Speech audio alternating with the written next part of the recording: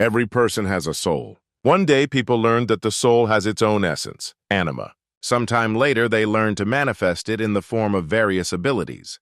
But not everyone had a strong anima. Because of the emerging distribution of ranks, people whose anima was too weak began to be despised. Since E rank was the lowest class of society, they were treated the worst. Schools became a tool to raise the status of the country, and during military operations, people with the highest ranks were sent to the front lines. The school where our main character studies was no exception. Students with strong abilities often chose to be bullied in order to prove their superiority. But today, Michael and his friends were unlucky enough to choose a target that was beyond their capabilities. Jumping up, John created a huge iron axe. Smiling, he quickly approached Michael.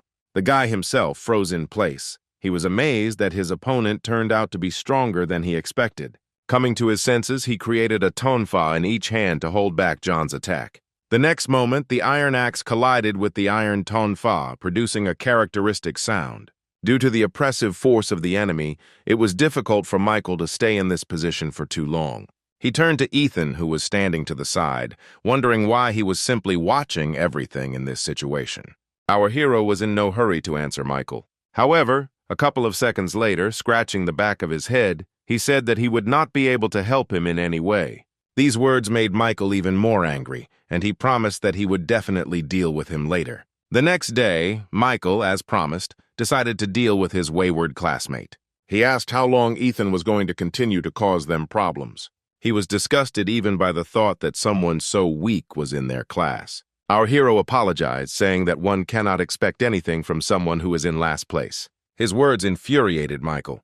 Gathering all his strength in his fist, he was about to hit Ethan, hoping that he would die and go to hell, but our hero managed to safely dodge. He said that wishing for death was too harsh, so he asked if simply admitting his guilt would be enough. Sean, standing behind Michael, began to roll up his sleeves, saying that Ethan should get 10 strokes for each member of their team. Sighing, the hero realized that he would be beaten for the entire break, so he had no choice but to run away. Other classmates laughed as they watched this scene. However, Ethan was unable to escape from his classmates. He was surrounded at the exit from the classroom. One of the guys said that using abilities in school is prohibited, so Ethan shouldn't even try to counter them. Immediately after this, our hero received a strong blow to the chest. Others watched Ethan's beating, saying that this was the only treatment an F rank deserved. They genuinely didn't understand why someone like him would come to school and disgrace their class. Slowly rising from the floor, Ethan said that it wasn't his fault Michael's team lost. Sean was about to hit our hero again, wondering how Ethan dared to contradict them so brazenly. At that moment, the door opened and their form teacher, Mr. Thomas Reed, entered, announcing from the doorway that he had good news. Due to the teacher's arrival, Sean and Michael had to leave Eton and return to their seats. Noticing that Mr. Reed was too cheerful today, the students asked what it was about, and someone shouted out the suggestion that their teacher was finally getting married. Our main character managed to get up from the floor during this time and sit down in his place. Thomas saw that the hubbub in the classroom was not going to stop anytime soon and got everyone's attention by slamming his fist on the chalkboard, telling everyone to listen carefully. After that, everyone became silent, and he said that their school had been recognized by the state. Glenn assumed that they had once again received some stupid offer from a dubious organization. When he asked how long they would continue to participate in something like this, the teacher approached him and said that it was not up to him to decide and that they would just have to accept what was happening. Mr. Reed said it was all down to the achievements of senior pupils. Afterwards, he returned to the board and announced that from that day on, the school would become a training ground for combat exercises, so all students would be divided according to military rank. Everyone listened attentively to their teacher, amazed that the school had actually agreed to this. Meanwhile, Mr. Reed continued, saying that from this moment on, his charges would become comrades in arms. He also said that all the teachers were given a title, so now he should be called the commander of the 10th platoon. Glenn asked what would happen to the students in the future. The man replied that there would most likely be many people willing to take on graduates of this school. After which he said that they needed to make every effort to attract someone more influential to their side. Ethan asked what would happen if one of the students did not want to be a soldier. Mr. Reed looked at the boy who asked him the question for a few seconds, taking his time answering. After which he said that no one is forced to become a soldier against their will. If someone does not want to take part in this, then then they should send a request to transfer to another school. The man said that Ethan should carefully consider the presented opportunity to transfer because he himself understands his situation. The hero was about to answer something, but he was interrupted. The classmates sitting in front of him demanded an explanation from Mr. Reed for the reason why their school had been made a military school so suddenly. Taking a box out of his desk, the teacher replied that he had mentioned earlier that the 11th graders had done well. As Mr. Reed poured the contents onto the desk, he explained that they had helped to give the school military status and had all been promoted to sergeant. The next moment, everyone saw on one of the desks a multitude of student cards indicating their rank. Patting one of his charges on the shoulder, Mr. Reed said that the 11th graders were the hope for a bright future for their country. Handing out a ticket to each student, the teacher said that only the best of his charges would receive the rank of corporal, while all the rest would receive the rank of lance corporal. After handing out tickets to everyone except Ethan, he announced that the platoon commander could reevaluate ranks at any time. Our hero turned to Mr. Reed to ask a question, but the man ignored him, continuing his speech. Ethan made another attempt to ask why he was not given a ticket. With his back to him, Mr. Reed said that in the entire school there was only one student who had failed to achieve the rank of private. What he heard greatly surprised our main character. Turning to him, the teacher said that Ethan would just be a greenhorn. The hero was not at all happy with his new title, which foreshadowed even more bullying from his classmates. After class, Mr. Reed called Ethan into the teacher's lounge. While looking through the documents, the man said that they needed to discuss Ethan's future. He admitted that he would not be able to help such a hopeless student and suggested that the hero change schools.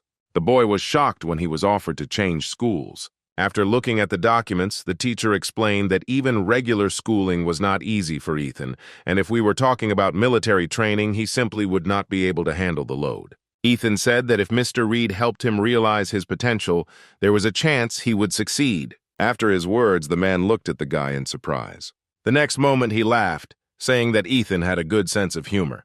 The hero was unpleasant to realize that the teacher had paid attention to him for the first time only to laugh. After calming down, Mr. Reed said that the ranking system would make it even more difficult for Ethan to survive in this school, and as a teacher he could not help everyone. After these words, the hero's assumption that Mr. Reed was aware of all the bullying was confirmed, and it became obvious that he simply did not want to have an F-rank student. It was also not difficult to understand that the man secretly hoped that constant insults would force Ethan to give in. He asked the teacher his opinion on whether souls could be divided into ranks. The man laughed at his question, the answer to which was too obvious. Of course, souls are also divided by rank. After receiving the teacher's answer, Ethan clenched his fist. Looking at Mr. Reed, he said that he did not agree with this statement. As soon as the break was over, the teacher and our hero returned to the classroom, where he announced that since the classes were now divided into squads, each sergeant must report on attendance. Turning around, Anna counted everyone who was in her squad and reported that there were 10 people in the first squad.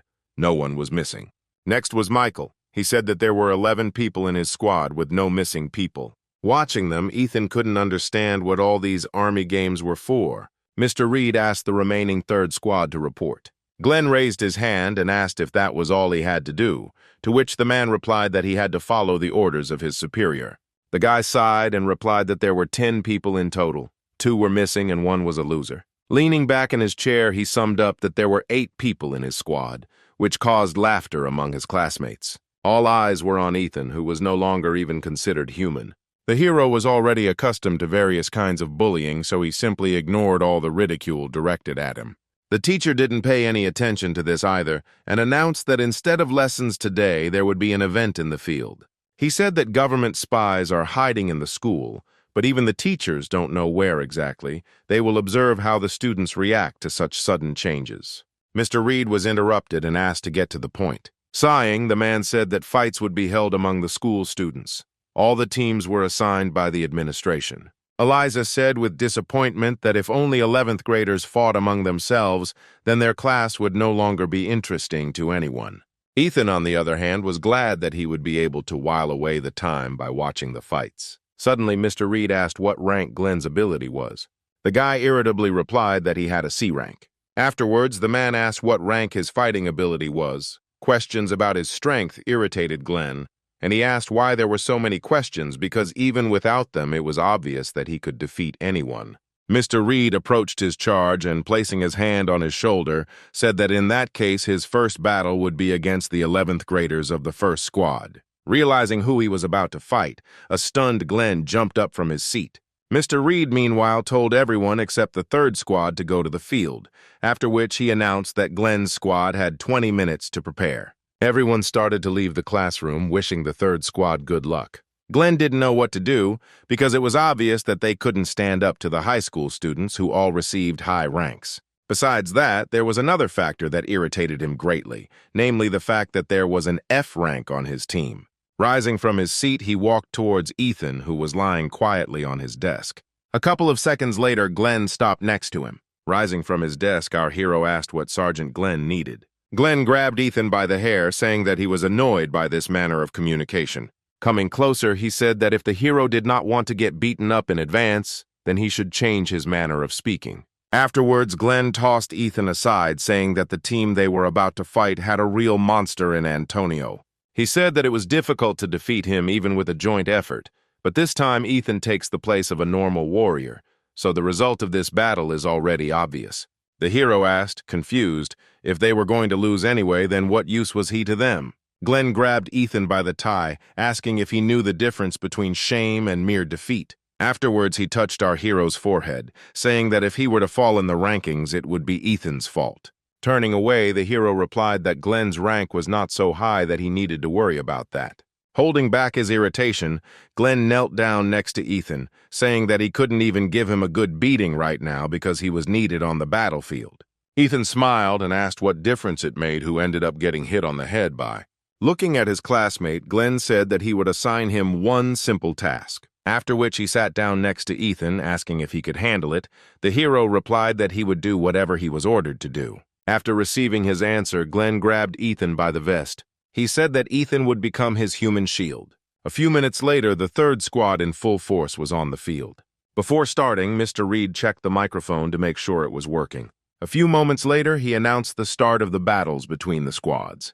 The teacher announced the leaders of both squads, between whom the battle would take place any minute. Even though Glenn took Ethan as his shield, he had a bad feeling about this. Approaching the leaders, Mr. Reed asked if their troops were ready to begin, and they nodded in agreement.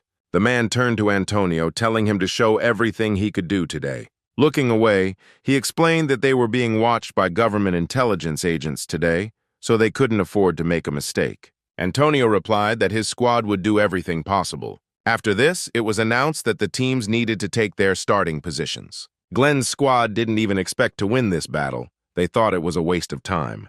When all the participants stood opposite each other, Mr. Reed announced the start of the fights. He also announced that the leader of each squad should receive a bracelet. Glenn grabbed Ethan by the vest, telling him to follow him. He put the bracelet on our hero's hand, saying that it would help him last longer, because the bracelet uses the owner's strength for protection but breaks from a powerful blow. It was also announced that the rules usually say the one whose bracelet breaks is eliminated, but due to the difference in experience between the teams, a change was made to the rules. Ethan asked if he had to be held by the scruff of his neck like a cat, to which Glenn irritably replied that he should silently fulfill his role as a shield. Meanwhile, Mr. Reed announced that the victory would be counted to the team that could hold out for 5 minutes. For Glenn's team, this change did not make the situation any better, because none of them would be able to withstand the opponents for that long.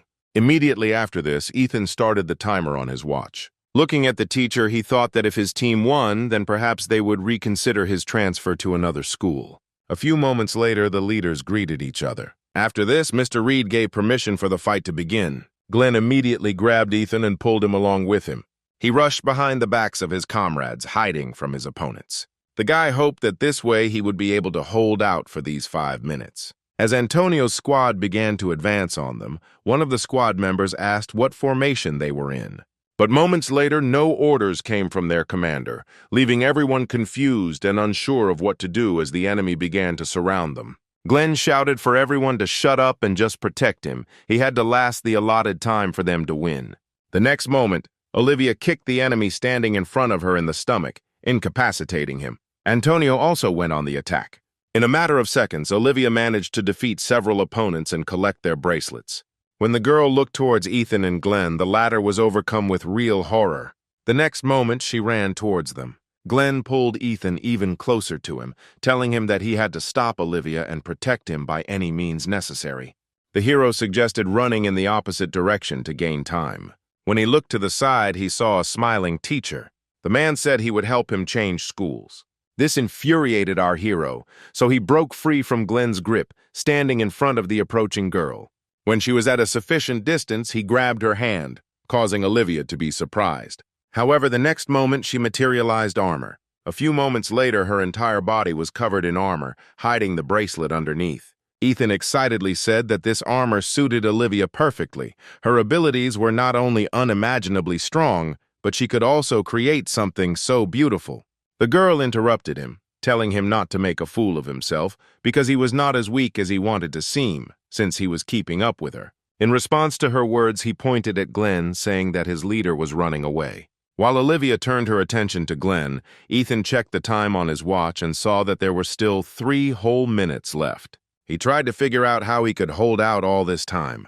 When the girl turned to him again, he asked if he could call her sister. Judging by Olivia's lack of reaction, Ethan assumed she didn't like the offer and suggested that they could just be acquaintances. The girl told the hero to stop wasting time and show his ability. Ethan didn't know what to do and tried to get Olivia to talk in any way possible, which began to significantly irritate the girl herself. She again demanded that Ethan reveal his abilities. He seemed much stronger than his comrades. The hero asked her not to rush things. He said that she must be well aware of the importance of consistency, especially when meeting new people. Olivia couldn't listen to his empty chatter any longer and began to approach the guy with a murderous aura. Noticing her change in mood, Ethan said that he would reveal his ability to her. The next moment, a dim glow began to appear in his palm. Olivia froze in anticipation of what would happen next. Contrary to all her expectations, a small F-rank dagger materialized in his hand. She looked at the dagger for a few seconds, occasionally glancing at Ethan. Then she sighed heavily, running her hand over her face. When Olivia asked if Ethan was the F-rank loser, the boy nodded, confirming her guess. A strong disappointment washed over her. Despite everything, Ethan himself was proud of the dagger he had created, saying that it was no worse than an S-rank weapon. When the guy noticed that the girl turned around and headed in the opposite direction, he called out to her. Ethan screamed that she couldn't just leave when she insisted so hard to see his ability. The two ignored him and walked on. He made another attempt to stop her, shouting that if she didn't stop, he would sneak up behind her and attack her. Olivia turned around, saying that she didn't see the point in wasting time on an F-rank loser. However, something happened that she didn't expect. In a matter of seconds, Ethan was behind her with his blade raised. The girl froze in surprise, watching the blade approaching her. At the last moment, she put her hand in front of her, blocking the attack. Olivia watched as the blade slid across her armor, leaving a small scratch in its wake. Ethan smiled and said that his dagger was indeed sharp. Our hero's classmates, who were watching this scene, laughed, saying that Olivia was afraid of some weakling who couldn't even do any harm to her. The girl said that even though Ethan's reaction speed was not bad with his rank, it would not help him. Then she turned around, saying that she had seen everything she wanted. Watching her retreating back, Ethan thought that he had managed to buy himself a little more time. However, when he looked at his watch, he saw that only 1 minute had passed and he needed to hold on for another 2.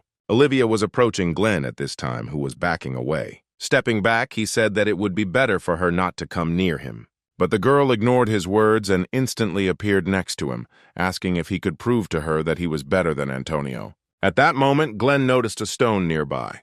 He was delighted by this and thought that it was a great chance because there were quite a lot of stones here. Olivia asked how exactly Glenn was going to prove his superiority. Glenn replied that since she was so interested, he would be happy to show her everything, after which he sat down and touched the ground, activating his ability. Olivia didn't understand what he was doing. Ethan, on the contrary, understood everything perfectly. He realized that Glenn had been hiding his true rank all this time. Our hero called out to Olivia, warning her that her opponent's technique was too dangerous. Glenn himself used extraction on one of the stones sticking out of the ground. A couple of seconds later, the guy towered over the girl, standing on a huge rock. Looking at Olivia, he said that the most interesting part of the show was about to begin, after which he used the swing ability, which allows the extracted object to be used as a weapon. Everyone watched what was happening in amazement. Olivia guessed that all this time her opponent had been running away, looking for a suitable stone for his ability. The next moment, he lifted the stone he had just been standing on up as if it weighed nothing, after which he threw it at the girl. He said that with this attack, he would get rid of Olivia and prove his superiority to everyone. Glenn was so caught up in his fantasies that he didn't notice someone else's presence behind him. The next moment, Antonio attacked him, knocking him to the ground. Glenn shouted that sneaking up on an enemy from behind was for weaklings. Noticing Olivia, who had managed to build a shield that prevented her from colliding with the stone, Glenn realized that she was stronger than he had assumed. Suddenly, the stone in front of her broke into many small pieces. Afterwards, the girl saw Antonio in front of her, who broke the stone with his ability.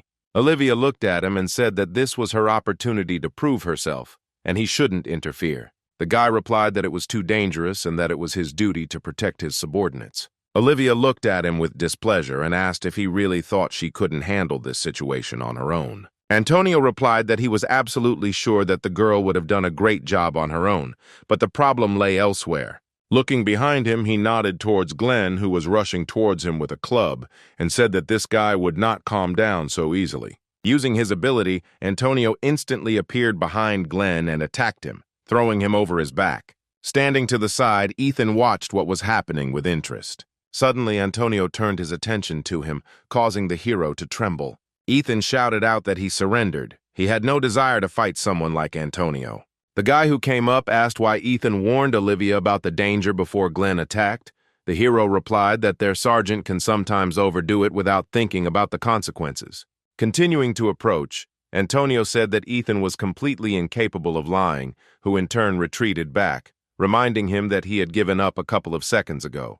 However, Antonio ignored him and appeared next to Ethan, intercepting his hand with the blade. The hero of the hands, due to such an unexpected attack, released the weapon from his hands, pointing it upwards.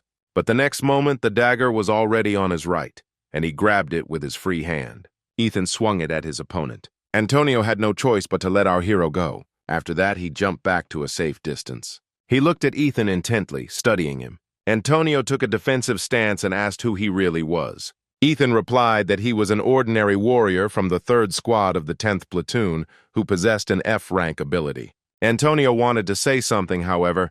At that moment, our hero's attention switched from the enemy to his wristwatch, which showed that he would only have 1 minute to hold out.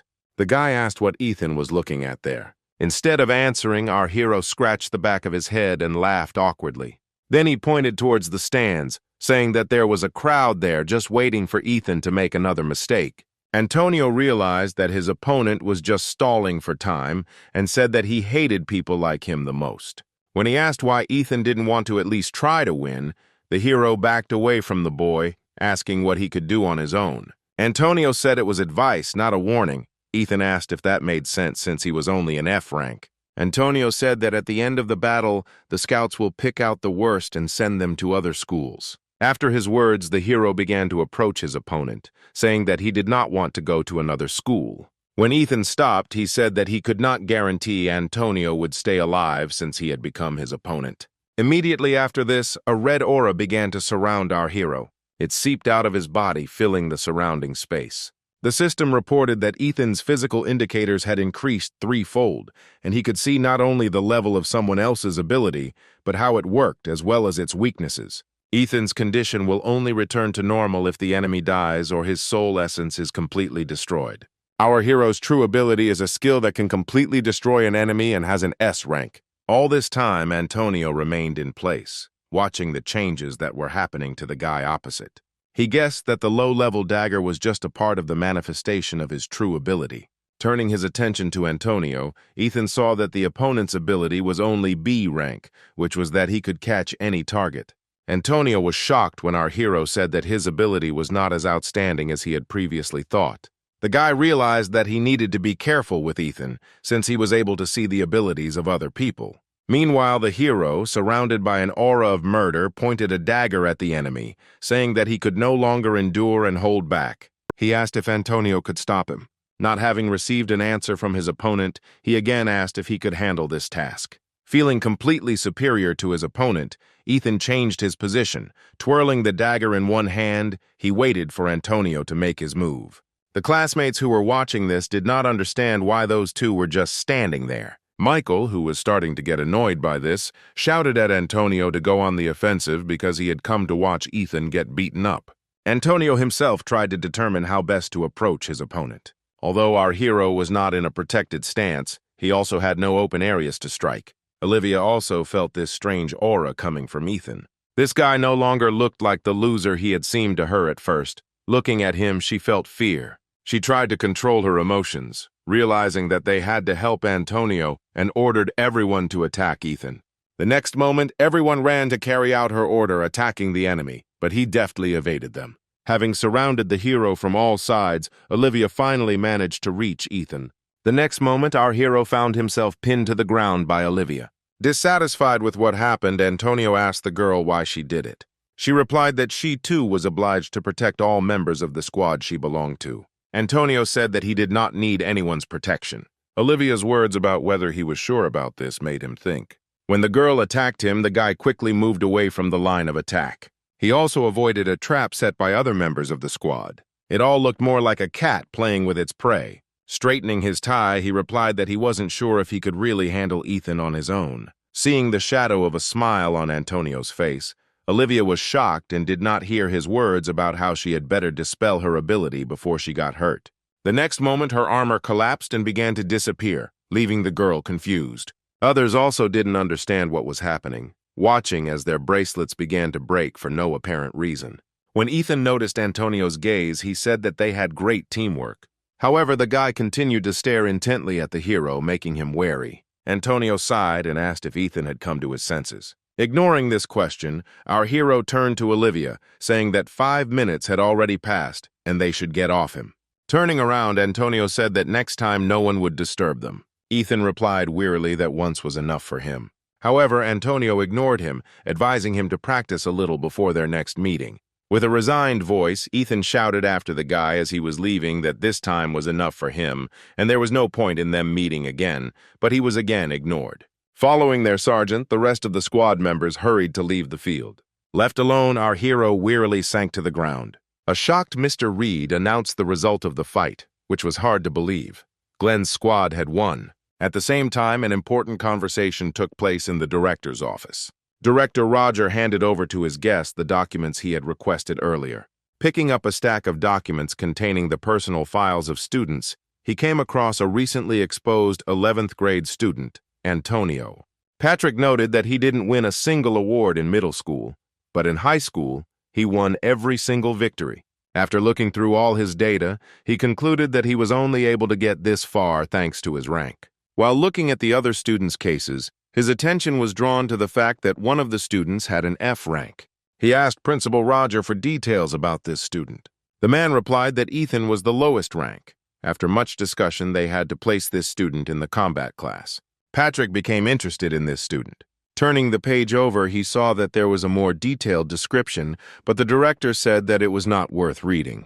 In the special circumstances footnote, it was stated that Ethan lost his parents at age 8 and was unable to awaken his powers due to the shock, was then bullied by other relatives, and awakened his powers at age 10 when the family was burglarized. Something about this made Patrick uneasy, because usually all children awaken their abilities at the age of 8. He had never encountered other cases before where the awakening of a child's ability manifested itself later due to some circumstances.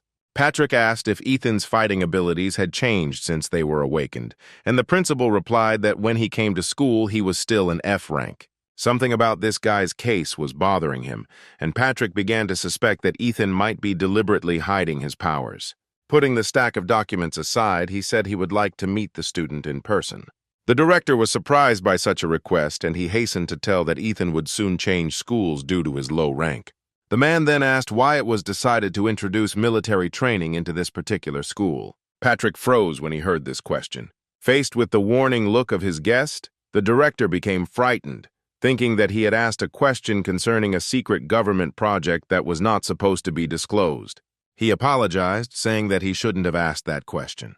Looking at the affairs of the two students who had caught his attention, Patrick replied that they were preparing for attacks from the north. And the system he introduced will help students change and become stronger. Every morning, our hero began the same way. He woke up exactly at 6 in the morning, after which he starts getting ready for school. In front of the mirror, he tells himself that today will be a good day, and at 6:30 he leaves the house. Because he has been given the cleaning duties, he has to go to school so early. This morning, at the entrance, he met other students who had come to school at such an early hour. Rumors of what happened yesterday spread throughout the school, so Ethan's name became on everyone's lips. Smiling, the girl said that most likely Antonio's team simply lost their vigilance yesterday, since they lost to someone like that.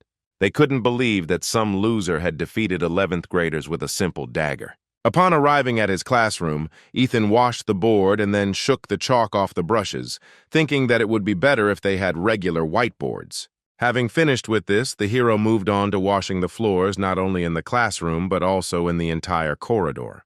Michael and Sean approached him a little later, the latter saying that Ethan's attempts to do at least something brought benefits to their team.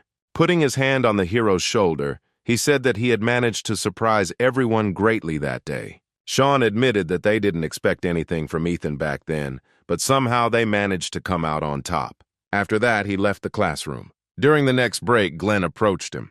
Ethan thought that they were going to start beating him again. However, contrary to his expectations, a classmate asked our hero to get him a handout on mathematics.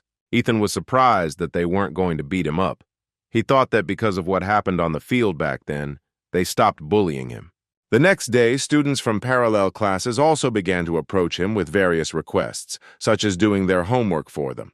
Even though the bullying of him stopped, they began to use him for their own purposes, which exhausted our hero much more. When the lesson was over, Mr. Reed asked everyone not to leave. He reminded everyone that today was the last day to join the units. For the 10th grades, this was mandatory and there was no way to avoid it, so the teacher rushed his charges to make a choice. Ethan thought for a long time about what to choose and whether they would take him anywhere at all. Mr. Reed said those who did not choose anything would be given a separate interview.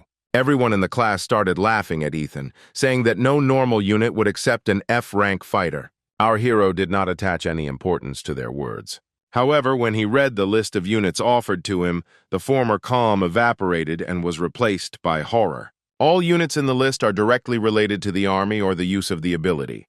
Many have already decided where they want to go and have even split into groups. Michael was no exception and immediately headed to the chosen unit to submit his application. Ethan was left alone in the class, still undecided where he should enroll. He had already studied the proposed list several times, but our hero did not see a solution to the current situation. Suddenly he noticed that in one of the divisions there were no rank restrictions, and there was no interaction with abilities. It was only intended for the development of physical abilities. Ethan decided to sign up here because he assumed it would only be regular physical training and there wouldn't be many people there. True, the hero found it strange that one unit was given an entire gymnasium, while others had to cram into smaller rooms, which caused discontent among some. When he approached the gym, he was surprised by the huge number of people crowded at the entrance. Ethan thought he had come to the wrong place. He looked at the sheet that indicated the location of the unit he needed to make sure it was in the right place. Suddenly, someone from the crowd shouted out that there was an F rank here,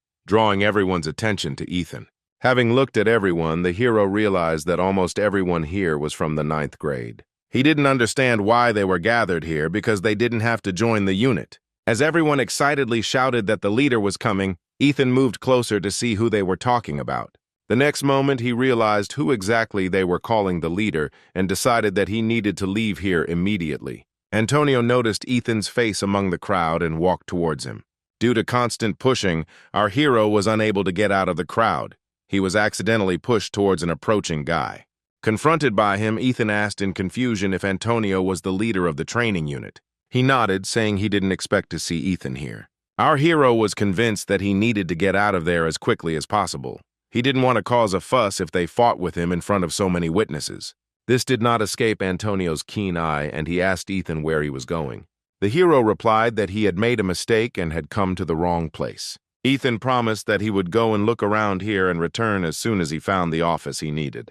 To his words, Antonio replied that there was nothing else nearby. He looked at Ethan for a few seconds before he made his guess that he had come here in the hopes that there wouldn't be many people here. The hero admitted that this was indeed the case, but there was too much crowd there, so he changed his mind about entering. Antonio replied that it was not so easy to get into his unit, so Ethan could not worry about a large number of participants. But even with these arguments, our hero refused, reminding that his abilities were too insignificant. The unit leader had no choice but to forcefully drag our hero inside. Heading to the middle of the room, Antonio said that he would now conduct the entrance test, which Ethan would take along with everyone else.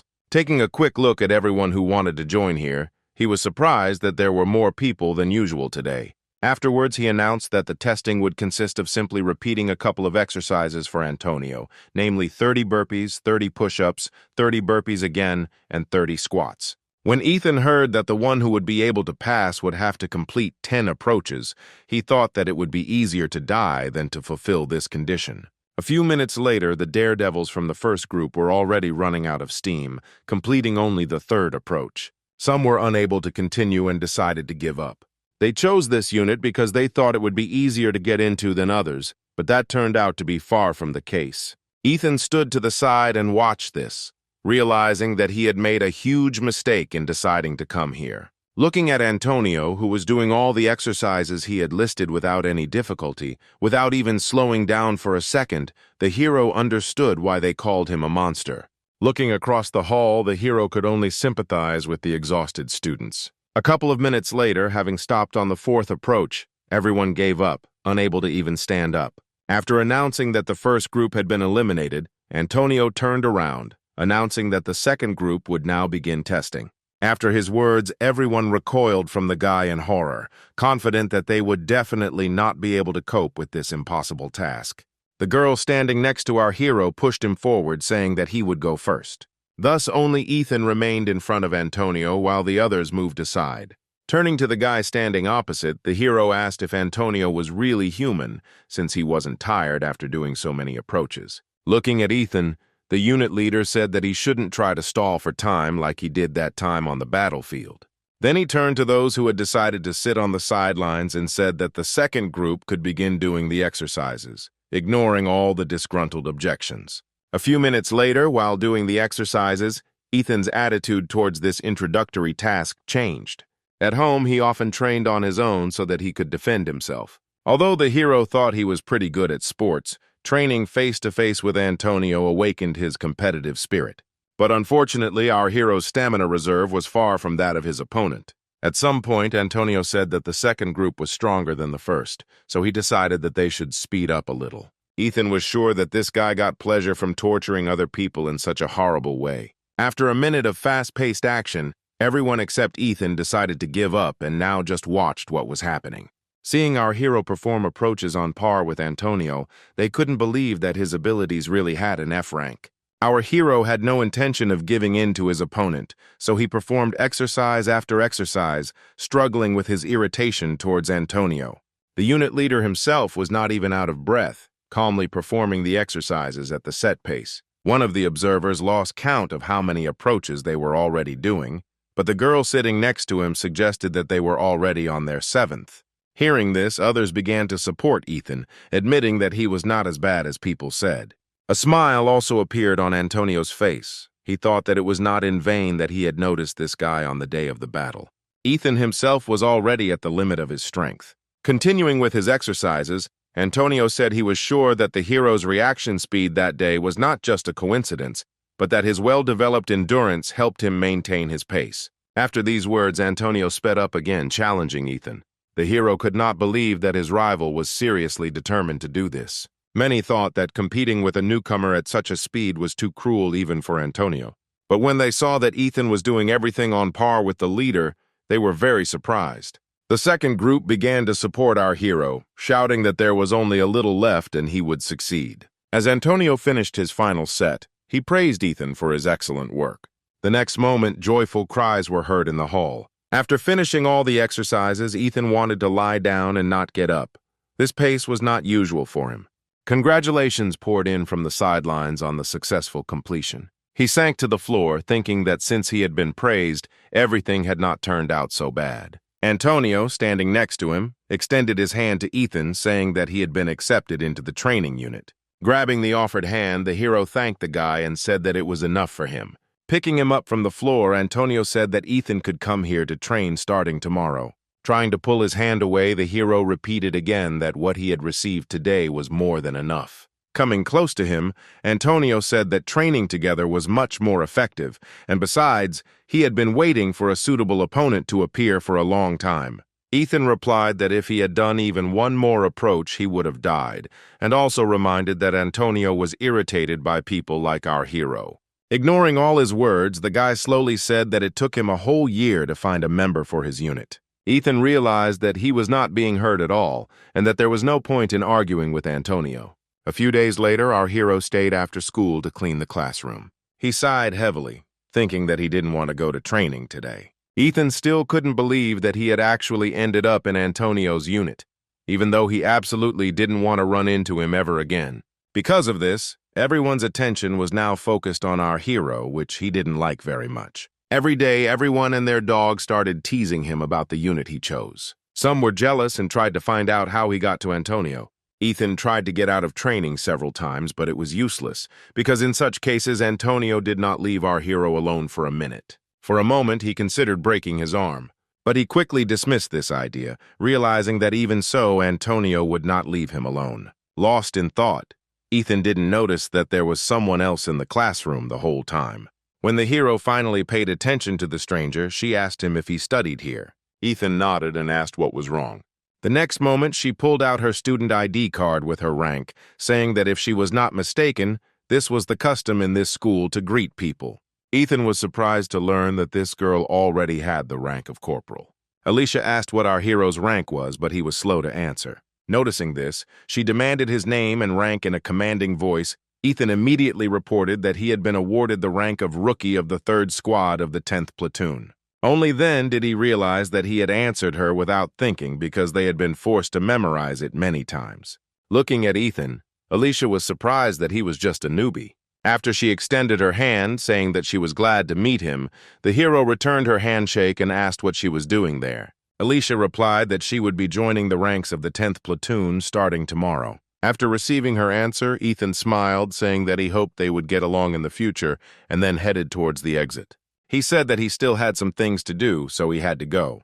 Before Ethan could open the classroom door, Alicia grabbed his backpack and pulled him back, after which she pushed him against the wall. Ethan watched in surprise as the girl approached him and blocked his escape route.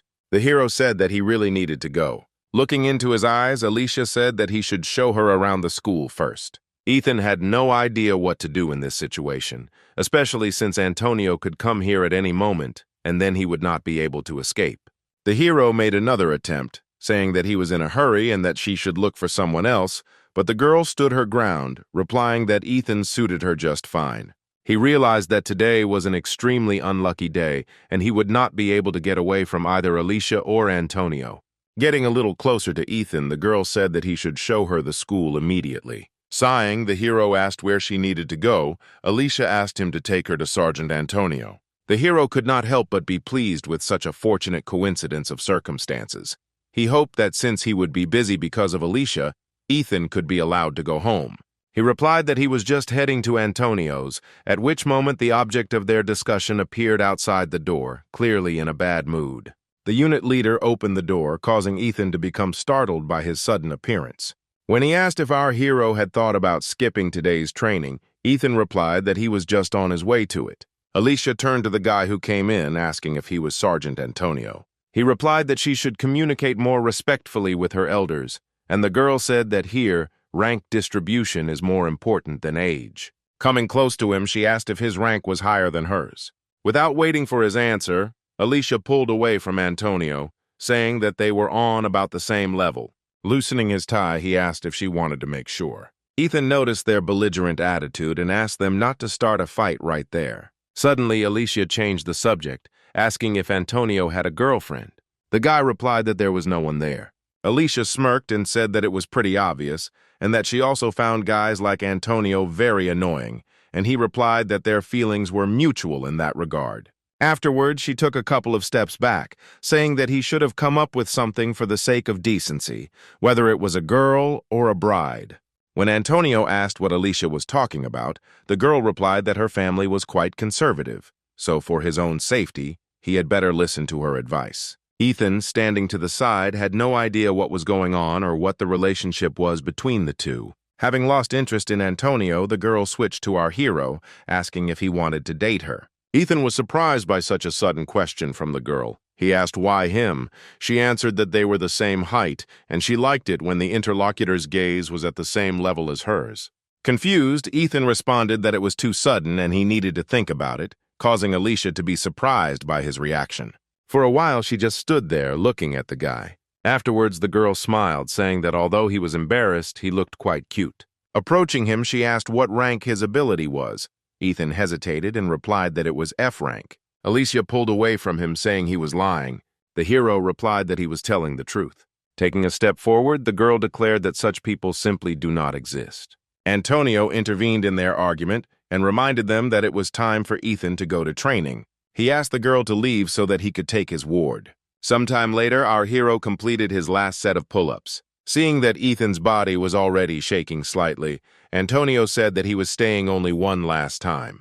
As the hero sank to the floor in front of Alicia, the girl admitted that she thought their training was just an excuse, but to her surprise, the guys had actually been exercising the whole time. Turning to the girl, Ethan asked her for help.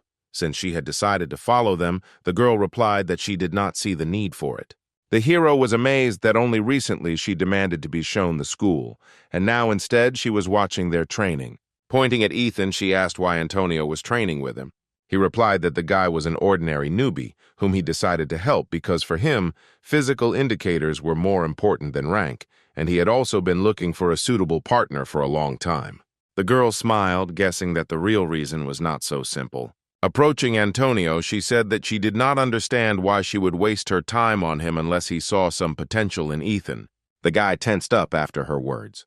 Alicia asked him to tell her what Ethan was hiding. After what she saw in this training, the girl was sure that Ethan's abilities were much higher than just F rank. Antonio replied that he did not know anything. Alicia realized that it would be difficult to get any information out of him. Then she decided that it would be best to ask Ethan himself about it. Lying on the floor, the hero replied that the girl was very much mistaken about him. He was just a useless F-rank rookie. From his answer, it was too obvious to Alicia and Antonio that it was a lie, but there was nothing they could do about it. Sighing, the unit leader grabbed the hero by the shirt, saying that there was plenty of time to rest and they needed to continue training. The next day, Mr. Reed announced that there was a new student in their class. Looking towards the door, he told the girl that she could come in. A few seconds later, Alicia stood in front of the entire class, smiling. Everyone looked at her with interest, because it was the first time someone had been transferred to them. Alicia turned to the teacher, asking where her place was. The man replied that she was sitting in the horse with the first squad, but first she needed to introduce herself. Having determined where Ethan was sitting, the girl replied that she liked the third squad and headed in his direction, ignoring the teacher's objections. As she walked past the rows, Alicia asked to be placed in the third squad. Ethan and his deskmate watched the new girl with bewilderment. Pointing to Ethan's neighbor, Alicia said she wanted to sit there and asked to switch seats. The guy replied that this was his place and he had no intention of giving it up. The girl didn't like his answer. Slapping her hand on the desk and leaning towards the guy, she asked if he really didn't want to move, adding threatening notes to her voice. He had no choice but to give up his seat to her. When the girl took her new place, one of the boys called out to her. Glenn asked with displeasure who she thought she was to allow herself to do such a thing. She smiled and asked if his rank was higher than hers, then said that she knew that the highest rank among the students was corporal, and that she was a corporal. Glenn stated that he was the leader of the squad, but the girl no longer listened to him, telling the teacher that she would sit here. Mr. Reed approved of this new girl's self-will. Alicia turned her attention to Ethan, noticing how he sighed in resignation, covering his face with his hands. The girl asked if he really didn't like her that much that he looked so unhappy. Placing her hand on his shoulder, she said that she had sat down next to him in the hopes of establishing communication with each other, but now she didn't know what to do. Ethan replied that he would like to be friends with her and it wasn't that he didn't like her. The teacher didn't let him finish speaking and asked Alicia to introduce herself to the class and tell about herself. The girl inhaled, saying that she had already sat down. A moment later, she stood up, saying that she would introduce herself from here. Glenn turned around, telling her that she needed to stand up in front of the entire class, as it was just common courtesy. Alicia replied that she could be heard well from here, and then smiled sweetly. saying that she was very pleased to meet everyone. The other students couldn't help but notice her overly impudent behavior. When she said that her rank was corporal and her manifested ability was White Jade Goblin, everyone was very surprised. Alicia ended her story by saying that she hopes for productive study together. Mr. Reed and many of the students kept staring at the girl in surprise until the very end. Ethan also looked at the girl. He didn't expect someone like her to be interested in him. He knew that the White Jade Goblin was the only inherited ability. Usually, abilities are not passed on by inheritance because the engraving of the soul, the essence of which is manifested in abilities, cannot be the same. One day, there appeared people who believed that they could pass on their ability to others. They wanted to make her stronger, more precise, and more dangerous, like a sharp blade. One of the families succeeded after some time. It was the Kim family, whose members were descendants of the king of the Shang dynasty. They had to leave their families and devote themselves to education and fighting. To protect their lineage, they practiced internal marriages. All the children born in this family had skin as pale as marble. Thus, this family managed to obtain the inherited ability that allows them to summon a White Jade Goblin. But over time, it became clear that only the daughters of this family could summon the goblin. After several centuries, the family's numbers had greatly decreased, and the clan was on the verge of extinction. In the last generation, a child was born who could summon a sword-wielding goblin. The girl adopted all the abilities and hidden skills of her family. At the moment, Alicia was the only one who had the highest level of swordsmanship. She was special from birth and was a true genius. Having finished telling her story, the girl asked if she could sit down. Mr. Reed, still in shock, replied that she could take her seat, after which he announced that from today on, Alicia is the deputy leader of the third squad. An unhappy Glenn jumped up from his seat, asking how some new girl could suddenly become his deputy. The teacher slapped the teacher's desk and said that no objections would be accepted. Glenn knew his place as leader was under threat, and he didn't like it very much. Meanwhile, Ethan said that Alicia turns out to be quite famous. The girl, in turn, replied that she was simply pretty, that's all. Looking into his eyes, she said that it wasn't just her who was special here, but he too, because it wasn't often that you met someone with an F rank. Ethan had never heard anyone of his rank referred to as special before. He sighed and asked Alicia to stop looking for things in him that weren't there. Laughing, the girl replied that she would definitely reveal all his secrets. Glenn couldn't think of anything else except the threat that had appeared in the form of the new student. He was determined to show this impudent girl his place at all costs. After the lesson ended, the big break began, during which everyone rushed to the cafeteria. Some have discussed how Alicia would be a much better leader of the third squad than Glenn, who is inferior to her in many ways. Sean remembered that on the day of the battles between the squads, Glenn gave strange orders, hiding behind others' backs the whole time. Passing by Glenn, Sean's interlocutor admitted that at first she thought of Alicia as a simple, arrogant girl, but after watching the video of her fights, she realized that she was excellent at giving orders. Elena still can't forget how cool Alicia was in that battle on video. The girl had no doubt that Alicia would soon displace Glenn from his position. Listening to all this, the anger inside their current leader boiled up even more. He realized that if he didn't do something about the new girl immediately, she would take his place without delay. Alicia herself was in the classroom with Ethan. Rising from her seat, she invited him to have lunch together. Our hero declined her offer, saying that he still had cleaning to do. Grabbing him by the vest, the girl said that she had no one to eat with, to which Ethan responded by saying that at the moment she was the most popular student in school. After letting him go, Alicia replied that she hated those who communicated with her only because of her merits. Ethan apologized in front, saying that he wouldn't be able to join her for lunch because he was really busy. When he listed to her all the things he had to do in exchange, Alicia said that it was too much for one person, and even the leader of the squad could not do it all alone. Ethan looked away and agreed that it was indeed difficult to do it alone. Leaning closer to him, Alicia asked if he was sometimes running errands for other leaders. Her gaze turned wild as she suggested that Ethan could carry out the tasks assigned to him by the entire class.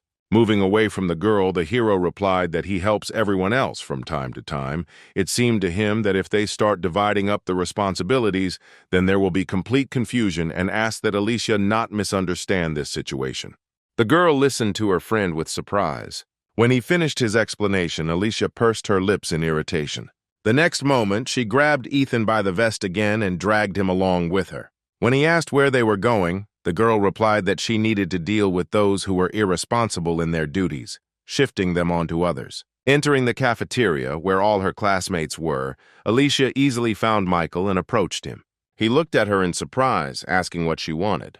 The girl asked if he was the one appointed to be responsible for cleaning the office. If so, then why was he shifting his responsibilities onto the shoulders of someone else? Michael spread his arms wide and replied that it should go without saying, since Ethan was only an F rank who could only be assigned to tasks like this. Covering his mouth with her hand, Alicia said she wasn't interested in his pathetic excuses. Smiling, she said that everyone must mind their own business. Alicia considered bullying the weak to be a very low act. She said that she would not stoop to something like that and hoped that Michael understood perfectly well what she was getting at. After her words, the guy turned very pale. When the girl removed her hand, he apologized, saying that he would not behave like that again. Pointing at Ethan, Alicia said that Michael should apologize to him, not her. Having received the apologies due to our hero, they then went to the teacher. Alicia told him about the situation. The man said that he was not aware of what was happening with Ethan and appointed the girl responsible for distributing responsibilities. The girl was happy with the powers given to her and thanked Mr. Reed. Ethan himself did not share her joy because she literally turned his entire usual way of life upside down. Meeting Sean in the hallway talking to Nicholas, Alicia said that she was now assigning responsibilities and handed one of them a mop, making him responsible for the floors and the other for washing the boards. The boys looked at the girl in bewilderment, asking why they had to do the frill. When Sean said that this was something an F rank should do, Alicia silenced him by hitting both of them in the throat with a mop. She said that shifting responsibilities onto one person does not add to their honor. At that moment, a disgruntled Glenn called out to her. Alicia turned her attention to him, asking if he wanted to help with the cleaning. The guy ignored her question, saying that she should call him leader. The girl nodded, then asked what he needed. He asked in bewilderment whether a leader should approach his subordinate only on business. The girl didn't respond to this, silently checking Glenn with her eyes. Afterwards, she shrugged, saying that it would have been better if she had become the leader of the squad instead of him. The guy was infuriated by her words. Turning around, she said that since the squad leader didn't need anything, she would go. Glenn stopped her, telling her to come to the roof of the school after school because they needed to discuss something regarding the squad. Ethan heard Alicia being called to the roof to hear her answer. He got up from his seat and sat by the door to avoid being noticed. When the lessons were over, the girl went to the roof. Our hero followed her, keeping his distance so as not to be noticed. Having reached the very top, the girl opened the door and walked out through it without the slightest hesitation. Ethan was in no hurry to climb higher, expecting that Alicia might change her mind and come back. He waited a minute, making sure that no one was going to come down from the roof. Only after that did he rise higher, thinking that Glenn had made a big mistake by challenging someone like Alicia. The hero stopped near the half-open door, listening attentively to the conversation. Alicia asked what exactly Glenn wanted to discuss with her, to which the guy replied that, when she came here, she should have realized everything herself, after which he pointed to a group of his people standing behind him. The girl grinned and said that their leader was no slouch and was quite popular at school. Several dozen students from different classes stood in front of Alicia. Glenn said that since she was a member of his squad, he did not intend to raise his hands in the future after today's conversation. Alicia wondered if her squad leader was so weak that he couldn't talk calmly without a crowd of his friends behind him. Her words made Glenn laugh. Trying to contain his laughter, he said it was time to teach his deputy a lesson. The surprised girl pointed to herself, asking again what exactly they were going to do. Then she looked at Glenn, asking what exactly he was going to teach her. The boy, flexing his wrists, replied in a more understandable language that he would make Alicia regret her behavior. The girl asked what was wrong with her behavior. Glenn replied that she should obey her leader's orders. His words made her laugh a lot. She asked why she should do that. Alicia said that Glenn would have to be either stronger than her or smarter for her to obey him. But the guy standing in front of her didn't fit any of these points, so she said that she didn't recognize him as a leader. Glenn couldn't believe that Alicia actually dared to say something like that. He commanded those standing behind him to activate their abilities. The girl watched her opponents, assessing their strength. She replied that they had quite a few melee weapons, but they were completely ordinary without any additional enhancements. Glenn was sure that such a number of opponents must have shaken Alicia's confidence. He asked if she felt her abilities were insignificant looking at his team. The girl replied that this should apply more to them than to her. Glenn told her to stop talking nonsense because his people would have no trouble dealing with her in a matter of minutes. He reminded her that using abilities in school was forbidden, especially one as strong as hers, so if she activated it, she would be severely punished. At that moment, several fighters stepped forward. He was confident because he selected only those who could use their abilities safely without fear of being noticed. He knew that in order to fully utilize her power, Alicia needed a sword, which the girl did not have. Comparing a professional without the ability to use his ability and losers with abilities, it was obvious to him that the latter would win. Glenn said that the girl had better give up from the start because she wouldn't be able to handle such a crowd. If she changed her mind about him, he promised that she would be treated a little more gently. Suddenly, Alicia asked if Glenn had any thoughts when he looked at Antonio, who was quite famous in this school. The guy didn't understand what she was trying to say. Alicia said that everyone knew the rank of her normal ability, then asked if they knew the rank of her combat ability. When she took a step forward, the guys who had stepped forward began to back away in fear. Glenn didn't understand what they were doing because a swordsman without his sword was no threat against a whole crowd with abilities. Alicia sighed and said that he should have tried harder during the squad battle. Then she pointed to her forehead, asking if he had forgotten what they had been taught. She reminded him that according to statistics, one A-rank fighter could easily defeat 100 lesser opponents, after which a single horn grew from her forehead and her hair began to lighten. Alicia said that the first thing a fighter must learn to get an A-rank is to go against the crowd alone. After her words, everyone froze in horror, realizing that such an opponent was beyond their capabilities. Noticing that everyone was starting to retreat hesitantly, Glenn shouted that it was stupid to be afraid of an enemy who didn't even have a weapon.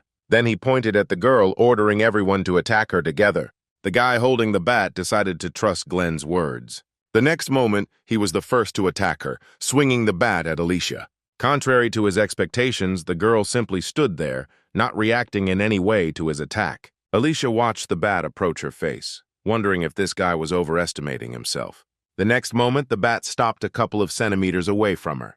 The guy looked at her in surprise. The girl intercepted his hand, holding the bat at a distance. Afterwards, she threw the enemy aside and he flew into his comrades standing nearby. As a result, all three lay unconscious, having flown into the fence. After that, she attacked a guy standing nearby. Alicia dealt with a large number of opponents in a matter of seconds without much effort. One of the guys she had defeated tried to get up from the ground, thinking that this girl was invincible even without a sword. He admitted that against her, who was an A-rank, they were nothing. Sitting down next to him, Alicia said that he gave up too quickly, so he would never reach her level. Her words seemed like a mockery to the guy. Raising his head, he said that being special from birth, she would not understand ordinary people and the efforts they make to achieve something. Alicia listened calmly to the guy, waiting for him to finish. He was firmly convinced that a person who was born with the strongest ability would never be able to understand how difficult it is for others to achieve something. When the boy fell silent, the girl rose from her knees, saying that he could continue to think like that, but her original combat abilities were D rank. It was clear from his face that he didn't believe her words. Glenn shouted out that there was no way she could be a D rank. There wasn't a single person in the entire country who hadn't heard of her family and what gifted children they produced. He said that for her manipulations, Alicia should have come up with something better. No one would believe that someone like her doesn't have talent. Shrugging her shoulders, the girl agreed that having a D-rank combat ability, while the main ability passed down from generation to generation was of A rank, was a manifestation of true lack of talent. Afterwards, she said that despite her desire to use the sword, she would have to restrain herself to avoid disciplinary action. By this time, many had already managed to come to their senses and rise from the floor, looking at her with fear. Alicia realized that there was no point in trying to prove anything to them with words because they would never acknowledge the enormous amount of effort she had put in to become who she was now. Looking at her palm, covered with many calluses, she said that she would show them all her efforts in practice. Glenn decided to attack her first, rushing at her at the same time as everyone else. However, less than a minute had passed before all the attackers lay helplessly on the floor. Alicia turned her attention to Glenn, who was keeping to the side. He didn't like that everything didn't go according to his plan, and the girl turned out to be much stronger than he expected. Alicia stretched her neck and said that it would all be over once she dealt with him. Glenn chuckled, saying that they could only resolve the situation between them by fighting one-on-one. Then he spread his arms out to the sides, telling the girl to attack him first. Alicia was alarmed by Glenn's careless confidence in himself. She assumed that he had hidden something under his sweater in advance. She complied with his request, moving towards him with lightning speed and telling him that he should relax his abdominal muscles. After which she directed her fist towards his stomach, intending to destroy what the guy had hidden there. Watching Alicia, Glenn was glad that she had fallen into his trap so easily. He knew that the girl was deliberately avoiding punches to the face because she would be punished if everything was found out. That's why he took a step back and ducked, intending to take that blow in the face. Alicia tried to understand the reason why her opponent was smiling in such a situation. At some point, Glenn leaned even lower, exposing himself to the girl's fist. He was confident that if he pretended to have been beaten by Alicia, he would not be punished.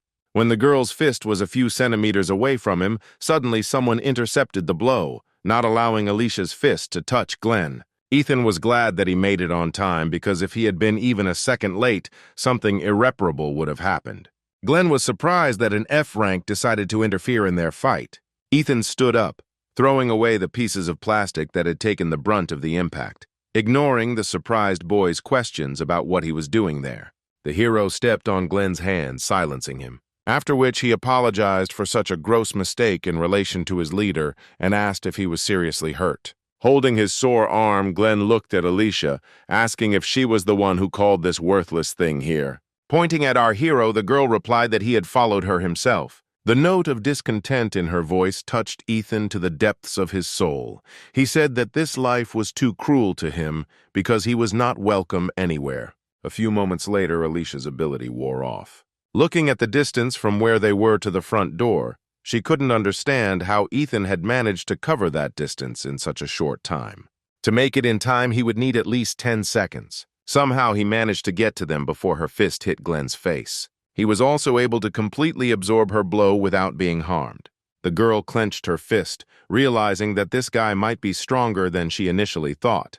Feeling something digging into her palm, she opened her fist and was surprised to find pieces of plastic there. Our hero pointed to the sky, saying that the sun was already setting and suggested that everyone go home, forgetting about what had happened here.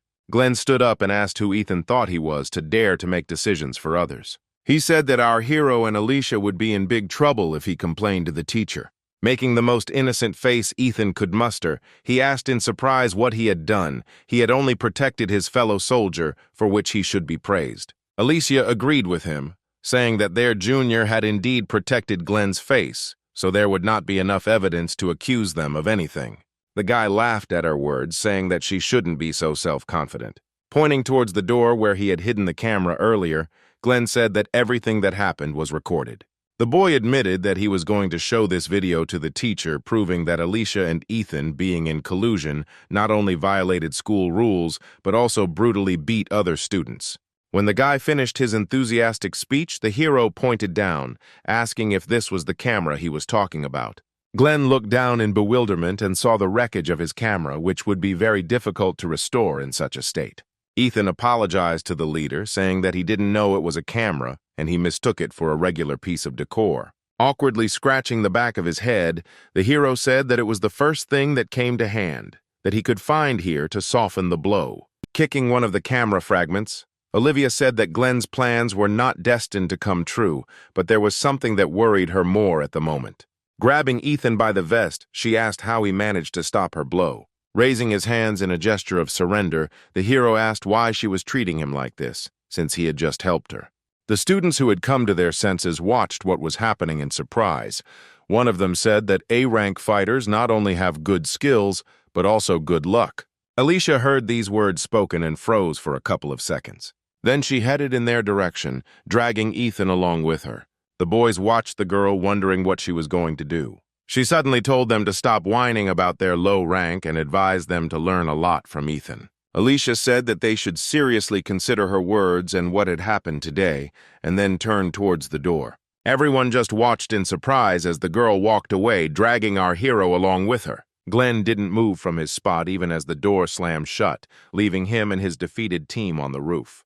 He lowered his head, clenching his fists. Glenn really lost today. That same night, Ethan had a dream about events that happened many years ago. In an apartment covered in blood, a woman with severed limbs screamed and tried to crawl away from a little boy with a knife, calling him a monster. Blood covered the boy's entire body, which was covered with countless bruises from the beatings, which gave him a frightening appearance. Standing in front of the man's corpse, the boy said that he was no different from his uncle and aunt, who raised him like that. At this point, Ethan woke up, jumping up in bed. The next moment, the alarm clock set for 6 in the morning rang. But the hero did not pay attention to this annoying ringing, being overwhelmed by memories from the past that haunt him in nightmares. He breathed out heavily for a few moments. Coming back to reality, he had stopped seeing this dream since entering high school, but recent events made his nightmare return. A few hours later, walking next to Ethan, Alicia noticed that something was wrong with him today. She asked him if something had happened. Smiling, Ethan replied in his usual manner that he was just a little tired, then changed the subject, asking where they were heading anyway. Looking at Michael's group walking next to them, the girl replied that she didn't know because the teacher had only given the detailed information to the sergeants, but most likely they would have a joint lesson with the medical class. A few minutes later, they stopped near a tall building, after which Glenn said that they were there. Alien voices were immediately heard from the side. Students from another school had been waiting for them for a long time and openly mocked our hero's class because they had not shown their best side by being late on such an important day. An irritated Glenn approached them, asking who they were. The girl in front ignored his question and said that they were just interested in taking a look at Alicia, who was rumored to be unusually beautiful and talented. Glenn said irritably that Alicia was the deputy in his squad and if they had something to say, they could say it to him. After his words, the students from the other school laughed, saying that their attempts to appear military looked stupidly funny. Glenn couldn't listen to this any longer, so he said that he was the sergeant of the 3rd Squad of the 10th Platoon of the Special Training High School, and then demanded that they tell him who they were. One of the girls asked him who they looked like in his opinion. He responded irritably that they were the scum of the earth. A man suddenly appeared and put his hand on the shoulder of one of the girls, saying that they should not quarrel with other schools. Lewis apologized for his classmates' behavior, saying they had been a little overexcited, after which he extended his hand to Glenn, saying that he was very pleased to meet him. Glenn pushed away the hand that was extended to him, replying that Lewis should not waste his time and explain what was going on here. The guy suggested that Glenn calm down first so that they could have a normal dialogue. Alicia came out in front and said that he really should calm down and watch what he says because their training rating had dropped a lot lately and they needed to restore it. Afterwards, the girl turned her attention to Lewis and asked for forgiveness for Glenn's behavior. Lewis replied that everything was fine and then said that he was very glad to meet her. Alicia ignored his outstretched hand in greeting, saying that their squad had come for a joint lesson with the medical class, after which she asked what the students from another school were doing here. Lewis smiled and replied that they were the class that was supposed to be working with them today. The guy also said that they had been waiting for this day to come for a long time. Afterwards, the students from the 2 schools headed to the bank building, where their assignment would most likely take place. Lewis said both schools are committed to the bank and felt it would be a great place for their practice. Noting the absence of people on this street and the presence of a security guard at the entrance, the guy assumed that the bank was closed for today on the occasion of their arrival.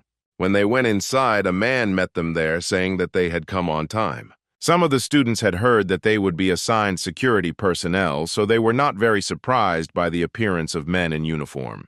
She took a few steps forward and introduced herself, saying that she had been looking forward to this day. The men laughed and replied that she was brave beyond her years.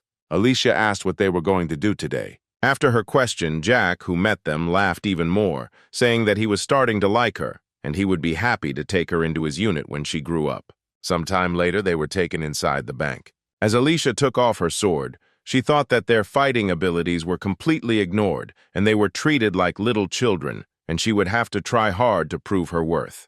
Suddenly, she called out to Lewis, who was standing next to her. He immediately approached her, asking what business she had with him.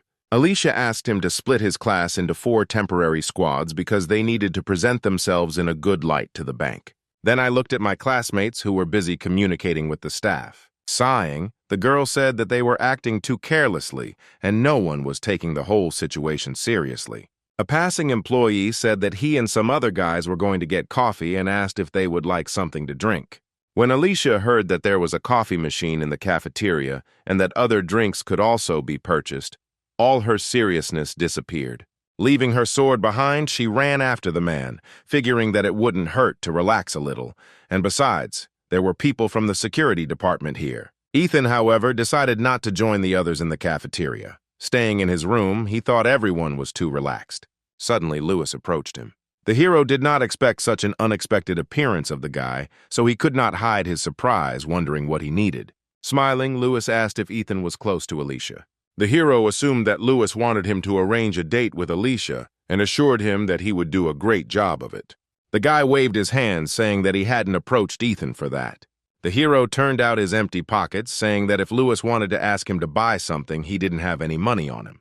Lewis said that this assumption was also incorrect. The next moment, he said that he was interested in Ethan himself. Afterwards, he asked him if he wanted something to drink. Pointing behind him, Lewis said he saw a vending machine nearby. Ethan agreed to his proposal and headed in the indicated direction. He paused for a second, wondering if he should warn Glenn, but deciding that everything would be fine without him, he moved on. A few minutes later, he was enjoying a cool cola. Watching Ethan, Lewis said he thought he was too carefree. When asked if Ethan was hiding his abilities from the entire school, the hero almost choked on his drink. Even though he replied that this was not the case, Lewis could not shake the strange feeling that Ethan did not fit into the class group at all and seemed superfluous. Smiling, the hero replied that being carefree is his motto in life. Lewis asked what rank his ability was. Ethan replied that he had an F rank. Surprised, Lewis asked if he was deceiving him, and the hero replied that he really was. Not fully believing Ethan's words, the guy asked if he was testing him, to which the hero replied that he had no need to do that. Afterwards, Ethan took a step back and threw the empty can into the trash can, which was standing a few meters away from him.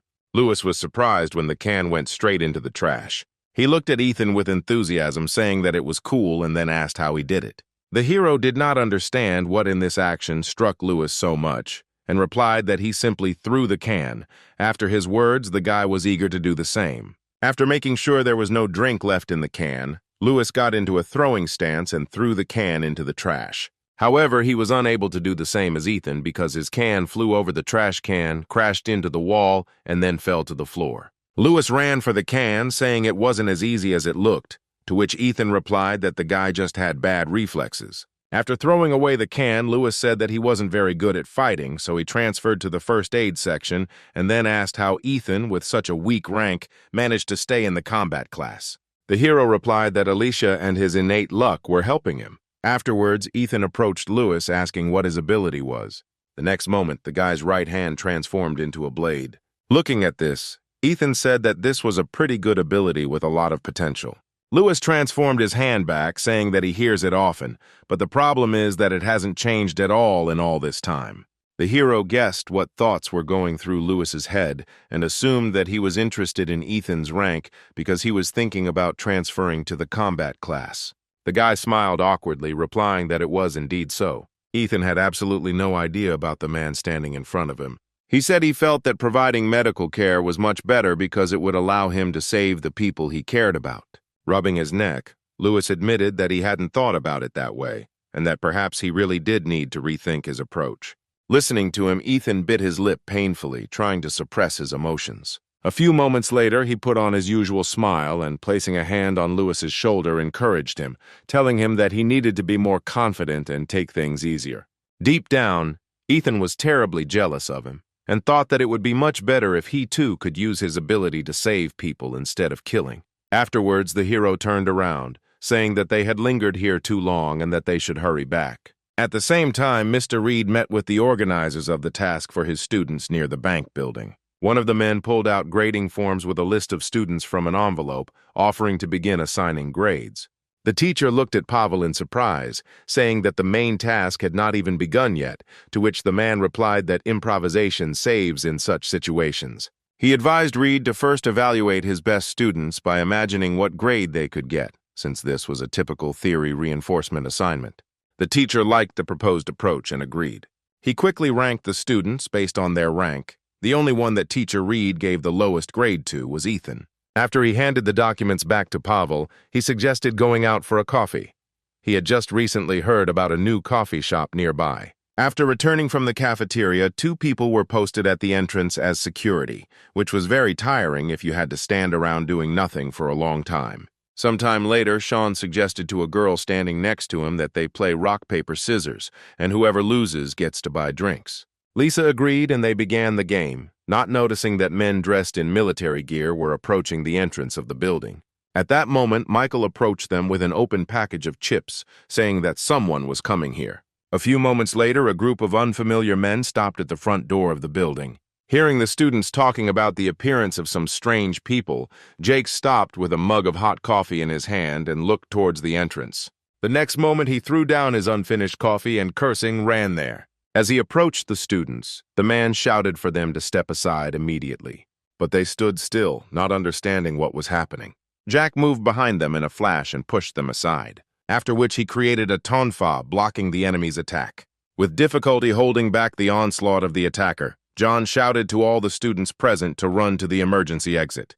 The students themselves did not understand what was happening and were dumbfounded with fear, ignoring John's order. Noticing that everyone remained standing in their places, the man asked what they were doing because they had been ordered to run away from here as quickly as possible. At that very moment, his weapon began to become covered with deep cracks, unable to withstand the enemy's force. A few moments later, everyone saw John being cut in two by an enemy unknown to them.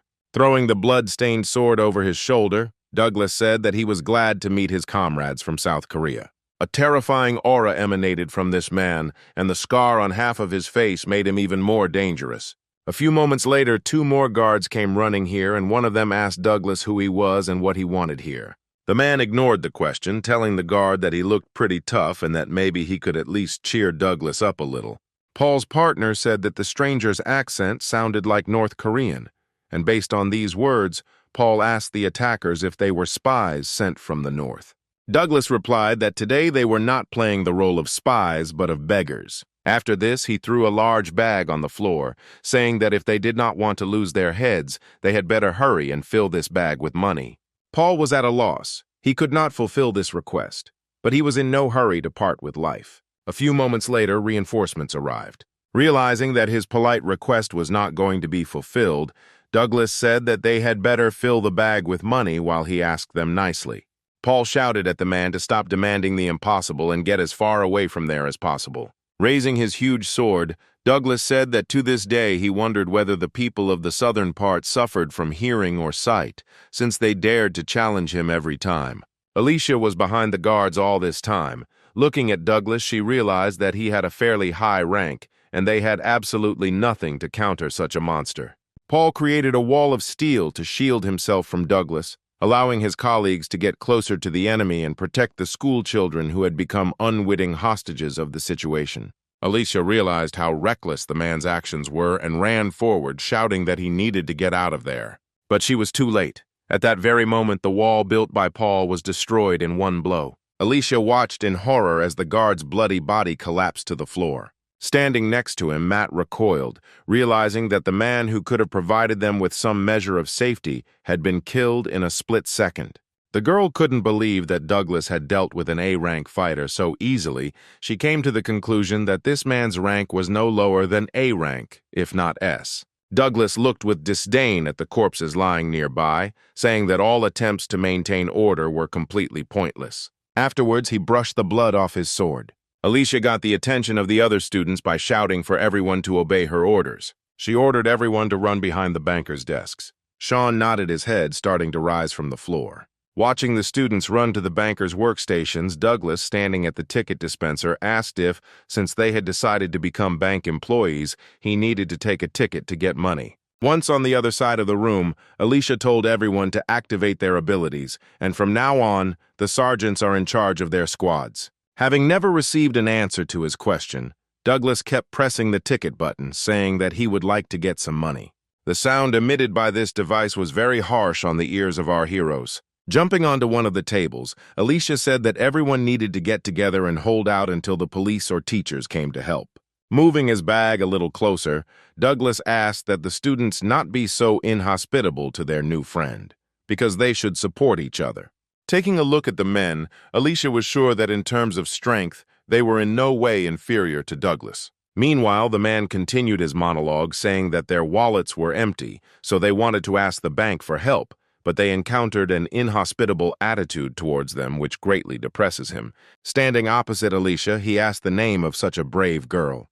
When she told him her name, Douglas asked why she had remained silent all this time, ignoring his concerns. Alicia decided that she not only needed to try to buy as much time as possible, but also to try to get some useful information out of him, so she said that the man did not look like a spy, they would not rob a bank, and she suggested that they had escaped from North Korea. Douglas was amused by the girl's words and couldn't help but smile. Without removing the smile from his face, he said that he had better introduce himself. Alicia was surprised that the criminal decided to reveal his identity on his own. The next moment, the man said that they were members of the Plague. The girl had heard about this group before. She remembered that the location of their base was never revealed, and the members of this terrorist group were against all of humanity. Wherever their footsteps, not even insects survive. The only trace that the members of the Plague left behind were piles of dead bodies and pools of blood. The others knew about this group as well as Alicia, which is why fear began to take hold of each of the students. Kicking the bag with his foot, Douglas said that since everyone understood everything, they should start filling his bag with money. One of the girls offered to fulfill his request and simply give him the money. At that moment, Alicia stepped forward, activating her ability. Douglas looked at the girl with some admiration. Alicia, on the other hand, was completely serious and planned to engage in battle with him if necessary. She told her classmates that they should calm down and pull themselves together. Alicia also said that no one said that they would be left alive after Douglas took his money. Looking at the appearance of the girl standing in front of him, he remembered that he had heard about this ability before, but he was able to see its carrier in real life for the first time in his life. From his face, Alicia realized that he already knew about her family and offered the man a fight. She decided to use the chance given to her and convince Duke to fight one-on-one. The man smirked, guessing the girl's plans. He said that she was quite smart, but he would not fall for such a pathetic trick. Spreading her arms out to the sides, Alicia asked if Douglas would go after one student with a whole crowd. The man laughed, then admitted that he liked her bravery, and then accepted the girl's offer, gesturing for his men to step back. When he asked if Alicia was as crazy as her predecessors, the girl replied that there was too much talk, and then asked if they would fight or just gossip. Gripping his sword more comfortably, Douglas said that her provocation was very sweet, and he would gladly give in to it. Pointing his sword at Alicia, the man told her to attack. Without showing her excitement, the girl replied that it was very presumptuous of him to give her such an honor. Looking at Douglas's subordinates standing a little further away, Alicia was sure that he would not break his promise to them, so if she could stay alive, if she could immobilize the man. The girl reached for her sword, but it was not there. Looking behind her and making sure that there was no weapon, the girl felt horror, because without her sword she would not be able to resist Douglas. The next moment she remembered that she had left it during the break. When the man attacked her, she managed to lean back, dodging the attack. The wall behind it was destroyed by one blow of Douglas's sword. Alicia managed to hide for a few moments behind this debris. She understood that if it weren't for her reaction speed, she could have been in the place of this pile of stones. Alicia decided to use the wall debris as her weapon and then jumped on one of the debris that was falling near Douglas, hoping to pin him to the floor. The man noticed her and turned around, cutting the fragment into small pieces, wondering where Alicia's former courage had gone since she had decided to attack from behind. Cursing, the girl landed opposite her opponent. The man pointed his sword at her again, asking if she was sure she was indeed a goblin and not a flying squirrel. Alicia managed to successfully dodge all of his subsequent attacks. The other students watching their fight were amazed that Alicia was able to withstand such a strong opponent. They started supporting the girl, shouting her name and that she would succeed. Ethan was currently analyzing the current situation, thinking about how best to proceed. Lewis, who was sitting next to her, said with delight that Alicia was simply incredible for being able to withstand the onslaught of a monster like Douglas. Ethan put his hand on the guy's shoulder, saying that now was not the time for this. Hearing that they had to run, Lewis asked, confused, where to run. Looking at the ceiling, the hero replied that it would be best for them to run upstairs, to the restroom, to the offices. They needed to hide where they could not be found quickly. Ethan was well aware that Alicia wouldn't last long, so he decided it would be better to try to hide the students. A few moments later, Douglas caught the girl, changed the trajectory of his sword strike, and struck her. This caused Alicia to fly to the side, hitting the wall hard. The man began to slowly approach her, dragging his huge sword across the floor. He said with a smile that it was time for them to stop playing cat and mouse. When Alicia coughed up blood, the mood of the students watching her changed. They were horrified because their strongest student had lost. Pointing the blade of his sword at her, Duke asked if this was all Alicia was capable of, and the girl replied that if he was so interested, he should check it out for himself. After her words, the man smiled bloodthirstily. At that moment, Ethan shouted for everyone to run towards the stairs. Douglas was about to finish off Alicia, raising his sword over her head, but our hero's scream made the man freeze in surprise. Immediately after this, Ethan grabbed Lewis by the collar of his jacket and dragged him along with him. Everyone else ran after him. Michael was running in the line, one of the first. He was overcome with fear no less than the others. Looking back, he shouted to those lagging behind that they should not get caught if they wanted to live on, so everyone should hurry. At the same time, Douglas scratched the back of his head, saying that the kids were smart. The subordinates who approached asked him if there would be an order regarding this matter, the man replied, giving the order to catch all the children. His subordinates saluted, replying that this order would be carried out. After that, they went up the stairs and split into groups, several people per floor. Alicia assumed that since Douglas had only given the order to catch everyone, he was not going to kill them.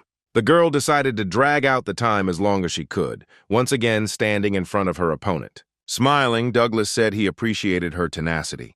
He asked if she wanted to join him. Alicia replied that she had no reason to switch sides. Smiling, the man advised her to think carefully about his offer because girls were lining up to meet him. Alicia asked, confused, why she should trust some robber.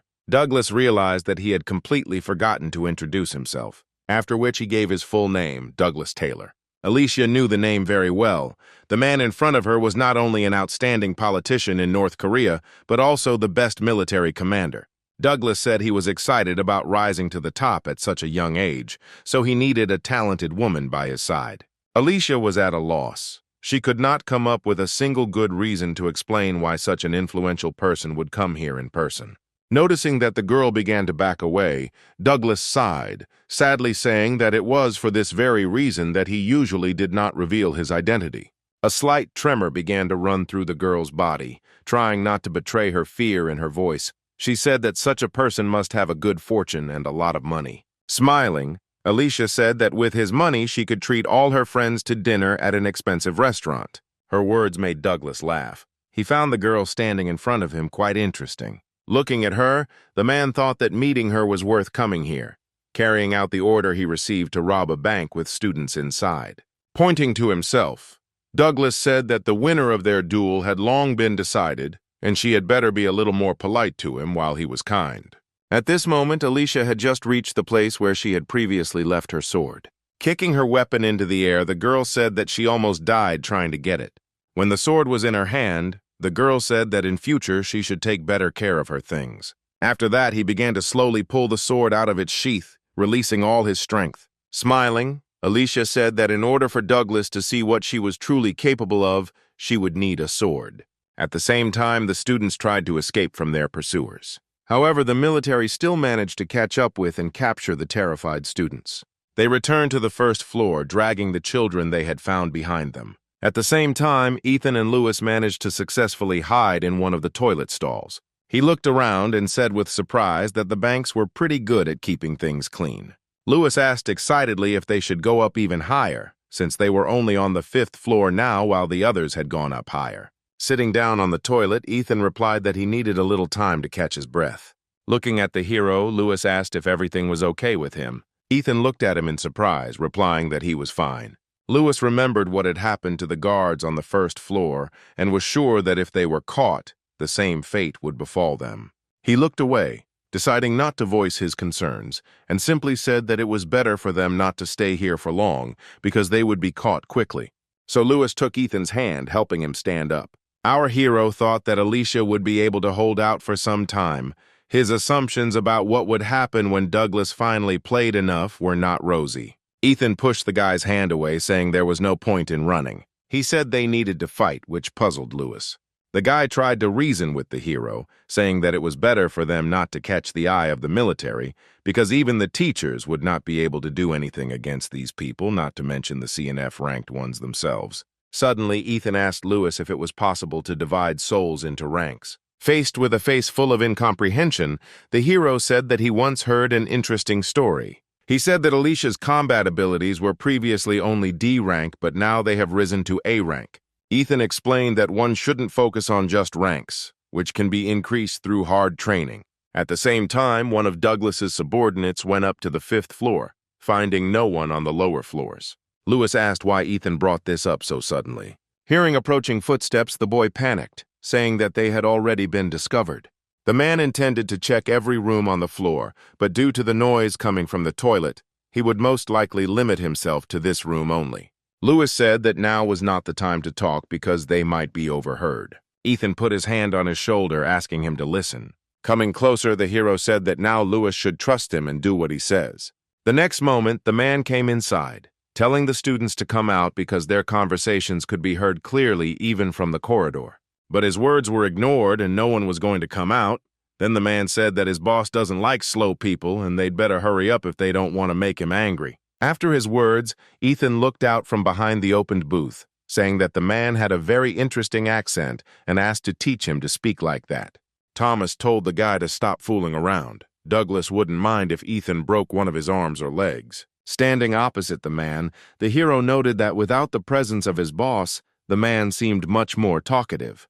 The next moment, he created a dagger, after which he directed it at Thomas, who was standing opposite him. The man chuckled and asked if his ability was really that insignificant. The next moment, using the acceleration, Thomas ran towards Ethan, telling him that he better give up. The hero turned to Lewis, telling him that he must escape at the first opportunity. As Thomas approached Ethan, he said that they had nowhere to run because they were both trapped. After his words, the hero stopped holding back, releasing all his power. Just like last time, all of Ethan's stats have been tripled. Thomas, who had previously been moving at high speed, became much slower, which allowed the hero to calculate the trajectory of the enemy's strike.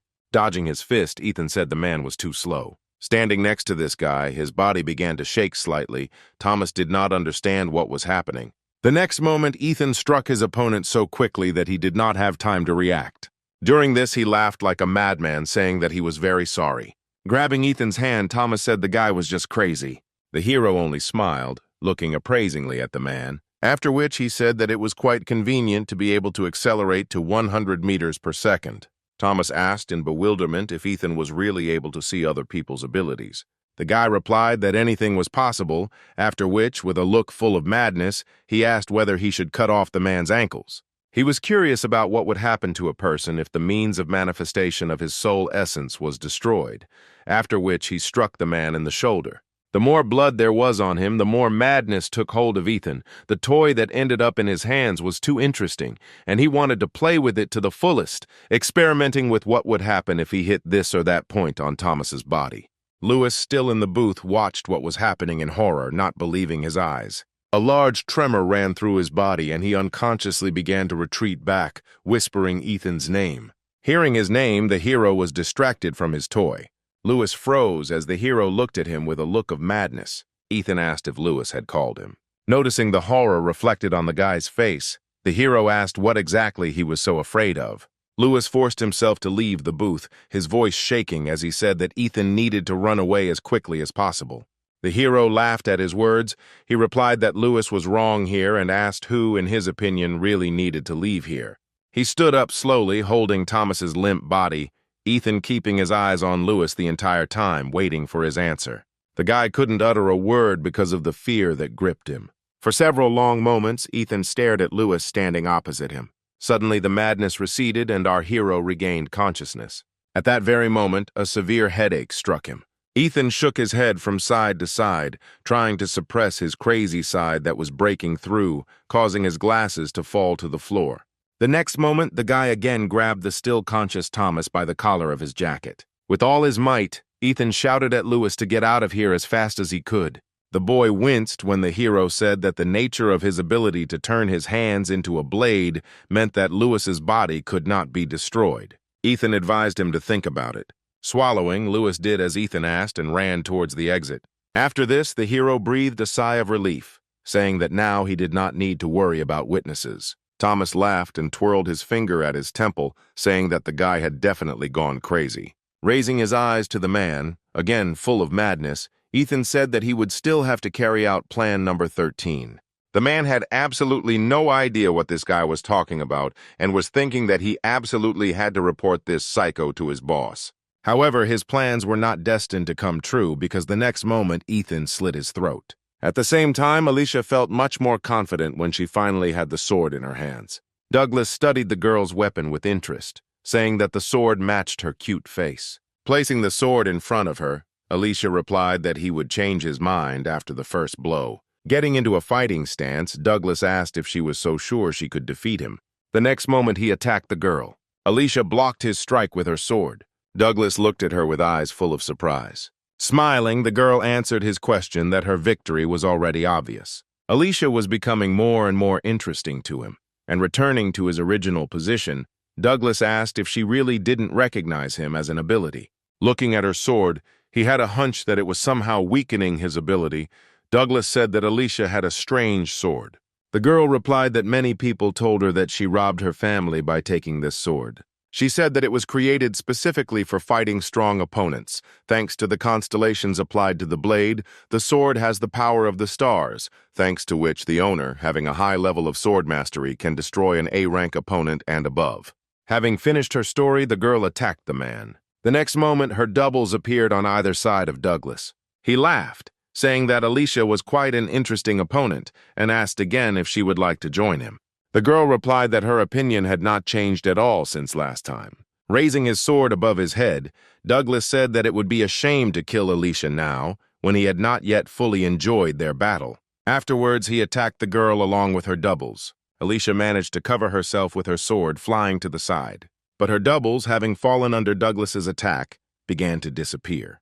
The man didn't give Alicia time to catch her breath and immediately made another attack in her direction. The girl blocked his attack with her sword, but Douglas's attack was too strong. The next moment, the man applied even more force, causing the girl to fly to the side, after which he said that he was stronger than her. Gripping her sword tighter, Alicia said that he had too much self-importance and ran towards Douglas. As Alicia approached him, she created 2 more doubles.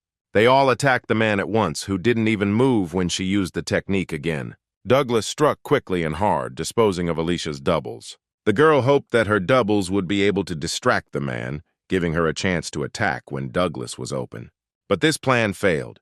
Her doubles disappeared too quickly, and Alicia found herself alone with her enemy again. Jumping back, Douglas said that he was beginning to like her more and more. Alicia was no longer so confident in herself. Her opponent turned out to be stronger than she expected. Douglas asked the girl if she still thought she was stronger than him. Without waiting for her answer, he said that what he had shown should have been enough to convince Alicia to join him. Standing in a stance, the girl replied that this was not enough for her. At that very moment, the military entered through the main entrance, dragging the escaped students behind them. Alicia was surprised that they had already managed to catch someone during this time. Noticing that they appeared from the street, the girl assumed that the entire police force had come here because of the noise, but they couldn't do anything because of the hostages. Douglas asked why his subordinates were only bringing children in from the street if they had previously gone up to the upper floors. One of the men said they split into 2 teams, one of which raided the upper floors while the other waited outside the building to catch the students jumping out of the windows. He also reported that those who still had not returned went up to the upper floors to look for those who remained. Alicia was very surprised when she heard that the men immediately went outside, and during all this time, the police did not make a single attempt to save the hostages. The current situation seemed too strange to her. Looking at Alicia, Douglas said that all her thoughts were written on her face. Throwing the sword over his shoulder, he said that all her guesses about why the police hadn't arrived yet would be wrong, because they had temporarily closed the bank using their abilities. When Douglas said that, it was like a bucket of cold water had been doused over her. Meanwhile, the man continued, explaining that he would not have carried out the attack without proper preparation, even though the bank looked the same from the outside as usual, but no one would guess what was really going on inside. Alicia found it hard to believe that there was no one from the outside who could help them. She had previously thought that it would be enough to just hold out until the police arrived. But now the situation has changed a lot. Even if she manages to escape to bring help here, by the time she returns, everyone else will already be killed. The girl clutched her sword. She realized that it was useless to drag out time further by fighting, but Alicia didn't know what else she could do in this situation. Looking at her, Douglas asked where her former warrior spirit had gone. One of the bank employees, who was captured along with the students, kept looking at the leader with apprehension. Suddenly, he stood up and used his ability to run forward. He managed to reach the nearest table with a telephone in a matter of seconds. Matt picked up the phone and pressed the emergency call button, after which he requested security, saying that their bank had been seized by terrorists. As he spoke, the man turned around looking at the invaders, who, for some reason unknown to him, did not try to stop him in any way. There was no answer to his messages from the receiver, and Matt asked excitedly if anyone could hear him. Silence answered him again, and then the man realized that for some reason the connection had been blocked. At that moment, Douglas came up and threw the bag on the table in front of Matt. He smirked and asked if Matt hadn't heard his conversation with a young lady a few minutes ago. The man fell to his knees in fear before Douglas, who in turn explained that among his subordinates there was one who specialized in isolation, which meant that neither the phones nor the emergency call button worked. After his words, Michael and Sean took out their phones and saw that there was indeed no connection. Matt asked why someone as important as Douglas would burst into a bank in broad daylight. Tilting his head to the side, he replied that a man should not belittle his position because all professions are equally important.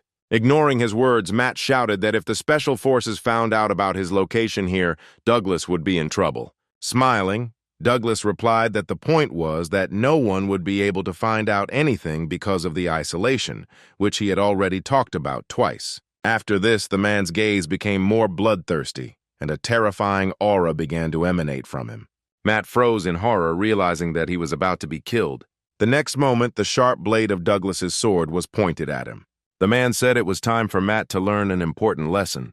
Douglas then raised his sword over his head. At that moment, Alicia shouted at him to stop, calling him a monster. The man froze in surprise at her words. Turning to her, he asked if he had misheard and if she had really just called him a monster. Alicia suggested that they fight again to determine the true winner. She sincerely hoped that Douglas would agree and leave this man alone. However, contrary to her expectations, he replied that the girl had already suggested this to him earlier, after which he asked if she understood the meaning of the words she had said earlier. Raising his sword above his head, Douglas said that she did not have to answer. The next moment, he chopped off Matt's leg, causing him to scream in intense pain. Alicia took a step back, watching such a horrific scene. Ignoring Matt's pleas for mercy, Douglas raised his hand for another blow and said that if she had known what her words meant, she would never have called him that. The next moment, Matt's screams stopped and the floor and walls were stained with the man's blood. Alicia closed her eyes at the last moment, not wanting to witness such cruelty. A few moments later, Matt's severed head flew past the girl. She opened her eyes when she heard something fall, and holding back a scream, she took a few steps back. Douglas pointed his sword at her, saying that since she had decided to challenge him a second time, he would not be as polite to her as before, but would simply cut off her legs and arms, after which he would carry them with him in a bag. He said that he would do Alicia a great honor by giving her death at his hand. Suddenly, the door leading to the stairs opened, making a loud sound. Everyone in the room turned their gaze in that direction. The next moment, Lewis came out from there, raising his hands up. Douglas turned to him and asked who he was. One of the subordinates stepped forward, saying that he would immediately seize the stranger, but Douglas stopped him. Lewis felt very awkward having so many eyes studying him. He thought that Ethan had been wrong in his assumptions that it would be hell here when he warned him about the situation on the first floor. Looking at the students trembling in fear and the pools of blood on the floor, Lewis was sure that this situation was much worse than just hell. In the bathroom stall before Thomas came in, Ethan told Lewis to run to the first floor as soon as he activated his ability and tell everyone he was there. The guy asked in bewilderment how he could leave Ethan alone in such a dangerous situation. Smiling, the hero asked Lewis to just trust him. Now he was on the first floor, and all he had to do was reveal Ethan's location to fulfill his request. When Douglas asked the boy to introduce himself, he gave his name and said he was a 10th grader in medical school. After which he said that all the money was on the 5th floor. Smiling, Douglas asked if the safe was really located in such a strange place. Lewis explained that his friend had moved everything there a little earlier. The man was alarmed by the guy's words about this strange friend. Without turning around, he asked his subordinates why those who went upstairs to look for the students had not yet returned. Looking at the fighters standing behind him, Douglas asked menacingly why they were standing there doing nothing while a child was walking around the floors of the building. One of the subordinates sat down on one knee in front of his commander, bowing his head. He said that he would check everything himself and bring the child here. As Douglas approached him, lowering his sword near his leg, Joshua began to beg the man for a chance to right his wrong. Douglas placed his hand on his trembling subordinate and told him that he was lucky that his hands were already stained today, and then ordered that the last student be brought here, taking the money with him. Joshua immediately stood up and saluted, thanking his commander for the service he had rendered him. Turning around, Douglas looked at the rest of his subordinates, telling them that they would also go with Joshua, and warned that he would not be so merciful if another mistake was made. Then he turned his gaze to Lewis. The boy flinched when he met Douglas's gaze, which did not bode well. The man asked if he was going to go up with the others or if he should do it himself. Lewis sighed and replied that he would go up to the 5th floor accompanied by Douglas's men. Having received his answer, the man smiled, praising the guy for making the right choice. After which he approached the student sitting on the floor, saying that while his subordinates would be busy with his friend, he would also have a little fun here. The next moment, Douglas pointed at Alicia and asked if everyone could see her clearly. Without waiting for an answer, he said that he would spare the life of anyone who brought him her leg or arm. Douglas was curious to know what they would do next. After the man's words, the faces of Alicia's classmates turned whiter than canvas. Clenching her fists and hanging her head, Erica asked if they should really go against Alicia. Douglas smiled as he watched the seeds of doubt begin to form in the students' minds. Sitting nearby, Catherine asked how Erica dared to think something like that when Alicia had fought for them from the very beginning, risking her life. Erica looked at Douglas and replied that the situation had changed and the winner had long been known to everyone, and besides, it would depend on him who would be left alive. Suddenly, Douglas asked if anyone had a watch, saying he would start the timer because he was tired of waiting. After his words, the two guys said that they simply had no choice, and Alicia had a wealthy family that could provide her with a good life even without a pair of limbs. The girl herself found it very unpleasant to hear such words, but she understood perfectly well that their lives were at stake. Suddenly, Lewis approached her. Alicia asked him indifferently what he wanted. The guy whispered that she shouldn't worry. She just needed to hold on a little longer. The girl looked at him in surprise, asking what this meant, but Lewis just smiled back at her. Alicia said that he should have stayed in his hideout longer because the enemy now had one more hostage. The guy replied that he came to help. Hearing his words, everyone else looked at Lewis as if he was crazy. One of the men, a former bank employee, contemptuously asked if the guy wanted his hand as a thank you. Lewis ignored the question and turned to Alicia. He smiled and said that he and Ethan were now best friends. The next moment, Douglas destroyed one of the nearby tables, drawing attention to himself. Rubbing his neck, he said wearily that he would kill everyone here if they made him wait too long. The next moment, trembling with fear, everyone began to apologize to Alicia, saying that she should understand them. Without taking their eyes off the girl, they said that they simply had no other choice. Douglas turned to Lewis, asking whose side he was on. Smiling awkwardly, he replied that he would take Alicia's side. The man chuckled, then said that in that case he would also need a part of this guy's body as payment for saving one life. Everyone looked at each other excitedly when they heard that the number of those who could survive had increased to 10. Lewis smiled awkwardly, asking Alicia if she could protect them both. The girl called out to Douglas, calling him a North Korean puppet, and the man turned around, asking how much longer she would treat him so disrespectfully. Alicia ignored his question, asking what would happen if she simply killed all the hostages. Would he then leave her and Lewis alive? She argued that everyone should have a chance to survive. The next moment, Douglas's booming laughter echoed through the room. He said that Alicia was saying some rather interesting things. He accepted her offer, promising that he would let them live.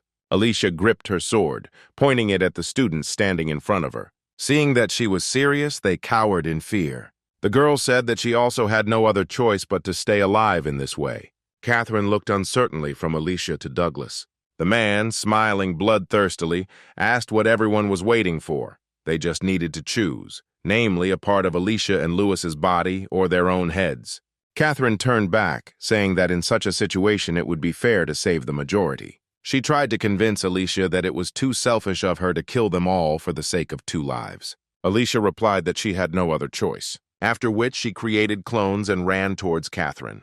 The girl activated her ability, creating a striking glove. As Alicia approached, she told her to fight with all her might. The next moment, she pointed the blade of the sword at Catherine. She clenched her fist, gathering all her strength. The next moment, her fist collided with Alicia's sword. As soon as the double was dispelled, the real Alicia appeared before the girl. Catherine recoiled, not understanding what had just happened. Pulling her towards her, Alicia delivered a powerful blow to her opponent's stomach. The next moment, she whispered in Catherine's ear so that she would listen to her carefully, after which she asked the girl for a favor. Catherine's eyes widened in surprise. When she finished, Alicia threw the girl towards the other hostages. Catherine showed no signs of life and lay unconscious. Everyone started discussing the fight they had just seen. Looking at Louis, they decided that he would be easier to defeat than Alicia. Hearing their plan, the girl sighed heavily. The next moment, she stepped forward, telling Louis to stay behind her. Watching this, Douglas could not hold back another burst of laughter, hiding his face with his hands. He looked up and said that this spectacle was becoming more and more exciting. Not everyone in that room shared his opinion, and they had to desperately cling to life playing by the rules of this crazy man. Alicia stood with her sword pointed towards her opponents, ready to repel their attack if they dared to attack her. Douglas, having recovered from his fit of laughter, shouted for them to amuse him further by killing each other. At that moment, an empty Coca-Cola can flew past him, attracting the man's attention. He turned around with a murderous look and asked what it was. However, there was no one behind him, only an open door leading to the stairs. Ethan, who threw the can, stood a little away from the entrance so that he could not be seen. He smiled bloodthirstily, glad that everything was going according to his plan. Douglas picked up the can, trying to figure out where it came from. Looking at this half-Coke can, Louis immediately understood who exactly had thrown it there. The next moment, the man turned around and threw the can so that it bounced off and landed near the door. Douglas noticed the silhouette of a man at the entrance and, grinning, asked if he was Louis's mysterious friend. Instead of answering, the boy attacked the man. Douglas dodged the weapon thrown at him, then asked irritably if he was suicidal for attacking him in such a way. However, when the man looked down to see what exactly he was being attacked with, he froze in place. He saw that these were torn-off parts from the masks of his subordinates, whom he had sent to explore the upper floors. Douglas looked again in surprise towards the door, where a few seconds ago an unknown young man stood, but he disappeared as suddenly as he appeared. He had absolutely no idea what was going on here. Grabbing his sword, Douglas thought that the boy had made a mistake in underestimating his opponent. The next moment, he slashed the air with his sword, putting all his strength into the blow. No one understood why Douglas was delivering powerful attacks, cutting through the air above him. A few moments later, he stopped and the ceiling suddenly began to collapse. Everyone watched in horror as the collapsed section of the ceiling fell on their heads. Alicia ran to the center of the room where the ceiling had collapsed, creating clones along the way. She made it in time, and she and her clones managed to hold that concrete layer over the hostages' heads before anyone got hurt. Douglas, without the slightest surprise in his voice, noted that the girl was very strong, after which he asked her to be patient a little because he needed to meet someone else. Alicia looked at him with hatred, not believing that he was actually going to kill them all. Coming to his senses, he looked at the girl and said that if even one person moved from the spot, then everyone would die. Just as the hostages relaxed and rejoiced that they were all saved, Douglas knocked the air out of their lungs again. Turning around, the man added that now was the perfect time to cut off Alicia's limbs. He advised them to think carefully about his words. At that moment, the girl asked him if he really thought she would just stand there and wait to be dismembered. With a mocking grin on his face, the man replied that if things were different, she would not be standing now with a heavy cloth on her shoulders, after which he said that he needed to leave for a while. Immediately after that, he jumped into the passage he had made in the ceiling with his own hands, flying floor after floor. Alicia and the rest of the students remained in their places, afraid to even move. Suddenly, the girl said that she wouldn't last long, and if they didn't want to die, then everyone should get out from under this piece of ceiling. Louis ran up to the girl and shouted that everyone really needed to get out of there. However, a woman who came forward stopped the guys, saying that if everyone came out, they risked dying later at the hands of Alicia. Sean, who was trapped, shouted that if they stayed here, the boulder would crush them to death. Michael approached Louis, telling him that he should step aside because Alicia had previously stated that she would kill them all, so now was their perfect chance to do it first. Louis asked in bewilderment if no one had seen her rush to save people. He tried to explain to everyone that Alicia had not really intended to kill anyone, because if that were not the case, She would not be standing now, holding up the collapsed ceiling. He suggested joining forces and running for the exit, even if there were enemies waiting for them outside. Together they could break through. Michael interrupted him, asking what would happen to them if Douglas decided to return at that moment. Catherine, who had come to her senses, intervened in their argument. The girl looked at Alicia, who was holding on with all her might. At the same time, Ethan heard footsteps behind him and turned around, saying that his guest was a little late. Looking around, Douglas asked if there was anyone else there besides them. He found it hard to believe that some schoolboy had taken on a squad of his best fighters single-handedly. Noticing that the man was staring at the corpses of his people, Ethan said that he had had a lot of fun with them. With a look full of madness, the boy said that he would have dealt with it faster if they had attacked him as a whole crowd at once. Smiling widely, the man thought that the girl he fought with earlier had impressed him greatly, but the guy standing in front of him had managed to completely outshine her. Douglas wondered where this monster had come from. Ethan ignored his question and ran his index finger along the blade of his dagger, a bloodthirsty smile on his face. Douglas extended his hand to the boy, asking if he wanted to join him. He even promised Ethan a good position if he accepted his offer. After his words, the hero put his palm to his face, carefully thinking about something. A few moments later, he broke into a happy smile, saying that it would be best to take the 9th path. Immediately after this, he took off, approaching Douglas through a zigzagging pattern. The man stood up when the boy was close enough. Seizing the right moment, Douglas attacked Ethan, but he dodged his sword. The man made several more attempts, but the hero never got hit by a single blow, jumping from side to side. Then Douglas decided to show the guy one of his trump cards, using one of the strongest attacks in his arsenal. However, this time too, our hero successfully escaped the attack by moving behind his opponent. Douglas didn't expect to hit the guy with his last attack, as it was done with a completely different purpose. Seeing Ethan running towards him, the man smirked, thinking that the boy had fallen into his trap. No one knew that his ability allowed the sword to pass through surfaces. When the man activated his ability, Ethan had the opportunity to study it as he quickly approached his opponent. Once at a sufficient distance, the hero said with a smile that Douglas had a rather long name for his ability. The man froze for a few moments, not understanding where this bastard found out about his ability.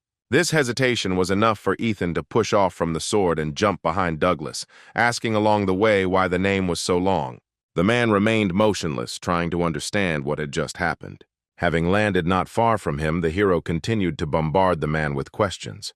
With his back to him, Douglas lowered the sword raised above his head. He asked Ethan if he was able to see other people's abilities, to which he received a positive answer. When the guy asked why he had several pluses near his rank and what the enhancement coefficient was, the man shuddered. He asked what the name of this annoying little rascal was. The hero, with a mad expression on his face, said his name, stretching out the syllables. After this, Douglas asked if his ability was related to vision and said that if he could really see the ranks and abilities of people, then Ethan would have no equal in his squad. The hero interrupted the man, saying that Douglas was the strongest person he had met in recent times. The man did not understand why he suddenly started talking about this and asked once again if the guy wanted to join him. Completely ignoring Douglas's words after looking closely at the man, Ethan said with displeasure that he only saw 9.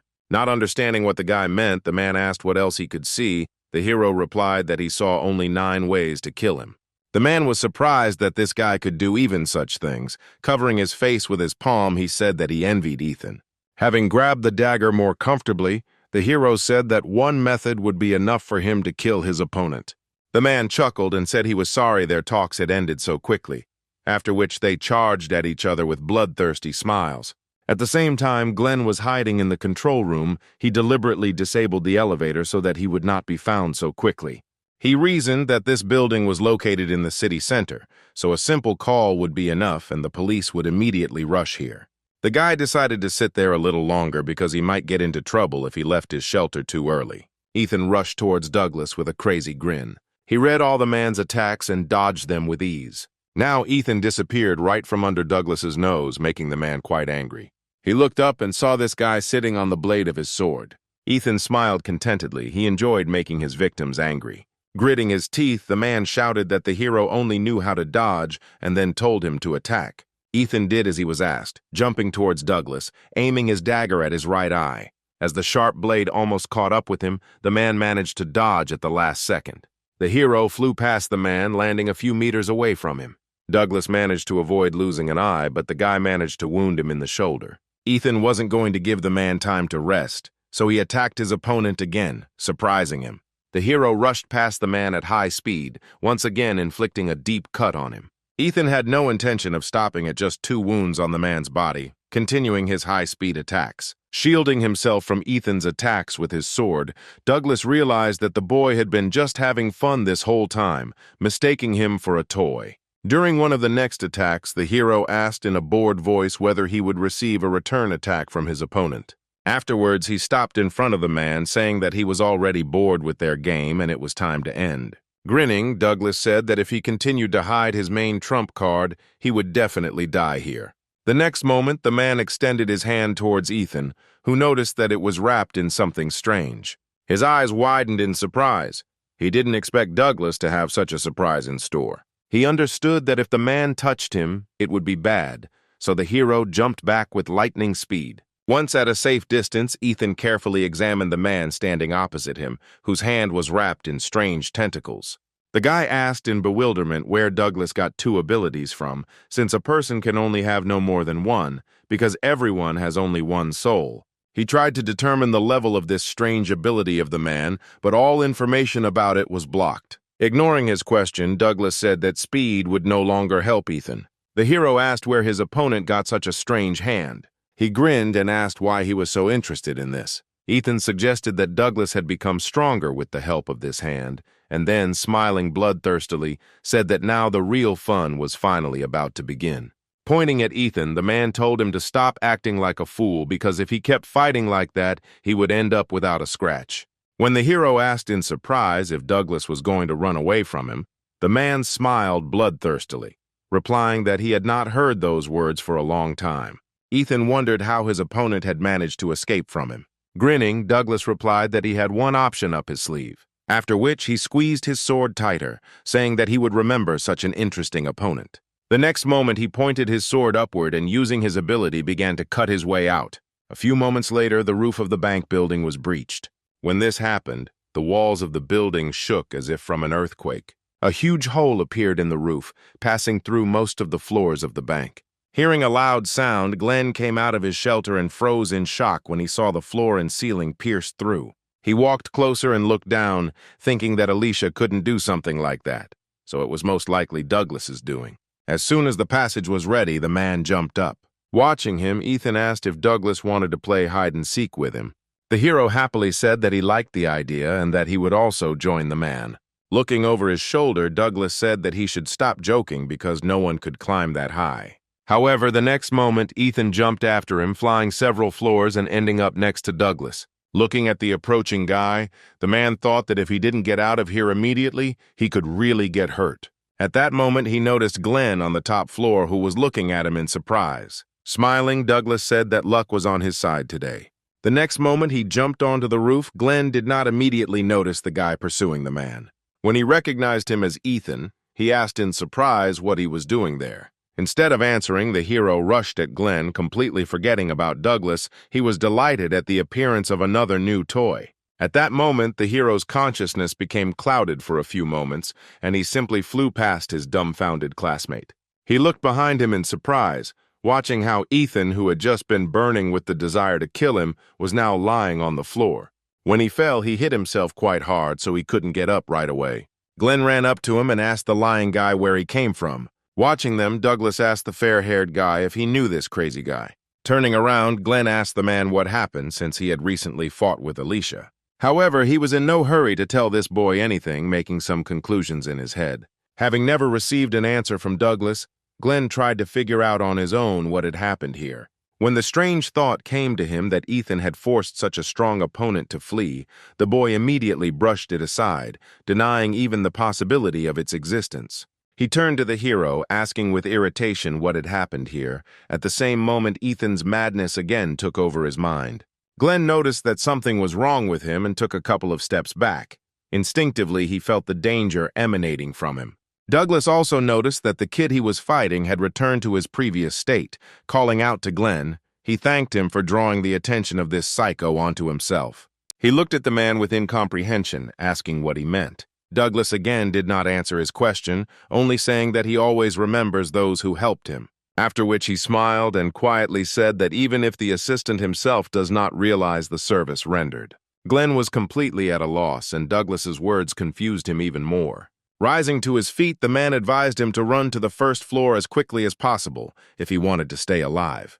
The boy looked at Douglas with a stunned face, not noticing the approaching steps from behind. As the man jumped off in an unknown direction, Glenn shouted after him that he was not going to fall into this trap, knowing full well that Douglas's men would be waiting for him on the first floor. The man grinned and just wished the boy luck. He was glad that he had followed his instincts and decided to head south. Glenn, still confused, looked at Ethan, whose behavior was too strange. The next moment, Ethan straightened up and looked at Glenn with a maniacal expression on his face. Approaching him, the hero asked, stretching out the syllables, what the leader of the squad was doing here. Ethan cocked his head to the side and said that Glenn had let his toy escape, so he would have to take over the role. Glenn recoiled from the look Ethan gave him, beginning to understand the meaning of Douglas's words. The guy turned around and, looking at the hole made in the floor, thought that if he didn't run away now, nothing good would come of it. The next moment, he used his ability to pull out one of the stones and jump down. He glanced over his shoulder to make sure Ethan hadn't followed him. The hero stood near the hole, watching the guy walk away. Smiling even wider, he said that he was once again taking the role of water in this game. The next moment, he flew after his leader, moving in a zigzag motion. A few moments later, he managed to catch up with Glenn, saying that he was already tired of this game and suggested playing something else. Turning around, Glenn tried to hit Ethan, yelling at him to leave him alone, but he easily dodged it. For a couple of seconds, the hero looked intently at the guy. He saw over 15 ways to kill Glenn and tried to figure out which one would be the most fun. Having chosen the most suitable one, he smiled bloodthirstily, pronouncing the name of his squad leader. The next moment, he approached the guy, grabbing him by the throat. Glenn begged Ethan to let him go while simultaneously trying to pry his hand away from his neck. Ignoring his requests, the hero said that he had come up with a new game for them called Cut Off an Arm or Cut Off a Leg.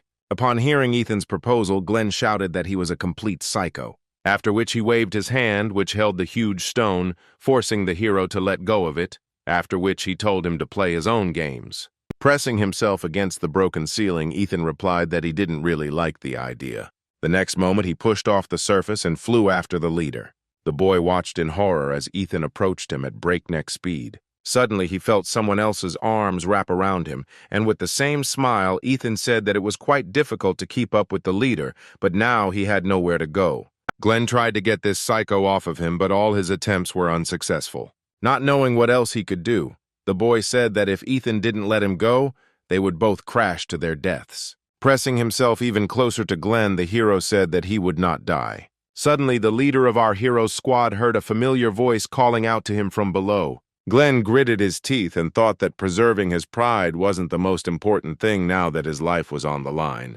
The next moment, he clenched his fist, concentrating all his strength. He then pointed his fist at Ethan's face, saying that he did not intend to die at his hands. Ethan dodged his attack, saying that Glenn was too slow. The next moment, he noticed a sword flying towards him. When the blade was a few centimeters from his face, he smiled, saying that someone else wanted to play with them.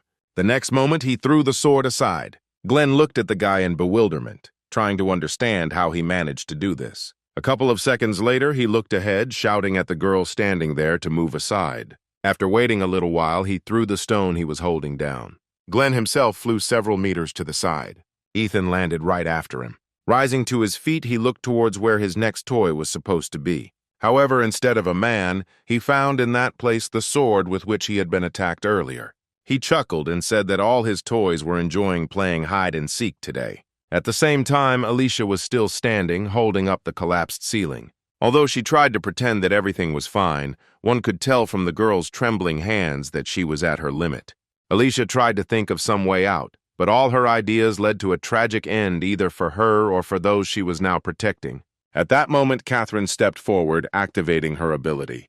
Without taking her eyes off Alicia, the girl created a striking glove. Those standing behind called out to her, saying that they had to do it first. Lewis desperately tried to stop Catherine and the others from making a mistake. However, none of his words or pleas helped.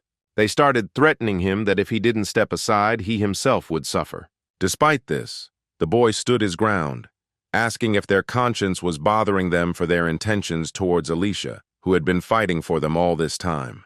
The bank employee replied that Lewis was still too young and did not understand many things, and that she had to survive by any means necessary for the sake of her family and children. Alicia could not hold on any longer, experiencing severe pain throughout her body.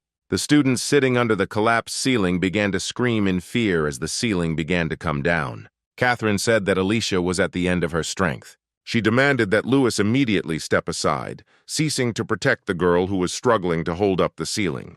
The guy also activated his ability, saying that if Catherine came one step closer to them, he would have to attack. Sighing and clenching her fist, the girl replied that in that case she had no choice. The next moment she turned around, ordering her squad to start rescuing people from under the ceiling and to stand up for their comrade in arms. Everyone looked at Catherine in bewilderment. A few moments later, the members of the first squad stepped forward, following their leader's orders. They stood behind Catherine, shielding Alicia and Lewis.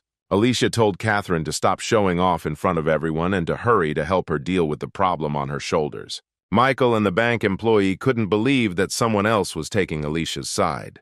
The woman stepped forward, saying that it would be best to sacrifice 2 people and get out of here alive, but was stopped by Catherine. The girl said that if anyone else came closer, she would have to use force. The bank employee raised her hands in a surrendering gesture and took a few steps back. A few moments later, Anna said that all the students had been brought out from under the ceiling, and now they needed to carefully free Alicia. Immediately after this, Lewis and Catherine destroyed the ceiling, freeing the girl from her heavy burden. "Stretch her joints," Alicia said with relief that she was finally out. Lewis approached her and asked the girl to explain everything to him. Alicia touched Catherine's shoulder, replying that she simply trusted her comrades. After her words, Lewis looked at Catherine with confusion. The girl said that in the moment before Alicia hit her, she reminded her of what they were taught at school and asked her to pretend to be scared. Immediately after that, Alicia pushed her back. As she sat up, the girl thought that she had actually forgotten what they had been taught due to her intense fear. They were told that members of the plague never leave witnesses of their atrocities alive. Remembering this, she realized that even if they killed Alicia or Lewis, Douglas still wouldn't leave everyone else alive. Catherine walked up to her squad, saying she had something to tell them. Having outlined the situation in general terms, the girl said that in the future, whatever she ordered, they should carry it out without question.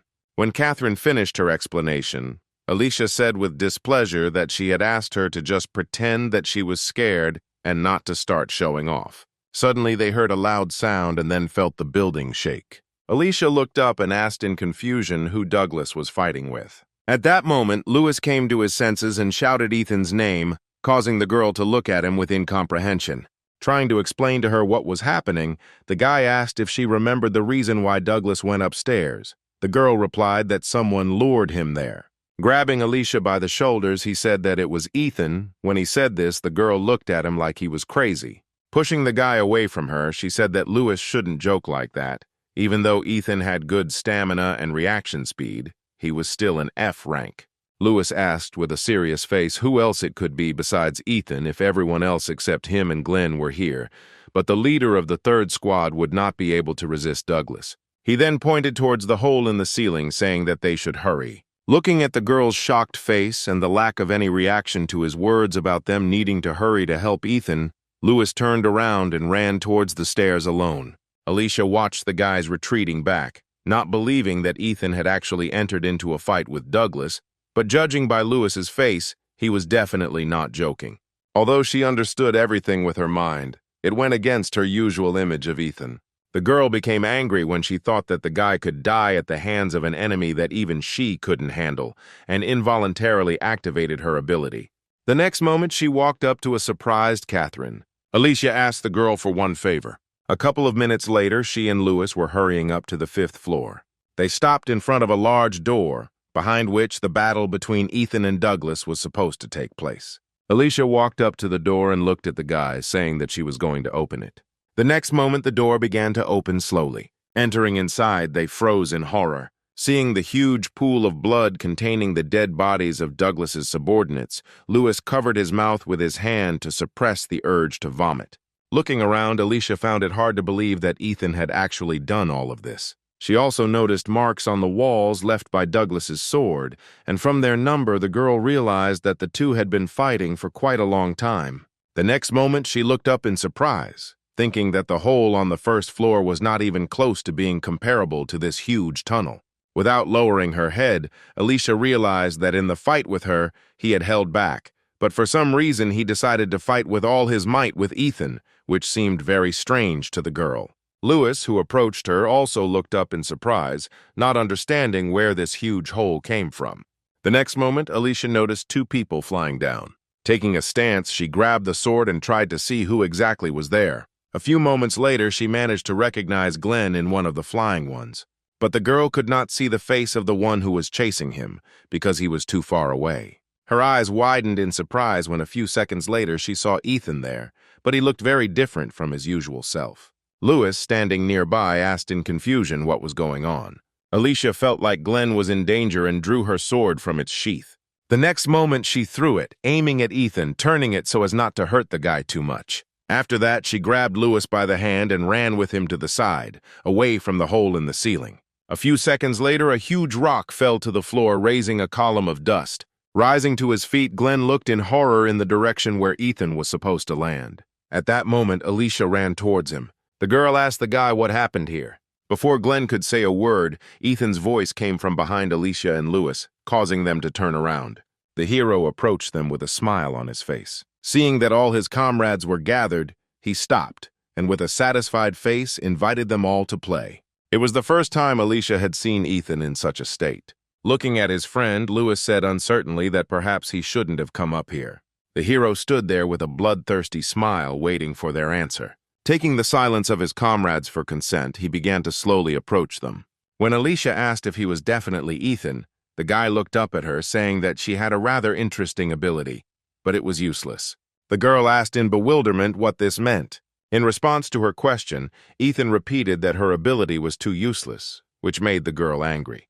Glenn, who was standing next to her, said that this was no longer the same F-rank loser they knew before. The guy had already opened the door, getting ready to leave.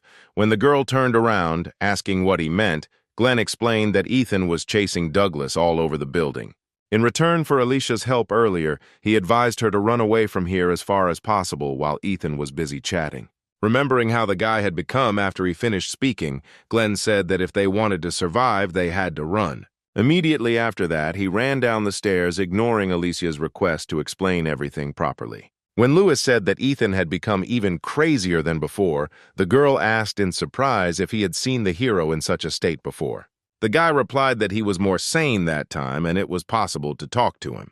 Ethan didn't pay attention to their conversation, looking at the girl with interest. He thought carefully about the best way to kill her, trying to see new ways. A few moments later, his mad laughter was heard, covering his mouth with his hand. Ethan said that he couldn't take it anymore. Alicia grinned sarcastically and said that with such patience he wouldn't get far. The girl said that it was not so easy to please her, after which she asked if he could claim anything with such behavior. With the same maniacal smile, Ethan ran his finger along his dagger, asking why he didn't just kill all the candidates and the girl herself along with them.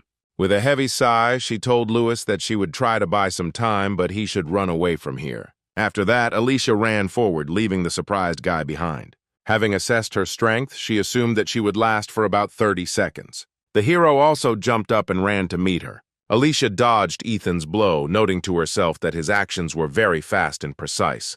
During their battle, she didn't notice how she received several cuts. Suddenly, the girl stopped, realizing that he had a rather strong ability, but it was difficult to control. In this, their abilities were similar, but with Ethan, everything was much more complicated than with her. When the guy asked why she stopped, Alicia smiled tenderly and said that it had been very difficult for him all this time, but he had done great. Ethan froze at her words, even if only for a moment. But his gaze changed, and Alicia could tell that deep down he had been missing such words of support all this time. The next moment, the guy smiled, saying that she had also tried hard, after which he said goodbye to her and dealt her the final blow. The next moment, Alicia fell to the floor. Looking at her motionless body, Ethan smiled even wider. When our hero was in his first year of elementary school, he lost both his parents. He remembered the day he came to the morgue with his uncle. The official version of their death was a robbery, but it took the investigator a long time to establish their identities because the bodies of the boys' parents were so badly mutilated.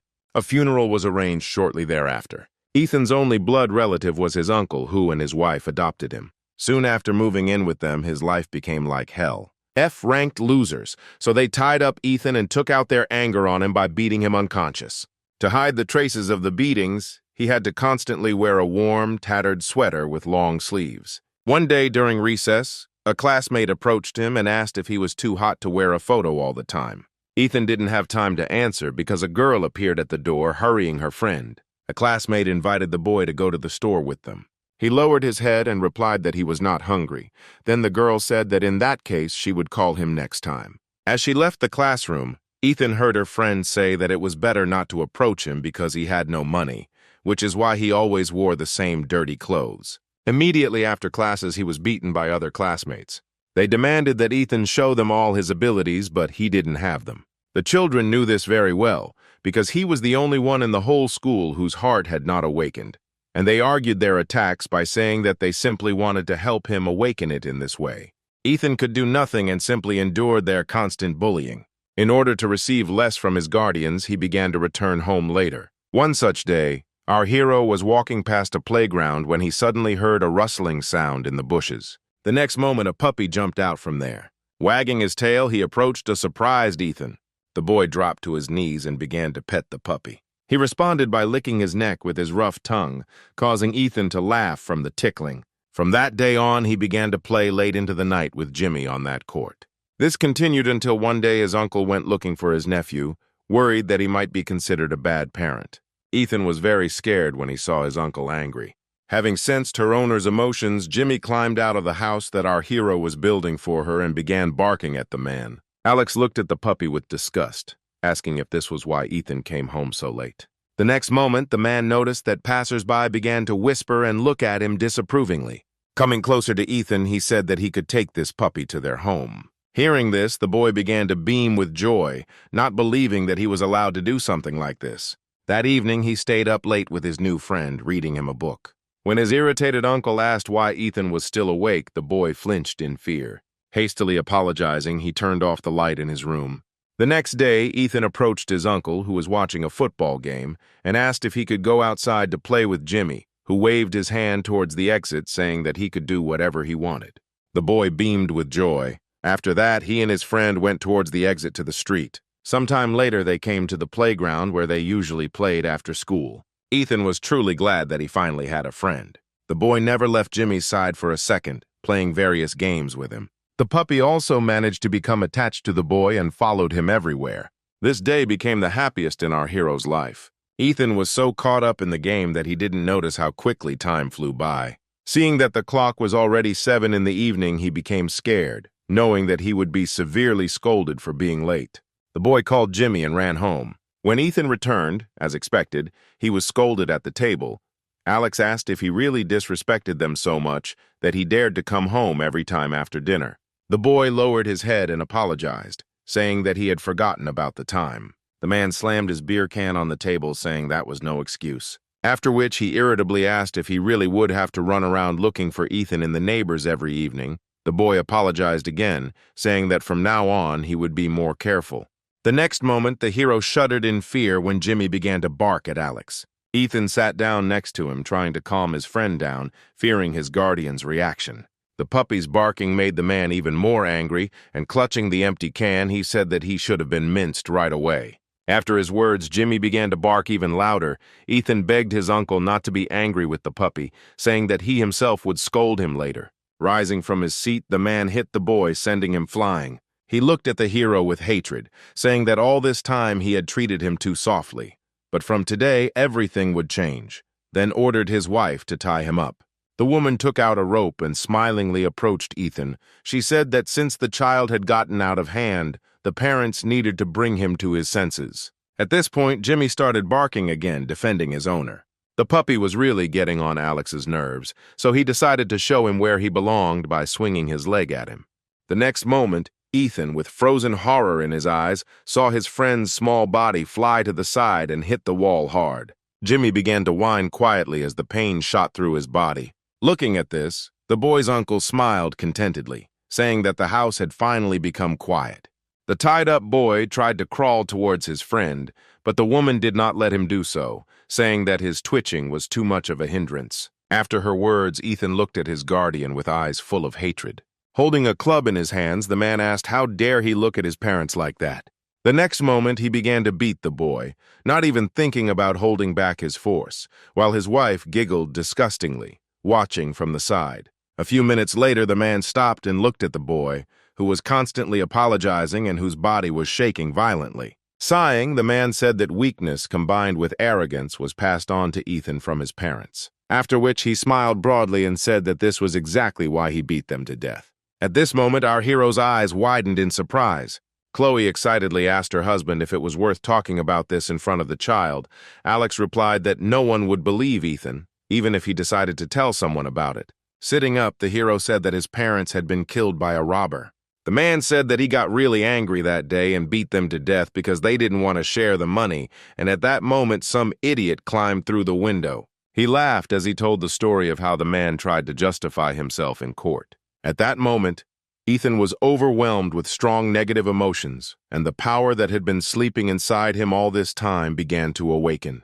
At that moment, Jimmy rose to his paws and growled, looking at Alex. The next moment, he ran up to the man and sank his fangs into his hand. The boy was very scared for his friend and shouted for him to run away from here. But the puppy only grabbed his hand tighter, and then the enraged man swung his club at Jimmy. The next moment, he hit the puppy on the head, causing it to fall to the floor. The boy, with tears in his eyes, began to apologize to Jimmy for deciding to bring him here. Ethan said that if the puppy met a loser like him, he would have a better life. The boy's eyes widened in surprise as he felt Jimmy lick his tear-stained cheek, reassuring his master. Then he made a happy face, looking at Ethan. The next moment, the spell disappeared, and the boy saw that the puppy was still lying motionless on the floor. No matter how much the hero called his friend by name, he did not react in any way. Alex said with irritation that the creature had died too quickly, because he had not yet had time to throw out all his anger, after which he told his wife to throw its carcass in the trash can. The little boy did not understand why these people were killing everything that was dear to him, after which he began to wonder whether killing was really so easy and fun. The next moment, a small dagger appeared in his hand with which he cut the rope that bound him. After that, he slowly approached his guardian, smiling broadly. The man didn't notice any changes in the boy. He just looked with interest at the dagger in his hand and asked where Ethan got it from. Suddenly, he realized that the boy's abilities had finally awakened. Alex laughed, saying that he was just as much of an F-rank loser as they were. The next moment, the man poked Ethan in the stomach with a baton, asking if he was going to be like his adoptive parents. Without saying a word, the hero broke into a smile. When Alex said that Ethan's parents would be proud of him, the hero swung a dagger at his face. The man sat down on the floor, covering the deep wound with his palm, trying to stop the bleeding. The woman immediately rushed to her husband. The hero took advantage of this moment and cut off her hand. Ethan watched the guardians cowering on the floor with a sadistic smile. The man tried to escape through the front door, but the hero quickly caught up with him and struck the man one blow after another until he died. After this, the boy turned his attention to the woman who had cowered in a corner out of fear. Holding the blade to her eye, he said that he would not kill her because death would be too light a punishment for her. After gouging out the woman's eye, Ethan began to laugh loudly, saying that he now understood how hard it was for them to restrain themselves from killing his parents much earlier. A few moments later, the boy stopped laughing and, still looking at the ceiling, said that he was not at all amused. Ethan opened his eyes, waking up from his sleep. He breathed heavily, still haunted by the memories of his past. The next moment, a nurse came to see him. Raising himself on his elbows, the hero asked where he was. Eliza replied that they were now in the hospital. The girl approached the guy and touched him, saying that it was too early for him to get out of bed. After that, she forcibly put Ethan back down. The boy looked at his hand, saying that he had a bad headache, and found that his palm was covered in blood. He immediately jumped out of bed. Ethan wanted to ask the girl something, but she didn't let him start, saying that he absolutely couldn't get out of bed right now, after which she asked the guy to calm down a little and listen to her request. The hero ignored her and grabbed Eliza by the robe, asking what happened to the bank and those who were there. The next moment, he turned pale as he asked where Alicia was now. He remembered perfectly well how he tried to kill her. The horror from these memories filled the guy's mind. Seeing the state of her patient, the girl asked him to take a deep breath, but Ethan did not hear her words at all, saying that Alicia suffered because of him. Raising his head, he looked at the girl in front of him. Eliza smiled uncertainly, telling the guy that he shouldn't worry about anything right now. Ethan ignored her words and with fear in his eyes asked where Alicia was now. Eliza asked the hero to calm down, after which she said that the girl would come here in a couple of minutes. He froze when he heard that she was alive, but now he was worried about why she was going to the hospital now.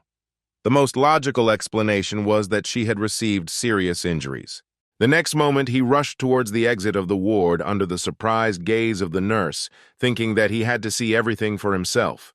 The girl stood there, realizing that trying to stop this guy would be a waste of time. She sighed and said that it would be better if he lost his memory. Ethan continued to run as fast as he could, not paying attention to the fact that he was getting worse and worse with each passing second. He blamed himself and his cursed ability for what happened that day. Meanwhile, Alicia was returning from the store in high spirits with bags full of groceries. Seeing the girl walking briskly, Ethan could not believe his own eyes. She was not wounded, and that day he did not cut her throat. He stopped in place to catch his breath, thanking God that Alicia was alive and unharmed.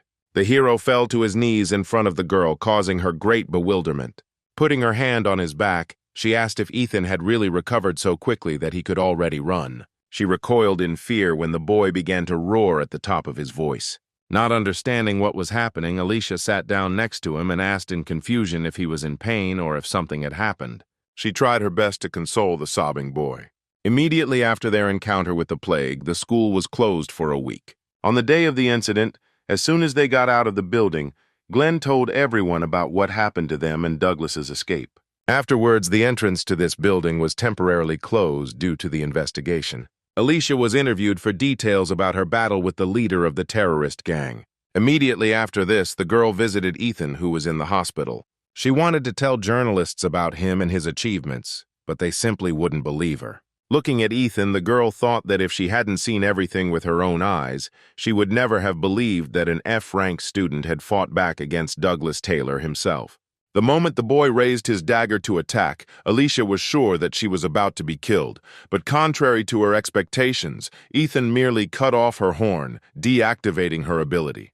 She looked at him in surprise, not understanding why he changed his mind. The girl noticed that his gaze became more conscious for some reason unknown to her. The next moment, he lost consciousness. Alicia put her hand out to stop him from falling to the floor. She tried to bring the guy back to consciousness, but he did not respond to any of her actions. Taking Ethan's hand, she told him that he should stop crying and get up from the cold ground. Ethan looked up at the girl with tear-stained eyes and began to apologize for what happened. The girl got tired of listening to this, and she pulled him towards herself, forcing the guy to switch his attention. Looking into his eyes, she said that he had not hurt her and that she was completely fine now, but her words made the guy cry even more. A week later, they were back to school. After that incident, everyone began to look differently at our hero's class. Ethan was tired of their constant talk about meeting the plague. Our hero couldn't stop thinking that even though they were criminals who intended to kill them, the way he treated them was too much. He still had before his eyes the scene where he stood in a pool of blood among a bunch of his brutally killed opponents. Ethan previously thought he could control his power, but he was wrong. The hero kept blaming himself for the fact that Alicia could have died because of him, but she was lucky because her ability miraculously turned off. He didn't want a situation like this to happen again, so Ethan decided that he needed to study his ability well, and for this, he needed a person who had already seen it in action and had enough knowledge.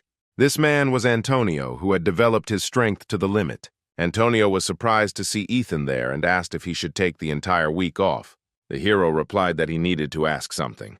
Antonio stared at him for a few seconds. Interrupting the exercise, he asked what was worrying our hero so much. When Antonio came down, Ethan asked him if it was possible to divide souls by rank. He explained that the essence of a person's soul manifests itself in the form of a person's abilities, which determine a person's position in the ranking. Antonio asked Ethan if he was interested in what effect the rank letter had on the soul. Looking at his hands, the hero nodded.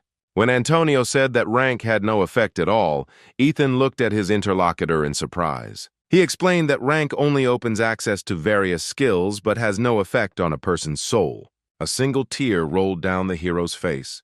For the first time, someone told him that souls cannot be divided by rank.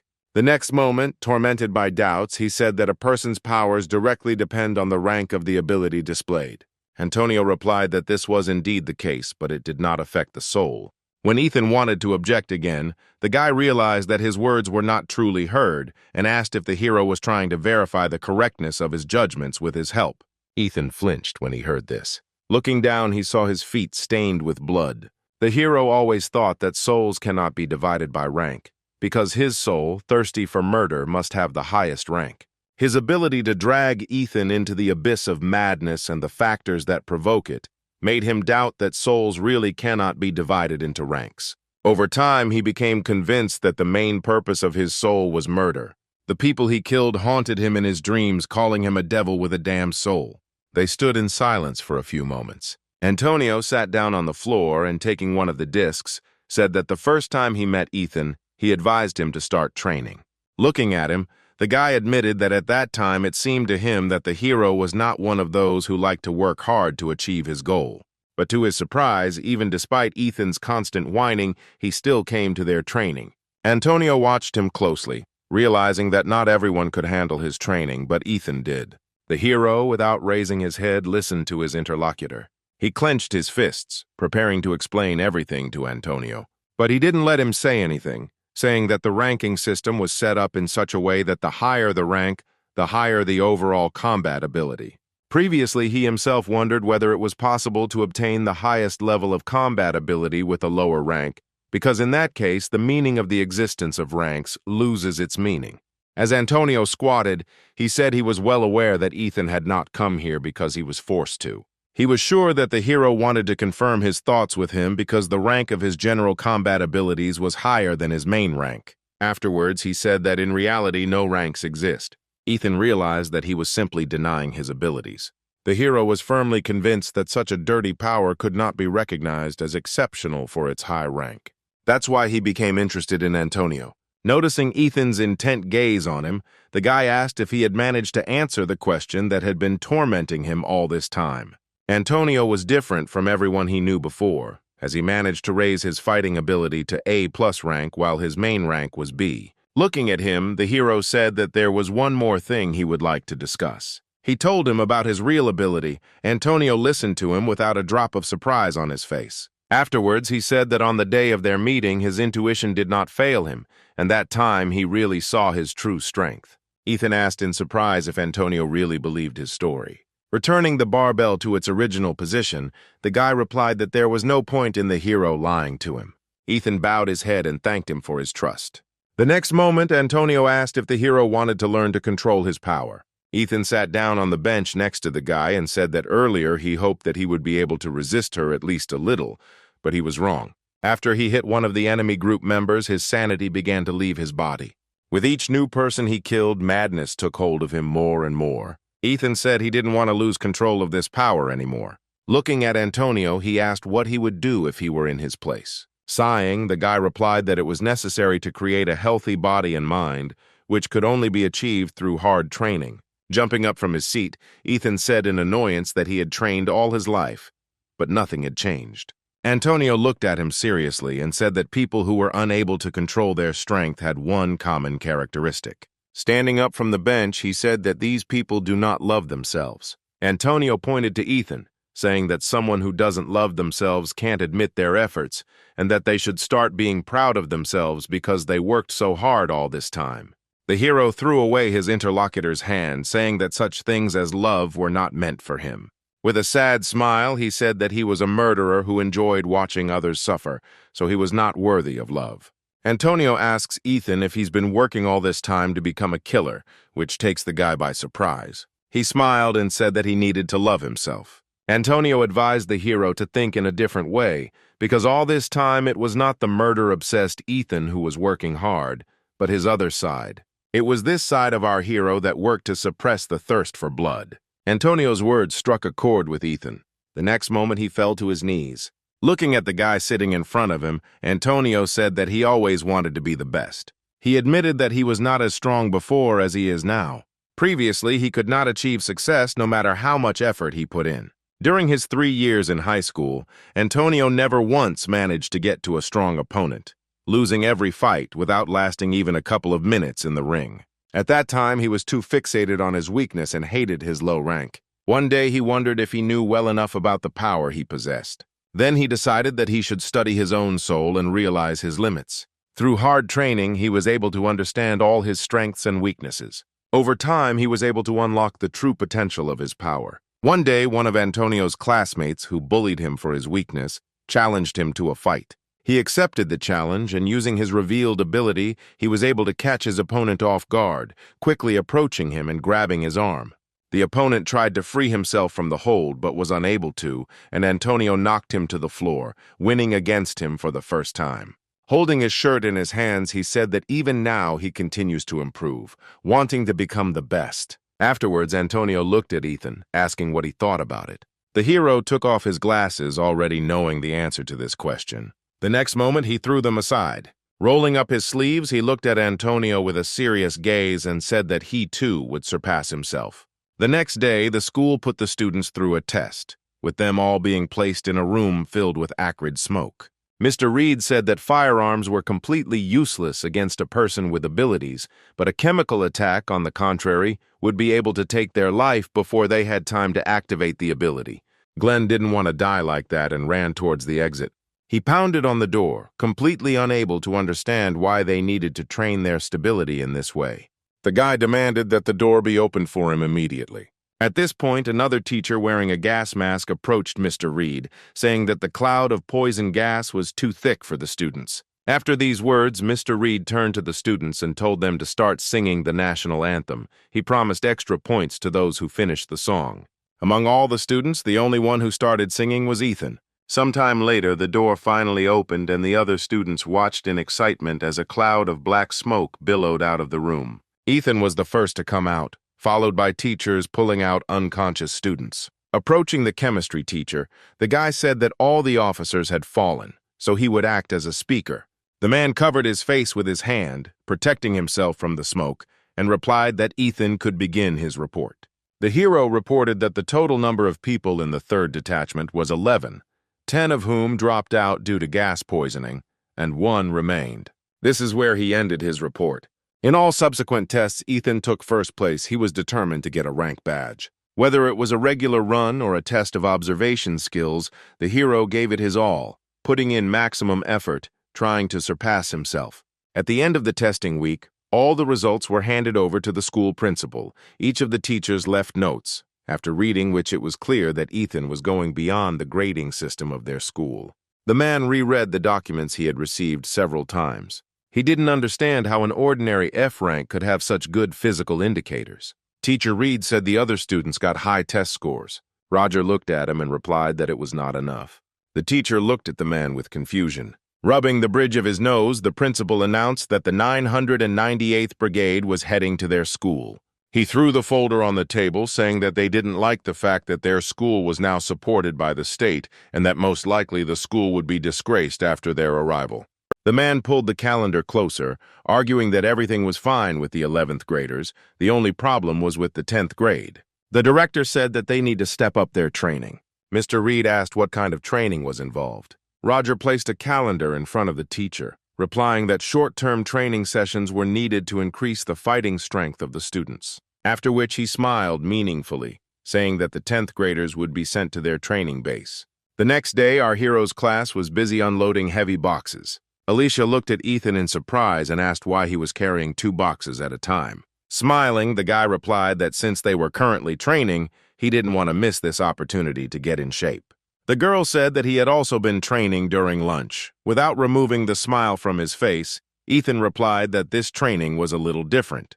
Sighing, the girl turned around and said that they had better hurry. As they passed their classmates, who were struggling to hold on to 1 box, Ethan noticed their surprised looks. He turned to Alicia, saying that everyone was looking at her. She replied that there was nothing surprising about it. It was her everyday reality. Ethan paused for a moment, looking around at his classmates again. The next moment, he said that today they were looking at the girl especially intently. Alicia replied that this time they were looking at Ethan, not her. The hero looked at the boys in surprise, not understanding how he could have attracted their attention. When he suggested that it was because of his beauty, the girl hesitated. The next moment, she said irritably that she would pretend as if she had not heard anything. Ethan continued walking, looking around, and because of this, he didn't notice how he bumped into Glenn. Unable to keep his balance, the hero fell. Ethan apologized to his leader, saying that he was distracted and didn't see him. Having encountered the guy's piercing gaze, the hero smiled awkwardly. Glenn wanted to say something but changed his mind. He turned and walked on, telling Ethan to watch his step more often. Approaching Alicia, the hero said with amazement that their squad leader had changed somehow. When he asked what this could be connected with, the girl looked at him skeptically. The next moment, she asked if Ethan really didn't understand why no one had been picking on him lately. When Ethan, with a face full of confusion, suggested that it was because he was talking to her, Alicia sighed and wearily replied that it was because he had become different and everyone could feel it. A few minutes later, they entered the building. Ethan followed the girl, asking her various questions. When he asked why Alicia didn't ask anything about his ability, she stopped. Putting the box on the floor, the girl replied that she was not interested. Ethan said he could explain everything to her. Smiling, Alicia said that he shouldn't try to get a girl's attention in this way. Hiding her embarrassed reaction, the girl said that she held back only because she was who she was, but anyone else in her place would have fainted. Smiling awkwardly, Ethan said that he had already told Antonio everything. Hearing this, Alicia, in a fit of rage, grabbed the hero by the vest. The enraged girl, shaking the guy, asked why he didn't go to her first, completely unaware that they were no longer alone in the room. Glenn, standing next to him, looked at Ethan with hatred. He remembered very well the feeling of fear he felt when he was in front of him that day. If he had not followed Douglas's advice, he would definitely be dead by now. Glenn didn't understand at what point everything turned upside down. He turned around, deciding he needed to get this all sorted out. Ethan smiled awkwardly, saying that he would tell her everything when they were alone because people were looking at them now. Alicia let the boy go, telling him not to dare tell anyone about this again. The hero looked at the boxes they had brought and asked why they were carrying them. The girl replied that it was to prepare for training. Ethan did not understand what she was talking about and asked what kind of training. As she left the room, Alicia replied that they would have special training. A few hours later, they were given bags of equipment and uniforms, after which they walked from the school to the school base. Glenn was very unhappy that they were forced to drag themselves so far across the entire city. Ethan, in turn, was thinking that he should have taken 5-kilogram weights with him. Upon hearing this, Alicia looked at him in bewilderment, asking if he had caught sunstroke. The girl asked why he had previously tried with all his might to avoid training with Antonio, but now he was so into sports. Ethan froze in place, not listening to the girl to the end. The next moment, Alicia also stopped, noticing the painfully familiar bank building. Ethan tried to distract the girl's attention by saying that if he were in Antonio's place, he would already be carrying a 10-kilogram hex in each hand. Alicia gave him a skeptical look, saying that interacting with this jock was taking too much of a toll on him. When the teacher suddenly announced that they were taking a 10-minute break, Ethan noticed the girl's changed expression and asked if she was okay. Alicia said that she should be the one asking him if he was okay. Smiling, the hero pointed to the building behind him and said that he had no reason to worry because it was all in the past. After his words, the girl breathed a sigh of relief, thinking that she had worried about him in vain. At that very moment, someone approached her. Several passers-by surrounded the girl and began to bombard her with questions and ask for an autograph. Alicia smiled, thanking these people for their support. She was sure that this had all been planned by the director and the break in this place was specially planned to advertise their school. Just talking to the students at their school will be a good boost to the school's rating. Although Alicia had previously given interviews on the news, it was not enough. Even shop owners came out to talk to the students of the notorious school. The girl assumed that the teachers had already taken care of everything in advance. Among the students, Alicia was not the only one who was weighed down by the memories of what had happened here. This kind of behavior on the part of the management put a lot of pressure on everyone else, too. When Teacher Reed approached her and also began to thank passers-by for the support they had given him. A couple of minutes later, he announced that their break was over and they needed to move on. Ethan looked at the girl worriedly, asking if she was okay. Alicia asked him not to touch her for a while because she had a headache. Before moving on, the hero paused for a moment and looked at the bank building again. He lied when he said that he didn't feel anything when he came here. He was overwhelmed with many emotions. A few moments later, he pulled himself together and walked on. Ethan has forever decided that he is above his own soul and that there are no ranks for him. At the same time, Teacher Reed contacted the principal. He informed him that, as planned, they had passed by the bank, giving good publicity to their school. The man walked out into the street parking lot and said that he would join them soon. Once in the car, Roger said it was his job as a battalion commander to offer words of encouragement to the tired students. After that, he hung up and left for the base. A few hours later, as they left the city, Teacher Reed stopped, warning them that the trail ahead would be very steep, so they would need to take a long break. Alicia took off her bag and called Ethan over to her. When the girl asked if he would like some chocolate, the guy's eyes lit up and he thanked the girl for her concern. Then she took out the chocolate and handed it to the guy. Ethan turned around when he heard the sound of an approaching car. The next moment, a white car stopped right in front of Alicia and our hero. When the door opened, the man who came out said that it was too hot in here. Teacher Reed ran up and greeted Principal Roger. He nodded to the man and then turned his attention to Alicia, asking if she was doing well here. The girl replied that she was not having any problems. Hearing her answer, the man laughed contentedly, saying that it was not surprising and that she could be relied upon. When he noticed the guy standing next to her, he immediately introduced himself, saluting the director. The man had heard Ethan's name too often lately, so he immediately remembered that he was the distinguished F rank. He looked at the hero with displeasure, saying that he had been told earlier to address him not as the director, but as the battalion commander, after which Ethan apologized for his mistake. The girl watched this and saw that the director was too biased towards the hero. The next moment he said that the guy looked somehow more cheerful than the other students. Ethan began to enthusiastically talk about his training, but the director interrupted him, telling him to open his bag. The hero's expression at that moment changed to surprise. The man explained that they were conducting an inspection and asked Teacher Reed to give him a list of all the necessary things. Alicia watched as Ethan took out all the contents of his bag. She knew that this guy was not the type to forget anything, but if he accidentally missed something, the director would seize the opportunity to belittle him. After going through the entire list, the teacher said that everything was in place. The man looked over the list meticulously. The next moment, he smiled maliciously, saying that Ethan had not taken everything out of the bag and asked to show him what was in there. The hero smiled and replied that he had taken something with him to train during breaks. The next moment, he took out several bags of sand weighing 5 kilograms each. The surprised man asked if he knew why they had come here. Ethan replied that they would have guerrilla training, where they would train not only strength, but also endurance.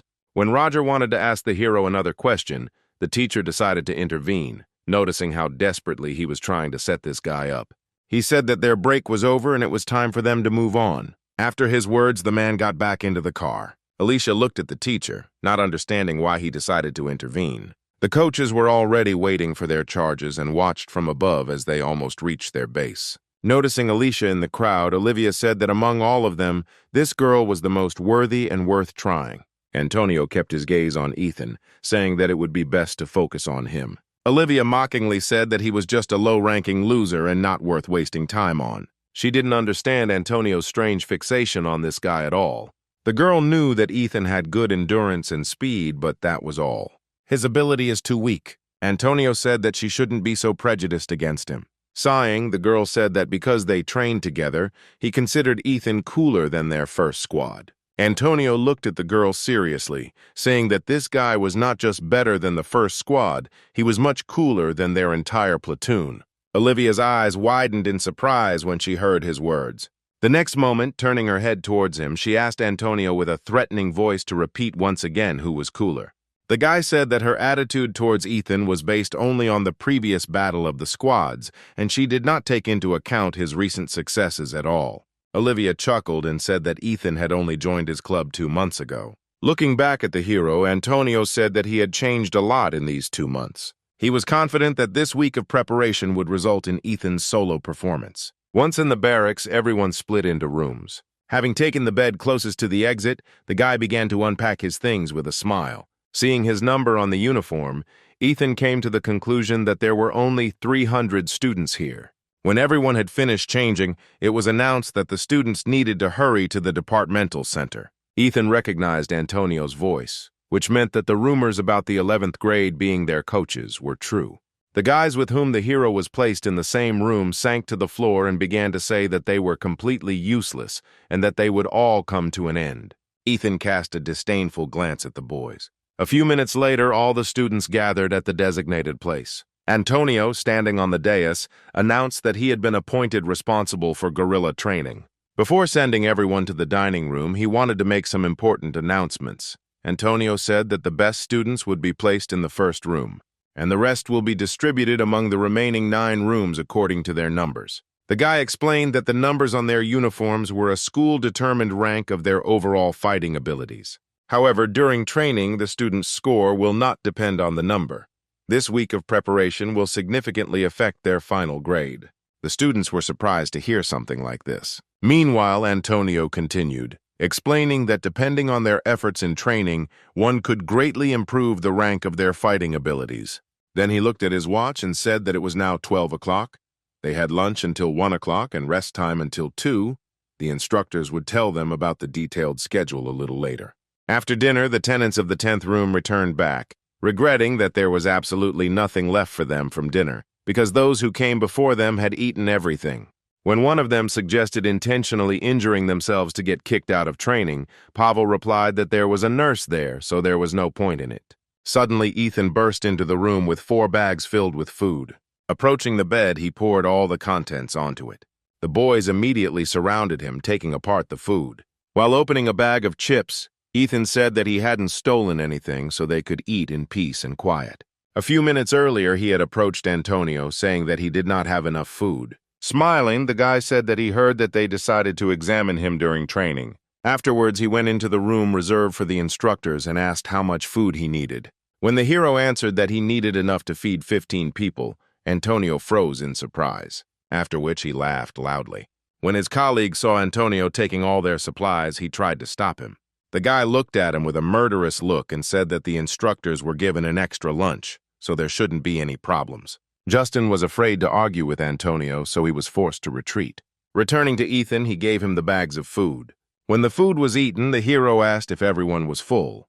The guys nodded their heads vigorously and began to thank the guy, calling Ethan their hero. When one of them promised to repay him for this service in the future, the hero looked at him carefully. Afterwards, he said that if they really wanted to thank him, they should promise something. Faced with their blank expressions, Ethan asked them to all give it their all in the upcoming training sessions. Nick and Ryan looked puzzled as to what was the point of trying if they were all from the last room and were the worst students. Ethan interrupted them, saying that he knew this very well.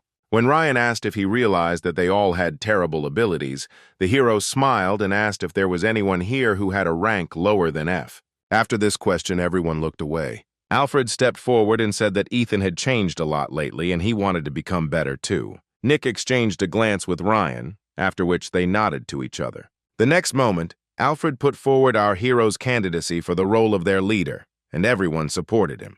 An excited Ethan rose from his bed, asking if anyone was definitely against the idea.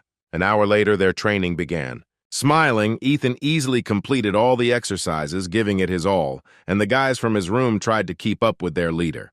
The instructors noticed this group, which stood out from the rest. Olivia watched Ethan with bewilderment, not understanding where he got the strength to laugh during training. Antonio, standing nearby with a satisfied face, said that he expected nothing less from a member of his club. The girl said that not only Ethan distinguished himself, but also all the students from the last room. She was confused and had no idea what was going on. A few hours later, Antonio announced the end of training. Immediately after this, the exhausted students sank to the ground. He also said that the schedule was already posted and they could look at it on the notice board, then turned to Ethan. Ethan stepped forward at the instructor's request.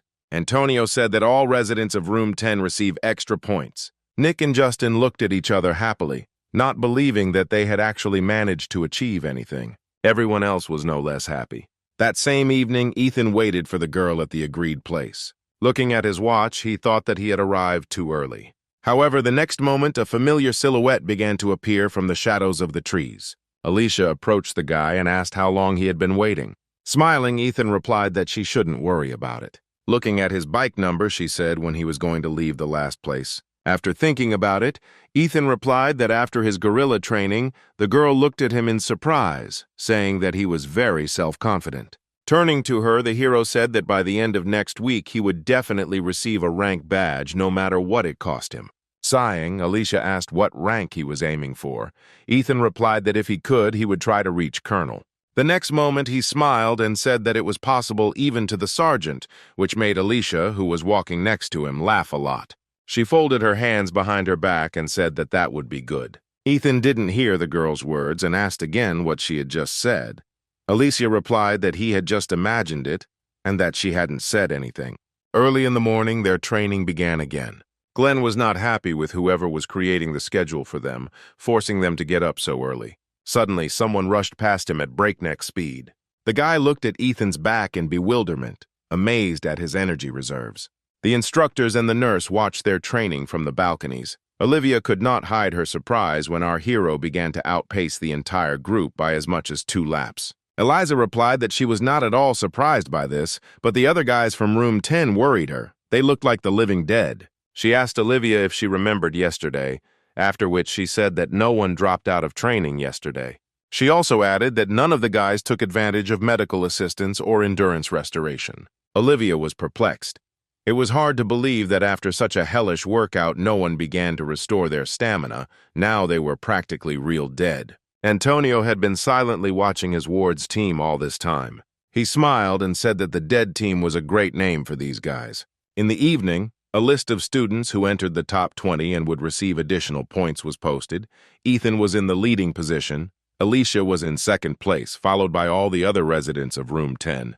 The next day, Justin led Ethan's team. He was unhappy that he was assigned to be the instructor of these particular students. He could literally feel their burning gazes on the back of his head. The guy was trying to figure out how they managed to get into the top 20, since they are the weakest here. Lost in thought, he didn't notice how someone called him. When Ethan suddenly touched the instructor's shoulder, Justin became scared. Turning around, he asked what happened. Smiling, Ethan said that he was curious about something. Looking at him, Justin thought that this guy seemed quite normal, so he decided to relax a little by talking to him. He said that this was the first training like this for the hero, and if he needed anything, he could safely contact him. Ethan thanked the instructor and asked him to tell him how he could quickly overcome the obstacle course. Justin clicked his tongue and said he wouldn't advise them to do that. The hero looked at him in bewilderment, asking the reason since additional points are given for quickly completing tasks. Justin replied that points would only be given after completing the entire workout. Antonio would meet them at the physical training tasks and give them additional tasks against the clock while all the other students completed the obstacle course. When he heard a strange laugh behind him, he turned around, looking at Ethan in bewilderment. Smiling broadly, the hero asked his team if they had heard everything. He punched himself and said that the faster they finished, the higher the score they would get and the longer their training would be. Looking at them, Justin realized that Ethan was the one leading these psychopaths. Soon, everyone had successfully completed the obstacle course except Ryan, who was afraid of heights. Mary, who was standing next to Justin, asked if he had instructed them correctly because they could not complete the task so quickly. The guy handed the girl a progress report, and she was surprised to see that they had completed absolutely everything. Touching the bridge of her nose, Justin said that she just didn't see them at the beginning. When Ethan says jump, everyone jumps. If he says climb, then everyone climbs. Mary had a hard time believing his words because during the battle of the squads, this guy kept running away. At the same time, Ethan encouraged his comrade, shouting that he would succeed and that he should be braver. Ryan looked down at his leader, thinking that he shouldn't let their entire team down because of his fears. The next moment, he jumped down screaming in horror. When he found himself at the bottom, our hero rushed to happily hug the guy, saying that everything had worked out. Justin, with a skeptical expression on his face, said that they would now go to Antonio's training. Ethan raised his hand and happily said that it was time for training, and everyone picked up on his cheerful mood and followed him. Covering his face with his hand, Justin offered to switch teams with Mary, but she declined, wishing him luck. On the third day, Antonio said that they would train their own abilities. He said the training was scheduled for another day, but extreme heat forced changes. Everyone began to discuss the training session ahead of them, making assumptions about how exactly it would go. Antonio concentrated and thought that although the weather had disrupted the entire schedule, it was not critical, because in such heat the limit of endurance becomes more obvious. The purpose of this training is to ensure that all students can continue to fight using their ability even when they are at their limit. Previously, they only used their abilities when she was in her normal state, but today they can reveal their full secret potential. He was confident that after completing this training, students with strong wills would become even more interested in their abilities. After announcing the start of the training, Antonio warned the students that it would be aimed at using the ability. Then he pointed to the boulders behind him. When the boy said that they must use all their strength to break them, the students shuddered in horror. Meanwhile, Antonio continued, explaining that each of them would try their strength depending on their ordinal number. Those who failed to reveal their strength must give way to the next student. Many were confused because their abilities were too weak or unsuitable to break such a boulder. Overhearing their conversation, Antonio said that they shouldn't jump to any conclusions so early. Approaching one of the boulders, he said that many of them already knew about his ability. Afterwards, the guy stood with his back to them, concentrating. The guy stood in a stance and activated his ability. The next moment, he moved lightning fast to the boulder and squeezed it with all his strength. The stone began to crack under his fingers. Ethan watched Antonio in amazement. A few seconds later, he managed to lift the huge stone with his bare hands. Suddenly, he tightened his grip and slammed the boulder into the ground with all his might. The next moment, it split into pieces, raising a large column of dust. Antonio turned and walked towards the students. One of Ethan's eyes turned red, and he could see that this guy was much stronger than when they first met. Not only can he now move quickly over long distances, but the weight of the target he chooses no longer matters to him. Looking at Antonio, the hero scratched the back of his head uncertainly. It was hard for him to even imagine how much training he needed to do to advance so much. All the students lost their last shreds of confidence when the instructor told them they had to do the same. Seeing such a reaction, Antonio asked with a threatening voice if everyone understood their task. His gaze sent goosebumps down the students' spines, and they realized that they would not leave here until they completed what the instructor had just shown them. Antonio walked up to Olivia, who had the group list, and called the first person. Alicia came out with her sword in her hand. She ran her hand along the blade, calling on the power of her weapon. A few moments later, she stood in a stance, and Antonio gave the go-ahead to begin. At that moment, her clones appeared behind the girl. With a few swings of her sword, Alicia cut the boulder into several pieces. She completed this task brilliantly in just a few seconds. Everyone looked at the girl with admiration. Olivia also looked at Alicia's retreating back, thinking that her abilities were on a completely different level than the others. Then she called the next student. Using his ability, Glenn pulled a huge tree out of the ground and walked towards the instructors. The guy was determined to show everything he was capable of. He didn't want to give in to Alicia or even that loser with an F rank in strength. He stood in front of the boulder and raised the tree trunk above his head. The next moment, he hit the stone with all his might. No matter how much Glenn hit the boulder in front of him, there was no result. Watching this guy, Olivia thought that his ability was somewhat similar to hers. A few minutes later, the tree couldn't take the pressure and broke. When Glenn threw it aside in irritation, Antonio said that he didn't have to worry because he would take the boy's ability into account when evaluating him. Then he called the next person. The third student also coped brilliantly with his task, breaking the stone into 2 parts. And so, sometime later, Antonio called the last one on the list. Ethan stepped forward.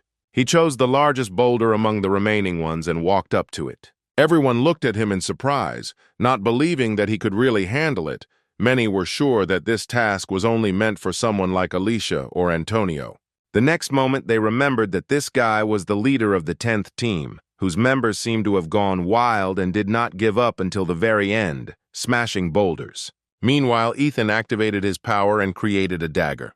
The students looked at him in bewilderment, trying to understand how this guy was going to destroy such a large block with such a small weapon. The next moment, the hero looked at Antonio with a silent question in his eyes. The guy understood what exactly Ethan was asking permission for and silently nodded his head. Having received permission, the hero closed his eyes and carefully began to release his dark side. He concentrated all his energy into his right hand, not allowing it to get out of control and take over him completely. Glenn sensed the change in Ethan and recoiled in horror, afraid that he would turn into a psycho again like he had that day. Alicia also became worried and pulled out her sword from its sheath, preparing to attack him at any moment. A few moments later, Antonio gave permission to begin the task. The hero squeezed the blade tighter in his right hand and covered his mouth with his left, biting the inside of his palm. The next moment, he made a series of quick and precise swings with his blade, causing the boulder to crumble into small pieces. Ethan threw punch after punch, concentrating on his movements.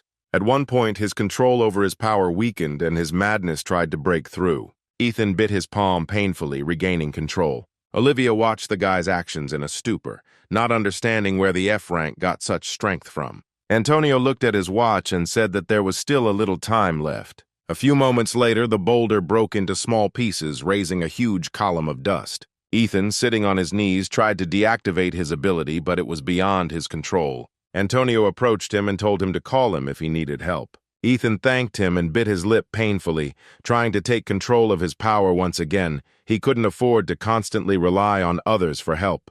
Looking at his hand, he wanted to at least partially learn to control his ability. When the dust fell to the ground, all the students began to look at each other in surprise, not understanding where that boulder had gone. Antonio, standing next to the hero, smiled and said that he had succeeded. Rising to his feet, Ethan showed him his right hand, saying that this was only possible thanks to his help. He smiled contentedly because he managed to master the partial kill skill, which was A rank. Running to Alicia, the hero said that although it was not perfect, he did a good job. Looking at him, the girl admitted that he made her seriously worried. She wanted to say something else, but at that moment Ethan was surrounded by his team members, and with eyes full of admiration, they began to shower their leader with congratulations. Alicia, standing to the side, watched as the hero was quickly picked up and thrown into the air. Sighing, she decided that she would have to give up Ethan to these guys for today. That same evening, the hero came to the teacher's room in the hope of finding a nurse there, but no one opened the door for him. No matter how much he knocked, Ethan thought that the girl had gone somewhere. He was determined to wait for her arrival, because since the training had started, the guys from his room had never asked for help to restore their stamina, and in his thoughts he had not noticed the approaching footsteps. When the man with bags in his hands asked who was there, Ethan turned his attention to him.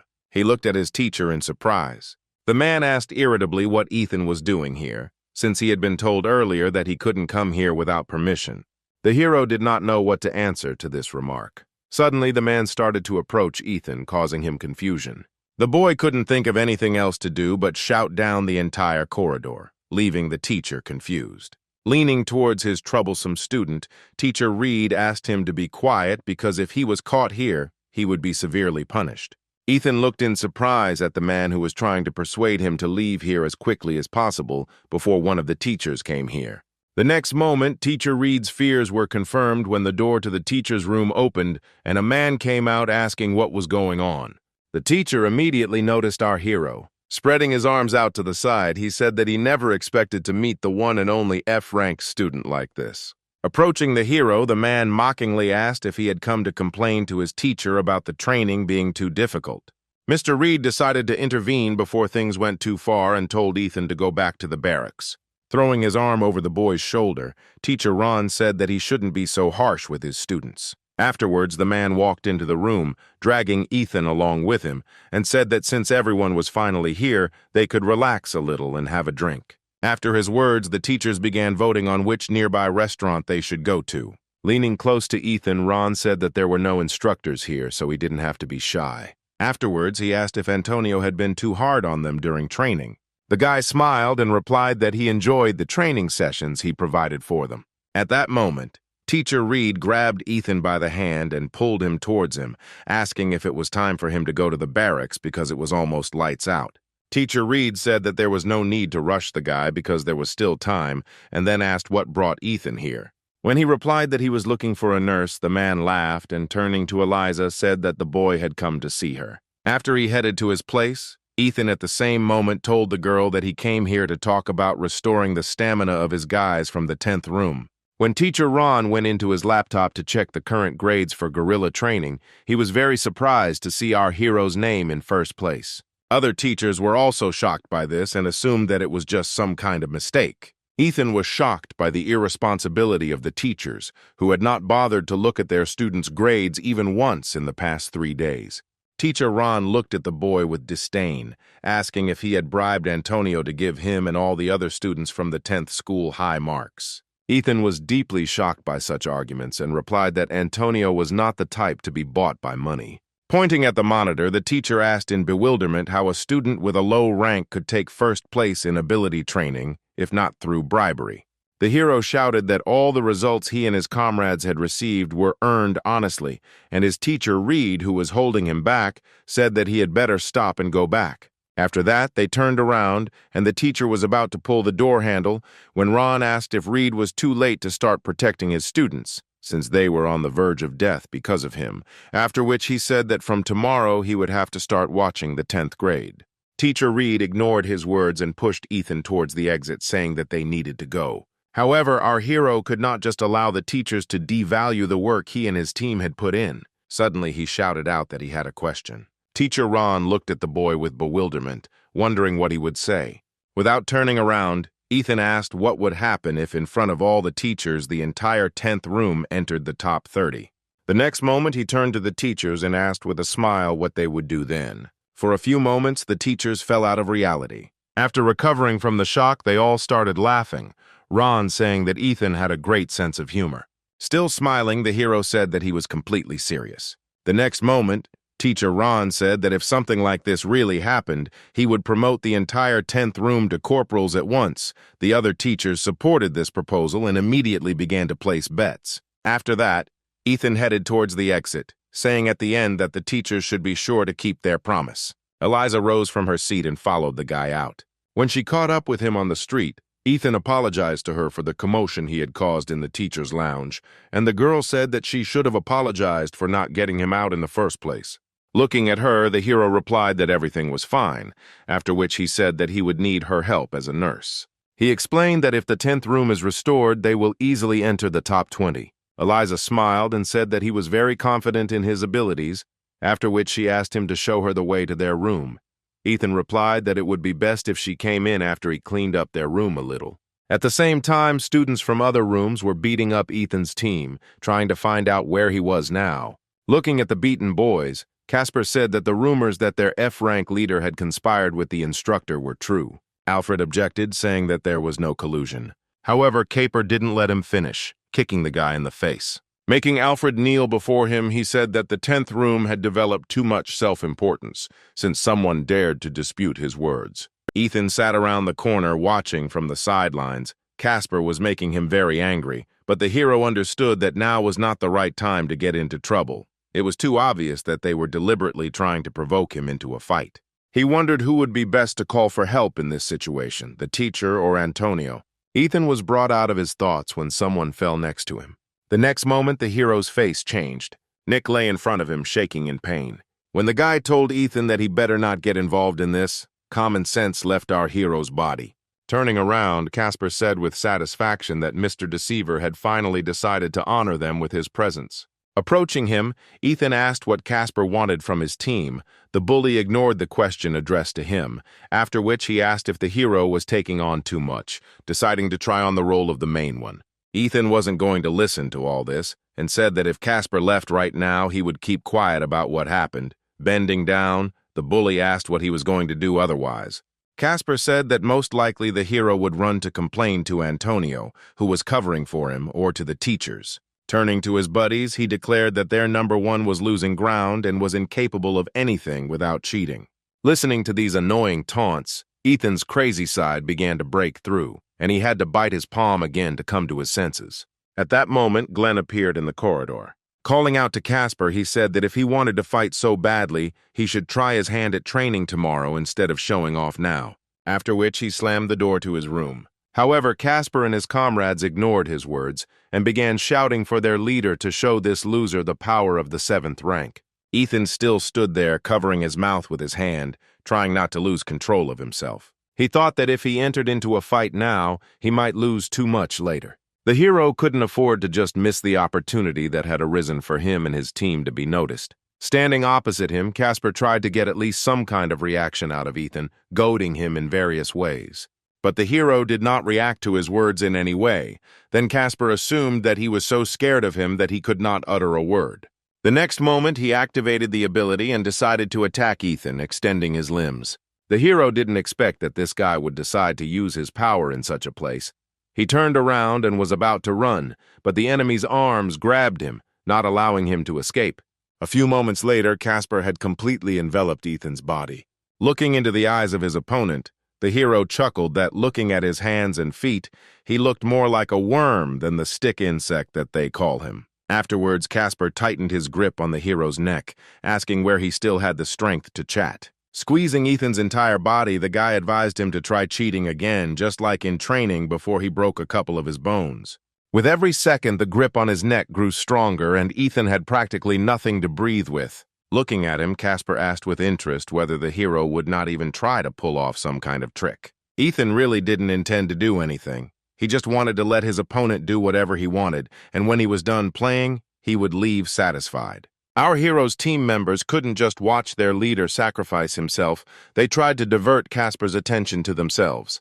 Looking in their direction, the guy asked with a grin if they would really dare to attack him. After his words, the guys from room 10 actually got up from the floor and ran towards him. Ethan watched this in horror, reminding himself that he just needed to be patient for a little while, and then the nurse would come. The next moment, Casper attacked the guys running towards him, throwing them back. When everyone was back on the floor, he said that if they were weak, they should sit below the grass and not stick their heads out. Shaking in pain, Nick stood up, saying that they had lived like this all their lives. But their leader was different. Ethan looked at him with confusion. Meanwhile, Nick continued, telling that he was also there that day when Glenn called Alicia to the roof.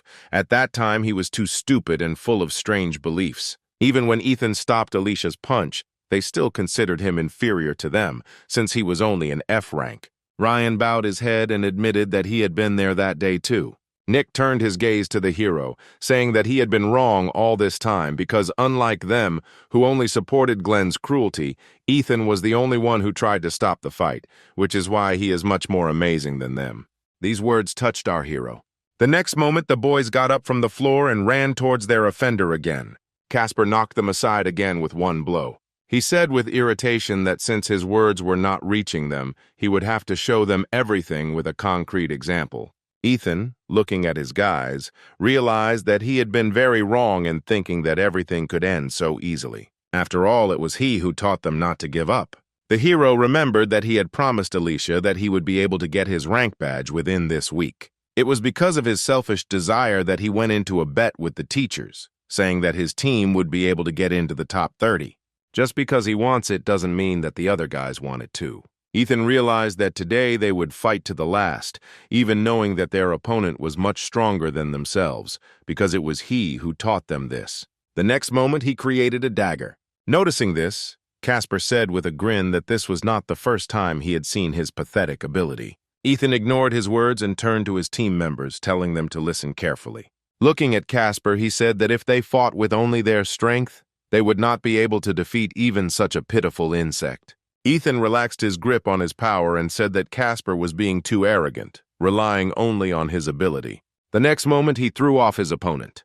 Taking a stance, the hero said that it is not at all necessary to have a strong ability to win. Casper looked at the boy in front of him in confusion, trying to figure out how he had managed to free himself from his grip.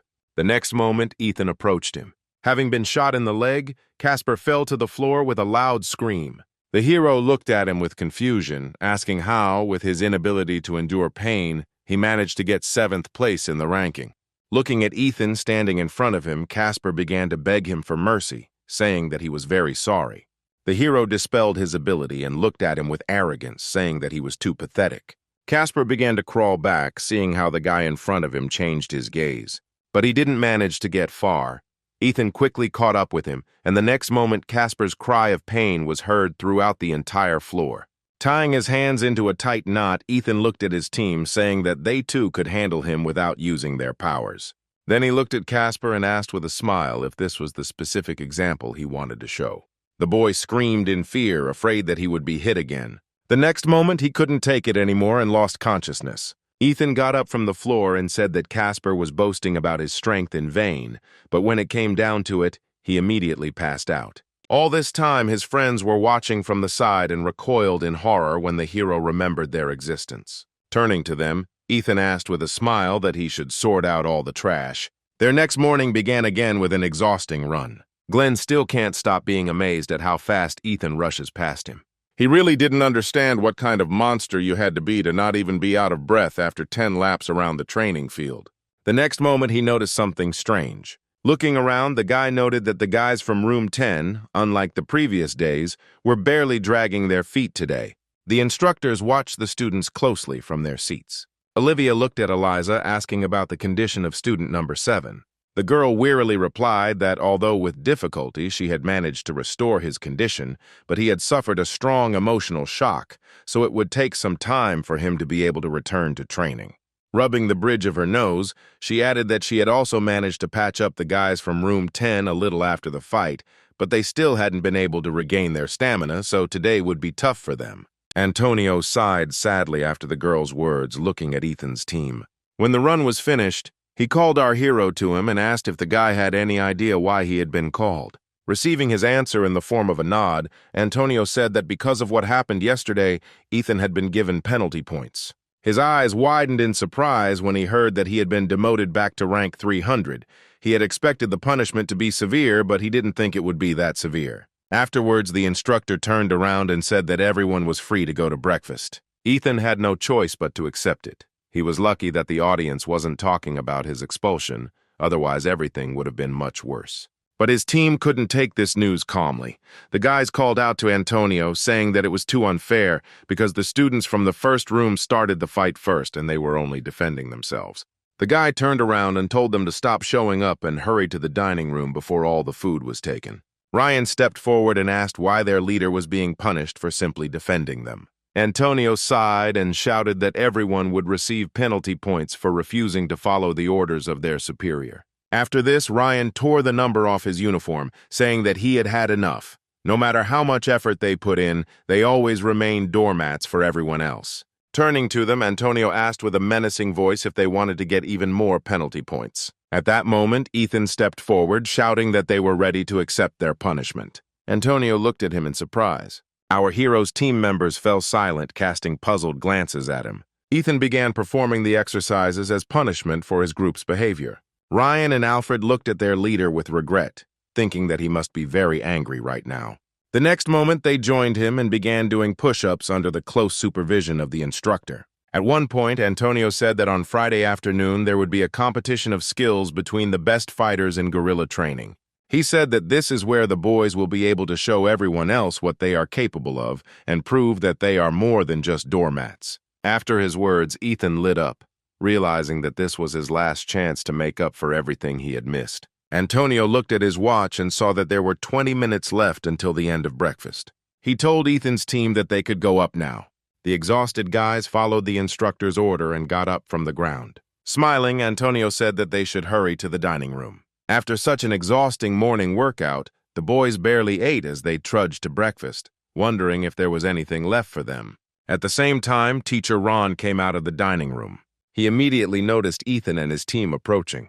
Approaching the teacher, the hero greeted him and asked how breakfast went. The man replied that he didn't like the food there and that it would have been better to eat ramen. After the man's words, the guys from Ethan's team looked at the teacher with displeasure. He noted that their team had arrived last this morning, making it more obvious that they had been using dirty tricks in the previous days. Ethan smiled and replied that they simply had no strength left due to hunger. At that moment, the teacher approached him, saying that strange information had reached him that one of the best students had been knocked out yesterday. The hero realized with horror that Casper was in Ron's teacher's class. Meanwhile, the man continued, saying that witnesses reported that Ethan was the one who beat up his student. The next moment, he laughed, patting the hero on the shoulder. The man said that his student had always been good at making jokes, but this time he had outdone himself by coming up with the idea that a fighter ranked 7th could lose to an F rank at 300. Ethan couldn't believe that this teacher disregarded him so much that he didn't even believe his own students who were involved in yesterday's incident. Ron said that from tomorrow the teachers will train with them, although it is problematic, but this is the only way to prevent cheating. Teacher Reed and an exhausted Eliza approached them and intervened in the conversation, saying that breakfast was about to end and everyone should hurry. A few moments later, Ron's teacher was led away towards the exit of the building. After that, all the guys ran to the dining room, praying to God that there was at least something left there. Ethan remained where he was. He had a bad feeling. The next day, as promised, the teachers joined the students in training. Teacher Ron noticed that Teacher Reed wasn't even out of breath as he completed his 4th set of squats, 50 times each. Ron approached him and said that he expected nothing less from the gym teacher. He was doing a great job with the exercises. Olivia, who was observing the students, noted that the students were not in the best condition today. The teachers try to keep an eye on them, but because their training is going poorly, the students' mood is also off. She also noted that many have not been able to regain their stamina, so now they are just sitting it out. The students from room 10 were the ones that worried her the most. They became even more zombie-like, and to her surprise, this affected the motivation of the other teams as well. Ethan and his guys turned out to be much more helpful than she initially thought. Olivia looked at Antonio, wondering what he would do. The next moment, the guy told everyone to stop doing the exercises and listen to him carefully. Afterwards, he said that he understood perfectly well that many wanted to save their strength for the competition. So now, one person from each room would be chosen to participate in the training competition. Ethan became interested when he heard that the room that scored the most points would be going to rest for the rest of the training. The next moment, he stepped forward, introducing the 10th room.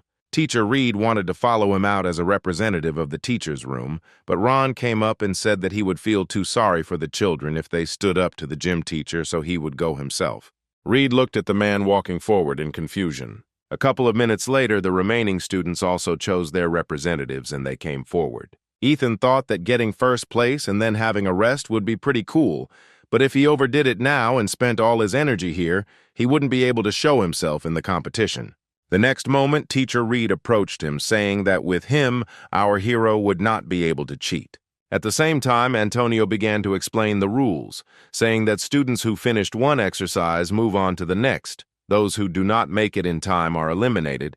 Then he added that everyone else, except for the team representatives, should return to training. The time Antonio spent explaining the rules was enough for our hero to decide that for the sake of the guys on his team, he should no longer hold back. A couple of minutes later, they moved on to doing exercises.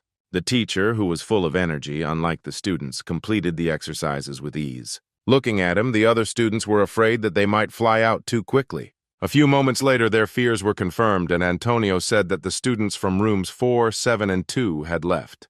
Looking at them, Teacher Ron grinned contentedly. However, when Ethan, who was standing next to him, said that he had already finished the 9th exercise, the man looked at him in surprise, thinking that this guy was much faster than he thought. At the same moment, Antonio announced the elimination of several more students. Ron remembered that this Ethan was only an F rank, and it wouldn't be difficult for him to beat such a weakling with a little effort. A few minutes later, the hero announced that he had completed the 11th exercise, causing the man to freeze in shock. Looking at their confrontation, Alicia realized that it would not end so quickly and had absolutely no desire to take part in it. As she stood up and headed towards the rest of the boys, Antonio announced that the first room was out. Meanwhile, the hero continued his competition with the teacher. Ahead of him by several exercises, the man could not overtake him, which greatly irritated him. As Ethan began his 3rd set of exercises, Teacher Ron struggled to keep up with him, glancing irritably at the boy every now and then. The man was already on the verge of fainting when the hero announced the completion of the 9th task of the 4th approach. The next moment, the teacher looked at Ethan with fury and said that he could not sit and watch the hero's team get an undeserved rest. On the 7th attempt, the man couldn't take it anymore. Under Ethan's surprised gaze, he gave in, saying that this guy was a real monster. After that, Antonio said that the teacher's room was out, and the students from room 10 could go into the shade and rest until the end of the training. Once outside the field, Ethan's comrades asked about his condition with worried faces. The hero smiled tiredly and said that the teacher had held out much longer than he expected. Afterwards, he sat down under a tree, telling the boys that they could relax and recuperate while they had time. Ethan had pushed himself too hard in his competition with his teacher, and now all of his muscles were aching terribly from pain. A couple of hours later, they all moved into a specially prepared room, where Antonio announced that they would now begin the final stage of guerrilla training, a competition of abilities. Glenn, standing waist-deep in mud, clicked his tongue when the instructor said that some people might be unhappy with this because they didn't have anything special. Antonio advised them not to write themselves off prematurely because there would be surprises in store for them in this competition. Clenching his fist, he said that he believed that students would be able to find the strength within themselves to get rid of their shortcomings, turning them into their strengths. As he was about to go into details, a joyful voice came from behind Antonio. Principal Roger, who entered with the teachers, said that the boy had done a good job all these days. Without taking his eyes off Antonio, the man said that as the battalion commander, he considered his presence necessary at such an important event as a competition of the abilities of his precious fighters. Antonio bowed, greeting the director. Afterwards, he hesitantly said that it was he who the man had left the partisan training to. The director replied that the competition was the last part of the preparation, so he had to be present at it. Antonio sighed and took the folder of documents from Olivia's hands. Afterwards, he handed it over to the director, saying that it was a competition plan. The man took the papers handed to him, and looking through them, he said that he had not made a mistake in entrusting this matter to Antonio. Having studied only the very beginning, he closed the folder and handed it to teacher Ron, saying that it was all too confusing, so he would make everything simpler. The next moment, his voice came from the speakers mounted on the wall. Ethan felt that Roger's presence here did not bode well for him. Looking at the students, the man said that he would now explain the rules of the competition to them. He said that the competition would be held both with and without the use of the ability. Anyone who ends up outside the field is immediately eliminated. Those who raise both hands are also considered losers.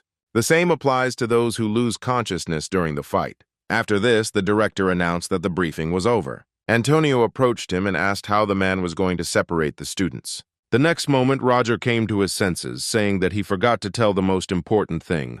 All 300 students would take part in this competition at the same time. The students looked at him in confusion when he said that in this royal battle, each of them would be assigned a certain rank.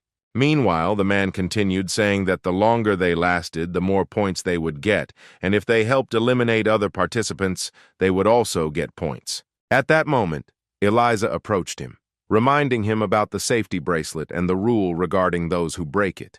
Showing everyone his wrist with a bracelet, Roger said that each of the participants should get a protective bracelet from the nurse. It is designed exactly the same as the one used in previous competitions. It absorbs the damage received and breaks. Usually, a broken bracelet means defeat. But if someone wants to continue the fight, Roger will accept their persistence and allow them to continue participating. Eliza was horrified by the man's words, and Olivia could not believe that he had pushed aside all of Antonio's plans for such a stupid idea. Ethan looked at his watch, thinking that he had no choice. He needed to try to hold out as long as possible and get more points. Although he managed to restrain his power yesterday, in his current state it might be too difficult for him. Seeing the students' surprised reaction, the principal said that they must learn to remain calm in any situation. The next moment he looked at the wall clock and saw that it was already 2 minutes past 2 o'clock in the afternoon. Afterwards, he said that they would start at exactly 2 o'clock. Alfred said with disappointment that they wouldn't even be given time to get used to the mud they were standing in. Ethan looked at Antonio. He looked at the students sympathetically. The director announced 2 harsh conditions for this competition, which went against what they had been working on throughout this week. A few moments later, when the clock struck exactly 2, the director announced the start. Michael immediately picked his target and told his guys that they should focus on the unarmed Glenn. Hearing this, the guy shuddered. He understood that he would not be able to cope with them all without the necessary strength. He began to run away from the group of opponents who had turned against him. Moments later, Glenn found himself pinned against the wall, creating a tofa in his hand. Michael said that he would deal with him before he could find an object to use his ability on. The guy grinned and said that none of his opponents were looking around at all. The next moment, he touched an iron beam on the wall next to him. After that, Glenn took out the beam, making it his weapon. Michael looked at this with horror and tried to run as far as possible through the thick mud. But he didn't have time, and the next moment, Glenn attacked him. Surrounded, Alicia looked towards the fighting Michael and his guys, telling the guys surrounding her that everyone there was fighting so hard that they should join in too. Then she turned her gaze to them and asked if they were really going to keep her trapped until the end of the competition. The next moment, she activated her ability, telling them to try to catch her. Immediately after this, the girl ran forward. Ethan's team stood aside the whole time. The guys asked him what they should do because the director loves people with unusual abilities. The hero was in no hurry to answer. He was thinking that Antonio would first let them get used to it and, based on the results of the battle, would assign each student a rank depending on their abilities. But because of the rules imposed by the principal, students with stronger abilities will draw all the attention to themselves, and it will be quite difficult for other students to get high ranks. Ethan was pulled out of his thoughts by Ryan's call, asking him to pay attention to what was happening. The next moment, a guy came forward saying that our hero's team would have to disappear before the competition without abilities began. Ethan created a dagger and shouted to his men to prepare for battle. The next moment, the two teams ran towards each other. Dodging the enemy's attacks, the hero shouted to his team to try to hold out until the start of the competition without abilities. Roger, who was watching the battles, said with satisfaction that the kids were doing well, but Antonio did not share this opinion. He said that the students hadn't even warmed up yet, and that those with strong abilities would have too much of an advantage. After his words, Teacher Ron came up to him and, putting his hand on his shoulder, whispered that although Antonio was an instructor, he was the battalion commander, so he should refrain from such comments. The man heard his words and, laughing, said that everything was fine. The teacher also needed to take into account the fact that this boy had put a lot of effort into preparing for the competition. Approaching the principal, the teacher said that he was absolutely right. Rubbing his chin, Roger said that the students should be given extra time. After that, he picked up the microphone and announced that in 30 seconds they would move on to the non-abilities competition. Ethan became more active in striking after the director's words. He shouted to his guys that they only had 30 seconds left to hold out. All this time, the other part of the students was chasing Alicia, trying to catch her in various ways. She smiled and said that she was tired of playing tag with them and it was time to stop. The next moment, the girl created her clones and ran towards the guys. Some were immediately thrown off the field. Glenn has been successfully resisting his opponents all this time. He swung the beam from side to side, aiming it at his opponents. From his strong blows, the students' bracelets broke, taking all the damage onto themselves. Watching this, the director rubbed his hands together in satisfaction, saying that Alicia and Glenn were showing excellent results, so he wanted to watch the ability competition for a little while longer. Hearing this, Antonio looked at him with displeasure, saying that it would not be fair to the other students. After his words, Roger clicked his tongue. The next moment, he told everyone to stop using the ability. After his words, the students froze in place. The students who were fighting Ethan's team decided that they should switch opponents for the duration of this round. The hero himself relaxed a little, glad that they managed to avoid being thrown out. But he was not sure that he could hold out until the very end, because his stamina was already running out. Standing in front of the opposing team, Alfred said that at this stage they couldn't be caught even if all the guys from the first room united. The next moment, Mina and Matthew nodded to each other and ran behind their team. Michael, noticing this, looked at them in surprise. A few moments later, Mina shouted to her boyfriend that now was the perfect time. He nodded and asked the boys from rooms 2 and 3 to keep their word. After that, they pushed the students standing in front. Michael looked at them in bewilderment and asked what they were doing. The next moment, several more guys from Michael's team were attacked. Jacob asked if Mina and Matthew really decided to go against their own comrades. The girl replied that the first thing they needed to do was get rid of the competitors. So while everyone was resting, they managed to make arrangements with other rooms. Matthew admitted that at first he doubted whether they would succeed, but the situation worked out well when all the students were drawn into the brawl. After his words, Michael was attacked and thrown into the water, not giving him the opportunity to rise. At the same time, Ethan's team watched everything from the sidelines, waiting for orders from their leader. The hero looked at his guys, noting that they were also at their limit. If the competition with abilities began again, they would not last long. He was desperately trying to think of a way out of this situation. Looking at him, the guys realized that Ethan was as confused as they were. Ryan got the leader's attention by shouting his name. Without turning to him, Ryan said that all this time Ethan spent his strength for them, but now the zombie squad can only do one thing. The hero looked at him in confusion and asked what he was talking about. Ryan shouted that they had to prove to everyone that they were no longer weaklings and that they weren't going to back down from anything. The other guys recoiled from them in bewilderment. They didn't expect that Ethan's team still had the strength to fight. The next moment, when they attacked, Ryan replied that they were already tired of holding back the forces. Looking at the crazy eyes of these guys, the teams surrounding them began to run away, overcome with terror. The zombie team was too dangerous in the eyes of others. Ethan himself watched his guys with an unblinking gaze. Glenn looked at them with confusion, saying that they belonged in a zombie movie, not here. At that moment, Alicia came up to him. The guy turned to her and shouted at her to get out of here. He stopped short when the next moment he saw the crowd surrounding him. Glenn asked irritably why she had brought so many people here with her, and Alicia asked in surprise if he was envious of her popularity.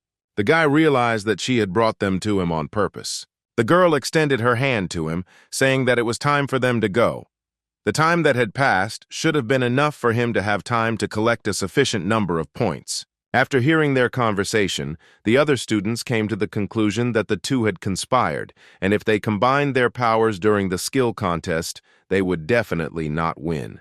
The next moment, the crowd pounced on Alicia and Glenn, intending to throw them out of the field. Seeing this, Teacher Ron looked worriedly at the principal, who was distracted by messages on his phone at the time, and said that he should take a look at what was happening.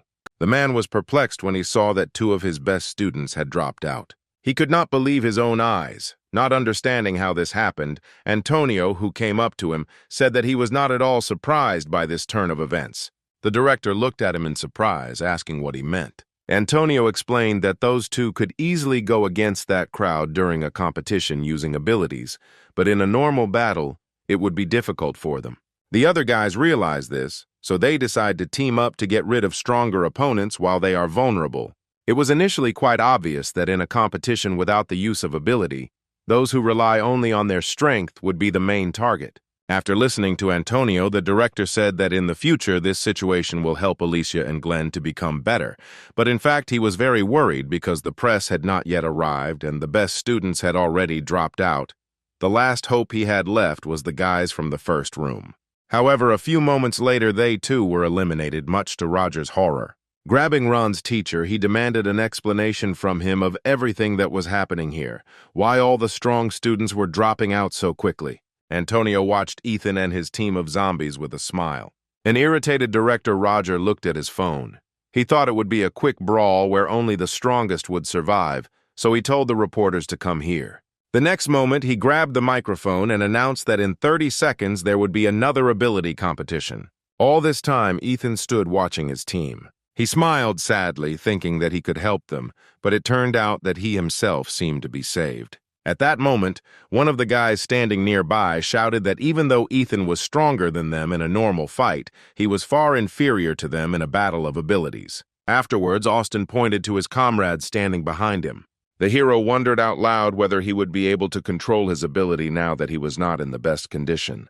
Coming closer to him, Austin mocked him and asked what he was muttering to himself. Suddenly, Matthew called out to him and said that they should move away from Ethan right now, which caused confusion among the others. He tried to keep his comrades out of danger by warning them that Ethan was too dangerous alone. Matthew saw the fight between our hero and Casper that happened a few days ago. Then he firmly decided to stay away from Ethan. Suddenly, the director's voice came from the speakers, giving permission to use the abilities. Austin turned to our hero with a smug smile, saying that he would now be thrown out of the competition in disgrace. The next moment, he received a strong punch in the face. After that, Ethan pushed Austin to the floor.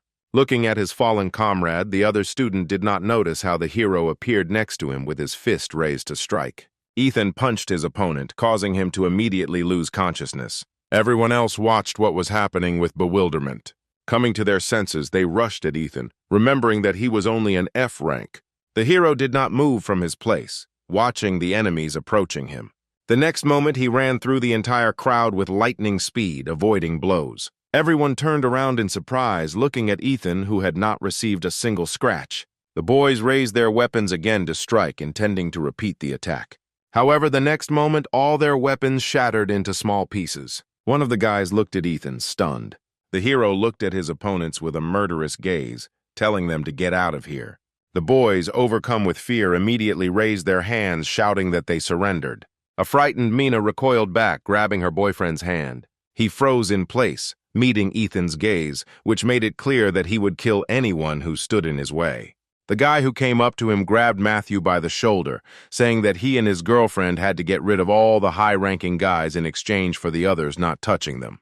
Matthew shook his hand off and asked in bewilderment how the 300th place had become considered a high rank. Ben recalled that it was Ethan who held the top positions throughout the guerrilla training. At that moment, Mina approached her boyfriend and said that now that the battle was using abilities, they were much stronger than the guy in 300th place. A puzzled Matthew asked if she had forgotten what Ethan had done yesterday. He tried to convey to her that this guy was too dangerous for them. Suddenly, Ethan called out to the pair, causing them to become wary. The hero irritably told them to stop wasting time and attack him. Mina and Matthew moved away from each other and turned to face Ethan, who was approaching them. The next moment, the guy overcame his fear and created a whip. After that, he took a swing at our hero. Ethan held his right hand out in front of him and said that it shouldn't kill anyone. Matthew looked at him with fear, not understanding why he was talking to his hand. The next moment, Ethan easily parried his opponent's whip. Matthew knew that his opponent was no longer the weakling he used to be, so it was expected that he wouldn't be defeated so easily. He delivered a few more blows with the whip, but Ethan parried them all with ease. The guy looked at his opponent in bewilderment, asking how he managed to do it. At that moment, the power began to take hold of Ethan, and he covered his mouth with his hand, trying to restrain himself.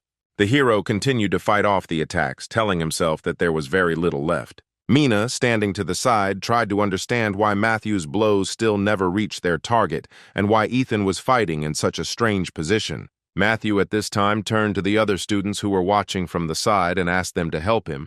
One of them replied that if this whip hit any of them, they would immediately fly out of here. Principal Roger, like everyone else, watched what was happening in amazement, trying to remember the name of such a gifted student. Ophelia found it hard to believe her own eyes. Yesterday, this boy was chaotically striking the cobblestones, and today he was perfectly dodging the blows of the whip. She looked at Antonio. Noticing his calm face, the girl realized that he was not at all surprised by this turn of events. At the same time, Ethan parried another attack from his opponent, asking if Matthew really intended to continue waving his whip while standing to the side. The next moment, he approached him. Activating her abilities, Mina stepped forward and said that she would protect Matthew no matter what. The next moment, she created a shield, covering herself and her boyfriend. Ethan quickly approached them and struck the shield. The girl watched in surprise as her shield began to crumble into pieces from just one blow from their opponent. The next moment, the hero grabbed her face. After that, Ethan threw Mina to the side of Matthew, who managed to catch her, not allowing her to fall. The enraged girl took a step forward, saying that her shield of love couldn't be destroyed just like that with a simple blow. At that very moment, the bracelet on her hand cracked loudly. The boy and girl looked in surprise at the protective bracelet, which broke even while under the protection of the barrier. Matthew pulled the bracelet off his arm, saying that they gave up and were no longer willing to participate in this. Afterwards, he showed the removed bracelet to Ethan, saying that they had lost. Under the shocked gaze of others, Matthew led his girlfriend towards the exit. At this time, the hero noted with surprise that today it was much easier to control himself than usual. Standing nearby, brothers Jerry and John looked at the departing couple with displeasure. Ethan turned his attention to them, saying that there wasn't much time left, so they should hurry and attack. At this point, the enraged director asked with bewilderment in his voice why no one could deal with some weakling with an F rank. After his words, John and Jerry created iron bars and attacked Ethan. Looking at them, the hero noted that this was the first time he had seen someone with such similar abilities. Smiling, Jerry made his rod even bigger. After that, he attacked our hero with it, but he easily dodged. Suddenly, the spray from the iron bar hit Ethan's face, causing him to cover his eyes for a couple of seconds. He apologized to his opponents, saying he needed some time because he had dirt in his eyes. John decided to take advantage of this opportunity. The next moment, his weapon began to stretch in length. As the rod almost caught up with Ethan, John thought that the victory had come too easily for them. However, the next moment, the hero put his hand with the dagger behind his back and parried the enemy's blow. John looked at Ethan in amazement, not understanding how he was able to block the blow without even looking in his direction. Suddenly, the hero turned around and grabbed the other end of the iron rod, saying that John had a pretty good weapon. Then he pulled it towards himself. The guy was immediately drawn towards Ethan. The next moment, our hero looked at the other brother, saying that he would play by his rules. He looked at his opponent with incomprehension. A few seconds later, Ethan knocked the gun out of the guy's hands using John's stick. Everyone on the field froze, watching the huge iron rod fly over their heads. A few moments later, he fell into the mud, drenching those nearby. When Ethan asked John to lend him a rod for a while, the guy lying in the mud replied that the hero could not even hope for it. Ethan looked at him mockingly and said with a smile that it would indeed be more fun that way.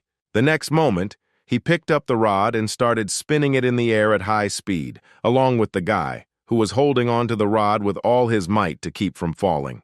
Jerry tried to get as far away from them as possible. However, a few moments later, his brother flew into him, knocking him down. When the weapon disappeared from our hero's hands, Ethan sadly said that it all ended too quickly. He would like to have more fun. Afterwards, he created a dagger and looked at the remaining students who were standing nearby. Ethan didn't know when the principal would decide to intervene again, so he advised the boys to attack him quickly. They assumed that the hero was up to something, so they decided to surround him, overwhelming him with numbers. Teacher Reed had been watching his student all this time. He couldn't believe that he had actually managed to go so far. He knew that Ethan had started training a lot lately, but he stubbornly continued to ignore this fact. And he didn't pay any attention to him because he was sure that Ethan would soon leave this school due to his low rank.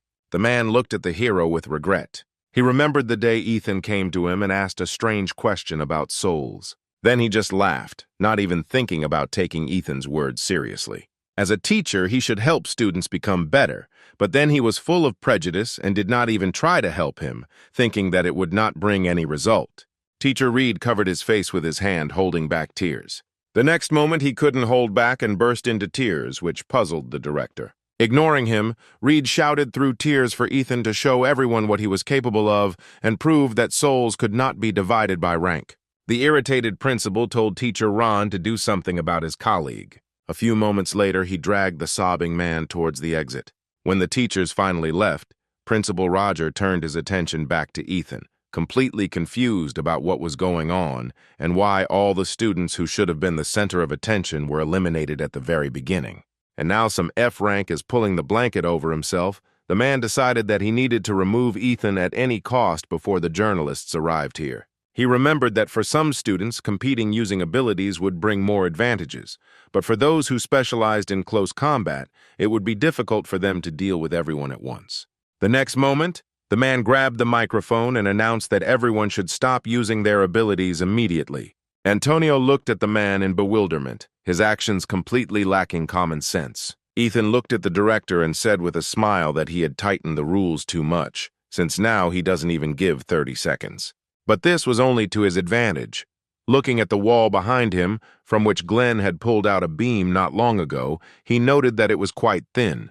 The next moment he struck the wall, the hero thought that breaking it would be much easier than messing around with this whole crowd. After his blow, deep cracks appeared all over the wall. Ethan moved away from the impact site. A few moments later, the wall collapsed, creating a huge hole. The sudden bright light caused all the students to cover their eyes, and one of them shouted that Ethan had broken through the wall to blind them and escape. Smiling, the hero replied that he had no intention of running away anywhere. Then he nodded his head towards the hole through which all the dirt was draining down and said that they would back out. The students looked ahead in surprise. The next moment, a strong current pulled them down. Olivia sighed, saying that the building was only recently built. Thus, Ethan got rid of 104 opponents at once. When all the water and mud was outside the field, the hero took off his shoes and threw them aside. Afterwards, he headed towards the remaining students, saying that there was only a little time left. When Ethan rushed at the guy standing closest to him, he said in horror that he couldn't lift his legs. The hero grinned, because that was why he took off his wet shoes, which slowed him down. The director's rage grew stronger and stronger. He couldn't believe that a whole crowd couldn't handle just one guy. Antonio, standing behind him, understood that the purpose of this training was to teach the boys to make decisions and work as a team. But because of the individual assessment system, everyone began to put themselves first. It is because of this that their ability to find a way out of difficult situations, even with a numerical advantage, has decreased. And the director's non-standard change of regimes brings even more chaos. Antonio looked at Matthew and Mina sitting to the side. In his opinion, they acted too recklessly, targeting only Ethan. In these competitions, all students are judged based on their individual contributions, so trying to collectively eliminate the hero is too misguided. Their preconceptions about Ethan prevent them from making the right decisions, as who he is now is very different from who he was in the past. Watching the hero eliminate one enemy after another, Antonio thought that thanks to this, the 10th graders would learn an important lesson for the future. After that, he smiled contentedly.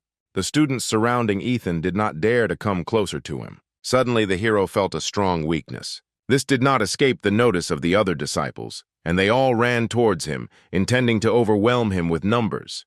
The next moment, they all pounced on Ethan, but the hero did not fall under their weight as they expected. Ethan was holding on to the races with the last of his strength. One of the boys shouted to his comrades that they needed help.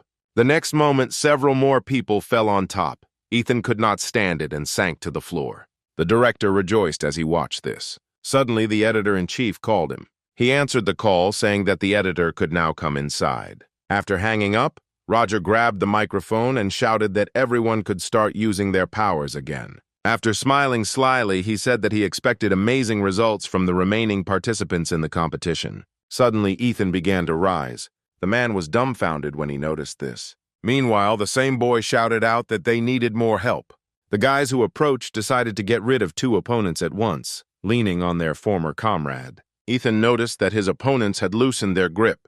As he got up, he thought that if these guys were as careful as his zombie squad, he would have been out long ago.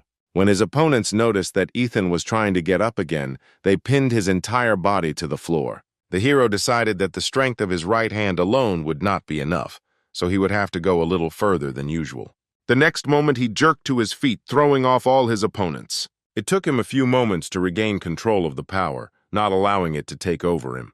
He raised his head and said with a smile that they were all just a bunch of weaklings. The director turned purple with anger. All his plans were rapidly collapsing. A few moments later, the editor-in-chief entered the room with a film crew. Spencer shook the director's hand, thanking him for the opportunity to capture such a significant event. Smiling kindly, he said that his guys would try to capture the students' outstanding abilities. With a forced smile, Roger offered to have some tea for Spencer since he had come a long way here. But the editor refused this offer and walked on, looking with interest at the fighting students. A few moments later, Spencer looked at the principal, saying that he was very selective with his students. The director smiled awkwardly, replying that this was indeed the case, while the editor turned to the guys from the film crew, saying that they had to capture every moment of this competition. Suddenly, he noticed Antonio watching what was happening below. A cheerful man approached him, saying that the last time they saw each other was at an interview. Afterwards, he asked the guy if there were any worthy participants left on the field. Antonio replied that all the students were doing well, but when he wanted to name someone who deserved attention, the principal intervened. Hitting Antonio with his elbow, the man said with regret in his voice, saying that all the outstanding students had already dropped out. When Spencer asked how this had happened, the director turned around and replied that they had greatly underestimated the enemy during hand-to-hand combat. As their mentor, he sincerely hopes that today will help them become much better in the future. Listening to his speech, Spencer said with admiration that nothing else was expected from the headmaster of such an outstanding school. Suddenly, one of the cameramen shouted that the editor needed to pay attention to what was happening on the field. One of the students was a real madman. All attempts to prevent Spencer from seeing Ethan failed miserably. Meanwhile, our hero actively blocked the arrows flying at him. When one of the students fired an arrow into Ethan's back, he blocked it without turning around. The girl shouted to the guy standing next to her that everyone with melee abilities should get close to the hero and fight him back, but the guy replied that no one in their right mind would get under her arrows because they would be eliminated before they could even reach Ethan. At the same time, Spencer looked at the director with a look full of admiration. Asking who this guy was, he was sure that with such abilities he was not lower than rank A. Wiping the cold sweat from his forehead, the man replied that Ethan was A rank, but Teacher Reed intervened and shouted that his student was F rank. Spencer approached him and asked if he was joking, but the teacher replied that he was telling the truth. He said that Ethan achieved everything through his own efforts. The headmaster tried to shut him up and looked at Ron's teacher, telling him to get this psycho out of here. The next moment, the teachers grabbed Reed, not resisting. He screamed for Spencer to pay attention to Ethan. The teacher's words aroused even more interest in the editor, and he looked at the director, saying that he wanted to know as much information about this student as possible. The man clenched the handkerchief in his fist in anger. He had no idea how to get out of this situation. Ethan himself was already fighting at the limit of his strength. Even though he repelled all the attacks without even thinking about it, it felt like his body was about to break. So he decided to release a little more power. When the hero did this, he was surprised to note that it was becoming easier and easier to control his desire to kill. The other students sensed the change in Ethan. The fear they felt at that moment made them freeze in place. Looking at the hero, absolutely all the students realized that he had become even more dangerous than before and began to slowly retreat. As Ethan was about to attack one of his opponents, he noticed something was happening to his dagger. A few seconds later, he changed his appearance and Ethan saw that his support ability had risen to D rank. He smiled, thinking that he was able to not only control his power but also make it stronger. The next moment, he laughed happily, glad that all his efforts were not in vain. The guys from his zombie team were also happy for their leader. Antonio didn't miss the change either, and he smiled contentedly as he looked at Ethan. Alicia just grinned, not taking her eyes off our hero. She didn't expect anything else from him.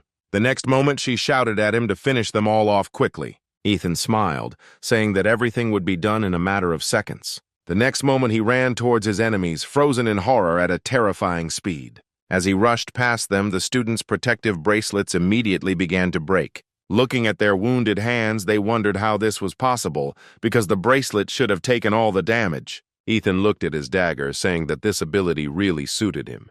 Director Roger looked down in horror. He couldn't believe that he had allowed something like this to happen, and in front of Spencer. The editor was as surprised as the others. For the first time in his memory, someone had managed to defeat 60 opponents single-handedly in just a couple of seconds. Antonio approached and said that if you take into account everyone he had defeated earlier, the total would be more than 150 people. Spencer's eyes widened in surprise, and he looked at the guy, asking if he was cheating on him. Antonio replied that there was no point in him lying about something like that. He then looked towards Ethan, saying that in the end, it would all end with more than 200 defeated opponents. That same evening, Pavel returned to his office after another protracted meeting. Entering the office, he saw Douglas behind one of the chairs. He looked at Pavel, who entered, and said with a smile that they hadn't seen each other for a long time. Pavel did not experience the same joy from the meeting as his uninvited guest. Sitting down opposite him, he told Douglas to say whatever he wanted, since he had come here putting his life on the line. The man spread his arms wide and asked with feigned displeasure whether it was necessary to be so rude when talking to his old friend, but Pavel interrupted him, replying that it was Douglas who had started making fun of him first. Rubbing his chin, Douglas said that if Pavel really thought that way, then he meant absolutely nothing to him. His words infuriated the interlocutor. Banging on the table, Pavel shouted that he planned his escape through the East Coast. Still smiling, Douglas asked what kind of fool would attempt such a ridiculous escape. He said he just needed an excuse to call him after a long time. When Pavel found Douglas, he was covered in the blood of his comrades, and fire was blazing all around him. When he said that their leader wanted to see Pavel at dawn, the man looked at him in bewilderment. Pavel really didn't understand why Douglas had gotten rid of several dozen of his subordinates. Douglas suddenly changed the subject, saying that while he was in the South, he had met some very interesting children, and Pavel asked if they were students at a military training school. Douglas nodded, saying that he had heard rumors that his old friend had started training kids, so he decided to check it out. But when he came to say hello, he got his ass kicked. Pavel frowned and asked what he meant. Douglas said he never believed that one day he would have to run away from a child. After his words, Pavel froze in bewilderment. He knew that Douglas had stormed into the bank and retreated for some unknown reason, but it was really hard to believe that this monster had been cornered to the point of having to flee. Clenching his fists, Pavel tried to understand who exactly could possess such power. Looking at his interlocutor's reaction, Douglas laughed, saying that his old friend himself didn't really know anything. Pavel asked irritably what exactly he needed to know. Douglas said he thought that the guy was his secret weapon, but judging by Pavel's confused face, he was wrong. The man stood up from his seat, demanding a normal answer from Douglas. He said that he had no intention of telling him anything. Looking at him with a wild look, Douglas said that he had an unexpected harvest. Meanwhile, the competition of abilities had already ended. Ethan opened his eyes and saw Alicia's face in front of him. She chuckled and said that next time he should let her know in advance how much sleep he was going to get. The hero felt like he was still in a dream, so he reached out his hand to her face.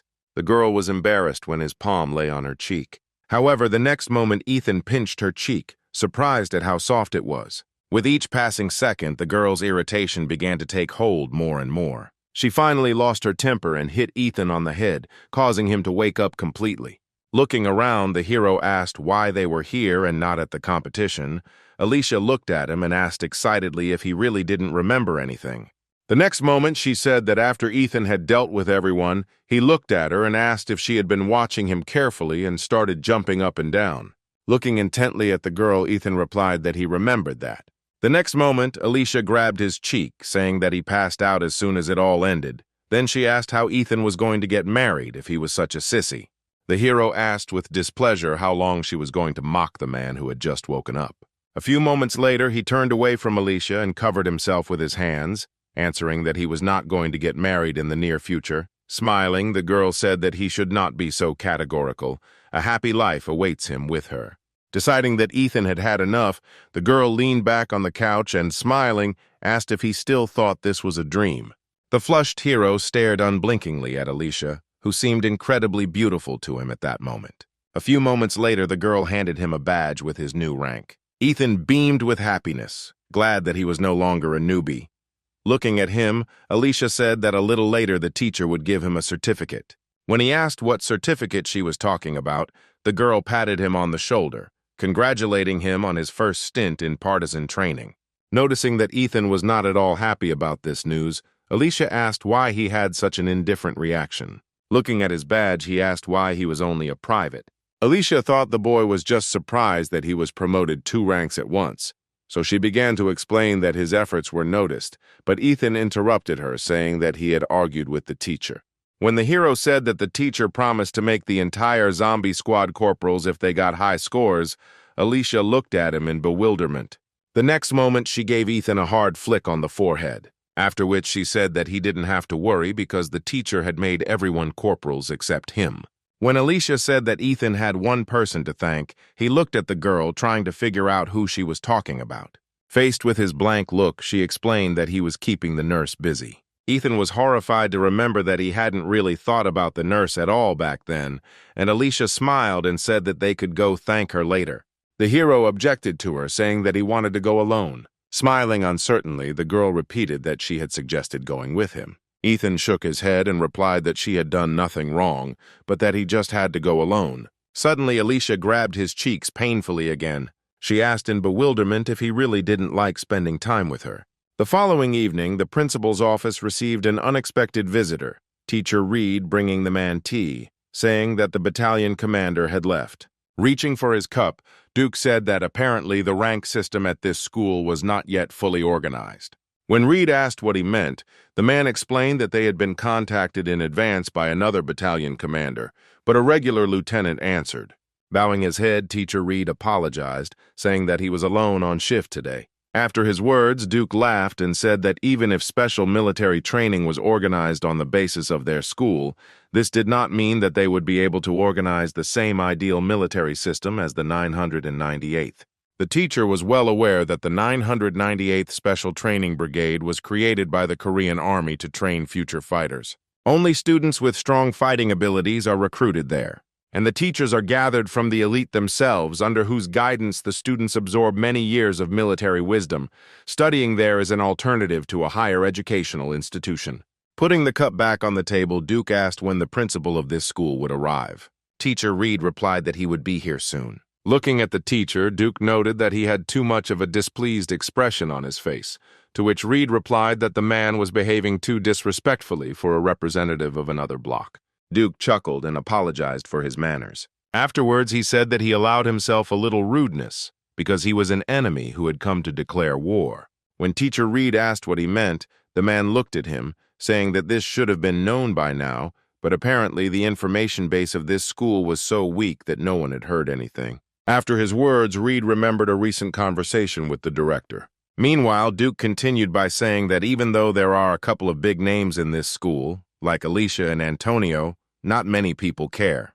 When the teacher said they had another strong student, Duke reached for the magazine lying on the table. Opening the page with Ethan, the man mockingly asked if the teacher meant him. The next moment, he threw the magazine away, saying that he had already seen this news and would never believe what was written there. He said reporters should be careful not to go overboard with details if they want a story to seem more credible. At that very moment, the director entered the office, apologizing for being late. Duke shook his hand, saying everything was fine. Teacher Ron decided not to stay there any longer and left. Suddenly, he heard loud cries from the students, which reached even here. Looking out the window, he saw that the light in the gym was still on.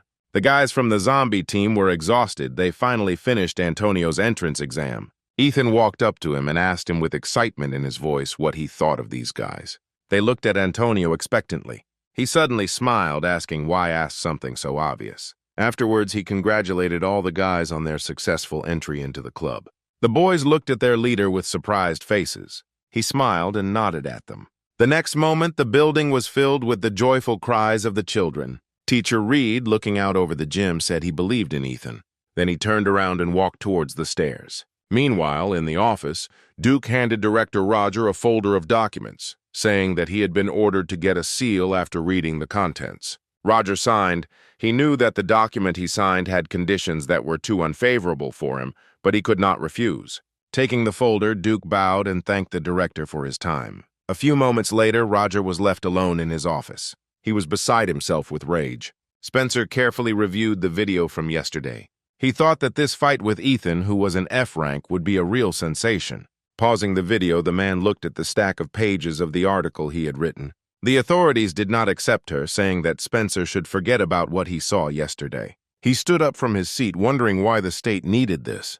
The man realized that most people would say that the video was scripted to promote a special education high school, that the worst F-rank student could take down 200 students single-handedly. If he hadn't seen everything with his own eyes, he would have considered something like this to be nonsense. Spencer suggested that the school was protecting such an outstanding student for some reason. But if that were true, the school would have gotten rid of the interview with Alicia, who dealt with the plague. Suddenly, he realized one important thing and rushed back to his monitor. He opened the list of students who were involved in what happened at the bank. A few moments later, he smiled happily as his suspicions were confirmed. A sudden knock on the door caught Spencer's attention, and he raised his head, allowing entry. The man who entered told him that information had emerged about a secret connection between the special training school and the 998th school. Hearing this, Spencer smiled, happily saying that this was a great opportunity. Late in the evening, Ethan and his guys finished training. The hero praised them, saying that they did a great job today, just like always. Ryan happily said that no one bullied them anymore because of their rank as corporals, thanks to Ethan. Suddenly, Nick intervened in their conversation and asked if their leader was still training even after they left, to which Ethan replied that everything they did with Antonio was just warming up. Looking around, the guy said that today he hadn't seen his favorite at all. Ethan looked at him, asking who he meant. Nick explained that Alicia had previously told them to call her that because she was their leader's favorite. The hero replied that she waited for him until he said he was going to do another approach, so she left. Nick grabbed Ethan by the shoulder and excitedly said that he shouldn't behave like that with his beloved. Alfred also did not stay away, teasing his leader. Ethan couldn't take it anymore and sank to the ground, covering his head with his hands, asking the guys to shut up. Suddenly, he noticed that someone had approached him. The hero stood up abruptly, looking at the man towering over him. The other guys also froze in surprise. Smiling, Pavel apologized for his unexpected appearance. Ethan recognized the man standing in front of him and excitedly replied that everything was fine. When Pavel admitted that he was glad that the hero recognized him, scratching the back of his head, Ethan replied that there was no one in this school who could not recognize such a respected person. Looking at the guys standing behind him, the man asked if they were Ethan's friends. Ryan and Nick shouted that he was their leader. The boys' violent reaction in front of Pavel made Ethan very uncomfortable. At this point, the man said that he needed to talk to their leader. The guys replied that they would not interfere with them and would go first. Having come to his senses, he asked the guys to keep quiet about seeing him today. Looking after them, the man smiled and said that a bright future awaited them. The boys ran away from here as fast as they could, competing with each other. Turning back to Ethan, Pavel asked him for forgiveness for appearing so suddenly. When he was heading home, the hero asked why the man had found him. When he replied that he had come to look at Ethan after watching the video of the competition, the boy hesitantly replied that he was very glad that Pavel liked the video, but he was surprised that such a respected person had decided to visit a student who had just reached D rank. Looking at him seriously, the man asked the hero if it was possible to divide souls by rank. Ethan looked at him in surprise, not understanding why he was asking him such a question. Looking at the surprised face, Pavel said that it was just a random question and then returned to the main purpose of the conversation, saying that he chose this school to carry out military training. Although it might seem too cruel from the outside, he hoped that a student like our hero could become stronger even in the most difficult conditions. All this time, Pavel relied on Antonio, but everything did not go as smoothly as he expected. Hearing this, Ethan stepped forward, saying that Antonio had a strong influence on many of the students, and without his help, Ethan and his team would not be here. After listening to the guy, Pavel smiled and said that he misspoke. In fact, he hoped that the students would start working even harder, looking back at Antonio. The next moment, he put his hand on Ethan's shoulder, after which he said that suddenly someone else appeared who actually managed to attract other students. Smiling, Pavel said that he was really glad that after meeting Ethan in person, he was able to verify some things. It was not difficult for him to guess what kind of secret weapon, which even he himself did not know about, Douglas had spoken about during their last meeting. Looking at the footage of the competition, he was amazed, but Douglas could not be cornered, just with the level of strength that Ethan showed in the competition. Pavel was sure that this guy was much stronger than he seemed at first glance. He had never seen so much living energy in anyone before as in this guy. Ethan was exactly the one he had been looking for all this time. A few moments later, the man removed his hand from the hero's shoulder and apologized, saying that he was lost in thought. Now all his thoughts were occupied by Douglas, who already had some kind of plan in his head.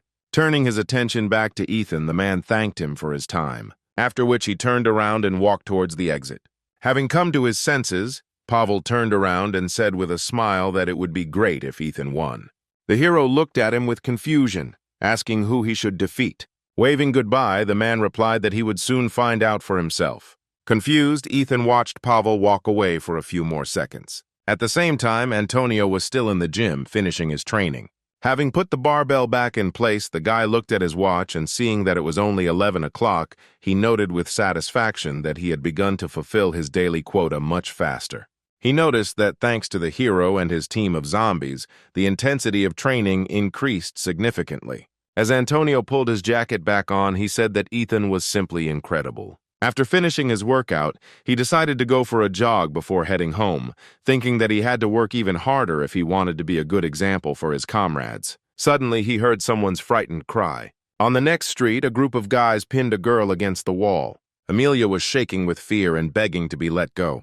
The guy blocking her path smiled, saying that no one was going to kill her. He was just suggesting that she have a little fun. At that moment, Antonio emerged from the shadows. He said they should let the girl go. Fred looked at the guy standing nearby for a few seconds. Afterwards, he took a few steps forward and, smiling, asked if he was really protecting this girl because they were from the same school. Antonio realized that these guys would not disperse peacefully, so he activated his ability. The next moment, he was next to Fred, grabbing him by the wrist. The boy looked at his hand in surprise, thinking that it was like teleportation. As Antonio squeezed his hand with all his strength, Fred fell to his knees in pain, letting out a painful cry. The girl who approached him recognized her savior. He looked at her and said, "He'll deal with this punk, and she should hurry home." The girl thanked him and ran away from there. One of the guys was about to run after her, asking with displeasure where she was going. However, Antonio, without letting go of Fred's hand, quickly moved towards him and slammed the guy face down into the ground. The guy's friends, standing to the side, shouted that he wouldn't get away with it that easily. Antonio threw the bodies of their friends at the hooligans standing behind them. The boys lay pressed against each other's bodies, unable to rise. Shaking his hands, Antonio told them to stop their nonsense, because they had been deliberately trying to lure him into this alley from the very beginning. After that, he looked at two shadows around the corner of the nearest house. Adam, hiding in the shadows, smirked, saying that he had been discovered too quickly. A few moments later, footsteps were heard approaching. Antonio said that they hadn't seen each other for a long time. In front of him stood a smiling Adam with his comrade. Adam looked at Antonio carefully. A few seconds later, the guy said that during this time, Antonio had managed to grow up. Frowning, he asked why Adam would go to such lengths to cause trouble for other people. Still smiling, the boy replied as if nothing had happened, that he was just walking with his friends and chatting with a pretty schoolgirl. When Antonio said that the students from school number 998 had come here, Adam looked at his interlocutor with a more serious look. Afterwards, he asked with interest how Antonio understood this. The boy explained that even though the girl who had just run away was wearing his school uniform, she called him Sergeant. Adam didn't see anything strange in this and asked what it had to do with it. Antonio replied that their school had recently switched to a military system, and not everyone was familiar with the rank system yet, especially the 10th graders. And when she came face to face with him, the girl called him Sergeant, because that was the form of address she was most accustomed to. Adam smiled and said with feigned regret that Amelia had made a terrible actress. Ignoring his words, Antonio continued and pointed to the guys he had beaten, saying that Adam had called them not a friend, but a comrade, which meant that he, too, was used to army nicknames. Still smiling, the boy said that this habit did not prove anything. Then Antonio said that only 2 schools had introduced military training, and if some students used military language, then the answer became obvious. Adam laughed, saying he was pretty insightful for the trash that crawled at his feet in high school. Adam looked at him irritably and said that he needed to be reminded where exactly Antonio's place was. Tim, standing next to him, looked with admiration at the guy standing in front of him, asking if he was that Antonio. When he nodded, confirming his guess, a joyful Tim pointed to himself, about to say his name. But Adam intervened and did it for him. Tim gave him a sad look in the direction, after which he again switched to Antonio and, waving his hand, said that he was glad to meet him. Antonio turned his gaze to this strange guy. The next moment, crossing his fingers, Tim admitted that he had long dreamed of giving him a good punch. Adam smiled and told his comrade that in that case he could act. Turning his gaze to Antonio, he said that there was no way he could defeat this big guy. The guy ignored these words and activated his ability. Tim stood frozen in indecision, looking at his opponent. A few moments later, Antonio approached him and grabbed him by the arm and the collar of his jacket. Tim looked at his opponent in surprise. He didn't expect Antonio to be so strong. However, he was not the only one who could gain mass. The next moment, something happened that Antonio never expected. When Ethan arrived at school the next day, he noticed that something strange was happening at school. Sitting down at his desk, he asked Alicia why there was such a strange atmosphere at school. She asked if Ethan hadn't seen anything yet. Faced with his uncomprehending gaze, the girl sighed tiredly, saying that in the morning all the news channels had simply exploded. The hero excitedly asked what had happened. Had the plague really appeared again? Alicia tapped her finger on the back of the girl sitting in front of her, asking her to show Ethan what she had recently watched. She turned around and asked in surprise if he really didn't know anything, given that he was in close contact with Antonio. When the girl handed him her tablet, Ethan looked at Alicia, asking what this had to do with Antonio. She replied that it would be better for him to just watch the video. The hero turned his gaze to the tablet and turned on the recording. He was surprised when he saw Antonio in the alley with some strange guys. Approaching the big guy, he grabbed him, intending to throw him to the ground. However, the next moment the asphalt beneath them began to crack, unable to withstand such pressure. Antonio's body began to tremble slightly due to the enormous weight of the enemy he was holding. He grinned and pressed his hand on Antonio's back. Ethan watched in bewilderment at what happened next. Antonio couldn't take it anymore and fell under Tim's enormous weight. A few seconds later, the guy stood up and smiled contentedly, looking straight ahead. Antonio lay unconscious in a pool of his own blood. Ethan couldn't believe that he actually lost to someone. When the hero asked who these guys were, Alicia replied that they were from school number 998, after which she said that they would have a friendly training session with them in 15 days. A few hours later, Olivia gathered all the top students from each class. She said that everyone should have already guessed the reason for such an urgent meeting, after which she said that even if the 11th graders solve half of the questions on their own, the rest can also share their thoughts during the conversation. Ethan raised his hand and asked her what Antonio said. The girl sadly said that he was given a suspended sentence, so no one from his unit could come near his room. Ethan was very upset by the information he heard. Others were also upset about what happened to Antonio. One of the guys asked if they could do anything until he was fully recovered. Olivia replied that because of his probation, he couldn't see anyone even after he was discharged, so she had gathered everyone here to discuss the next course of action. Andrew said that in that case, his candidacy was the only one among those present who could be nominated for the role of leader. Turning her gaze to him, Olivia asked if he could pull the whole school. Glenn interrupted their conversation and asked with displeasure if they had gathered here to argue about who was better or to discuss more important things. When Tyler said that the 10th graders should just follow their elders' orders and not interfere, Alicia asked if he was strong or smart enough to give them orders. Tyler lost his temper when he heard his words. The next moment, looking at her, he asked if the girl was that white jade goblin. She replied that even if it was so, then he himself was nobody and had no name. The enraged guy jumped up from his seat, saying that she didn't know her place at all. At this point, Olivia intervened, slamming the table and shouting for everyone to shut up or they might get into serious trouble. After her words, Tyler sat back down in his seat. Looking at Alicia and Glenn, Olivia said that they should also control themselves. Afterwards, she turned on the monitor, saying that at the upcoming friendly training session, there would be a container with a button at different ends of the field. The rules themselves are quite simple, namely, the one who gets to the opponent's button and presses it wins. She said that the number of students in their school is about 900, while their opponent has 3,000 people. The students were surprised by the number of their opponents. Olivia asked everyone to remain calm because she had not finished speaking. Even though there are 3 times more opponents, they have a more advantageous position for defense, and to defeat them it will be enough to hold out for only 5 hours, so they just need to defend themselves all this time. She then turned her attention to the students who were involved in what happened to Antonio. Looking at the screen, she said that Tim was in the 11th grade and his exact ability was unknown, but most likely it had a direct relationship with weight. Although he hasn't done anything outstanding, he still poses a serious danger. Ethan said it was Antonio's worst fight. Olivia agreed. The video clearly showed him using his ability to catch Tim, but he couldn't get over him and collapsed under his weight. Ethan thought that this was not the real reason for Antonio's defeat. The next moment, Olivia switched the slide, talking about another student. Although Adam did not do anything in the video, but he is the trump card of their opponent's school and is their main target in a friendly training.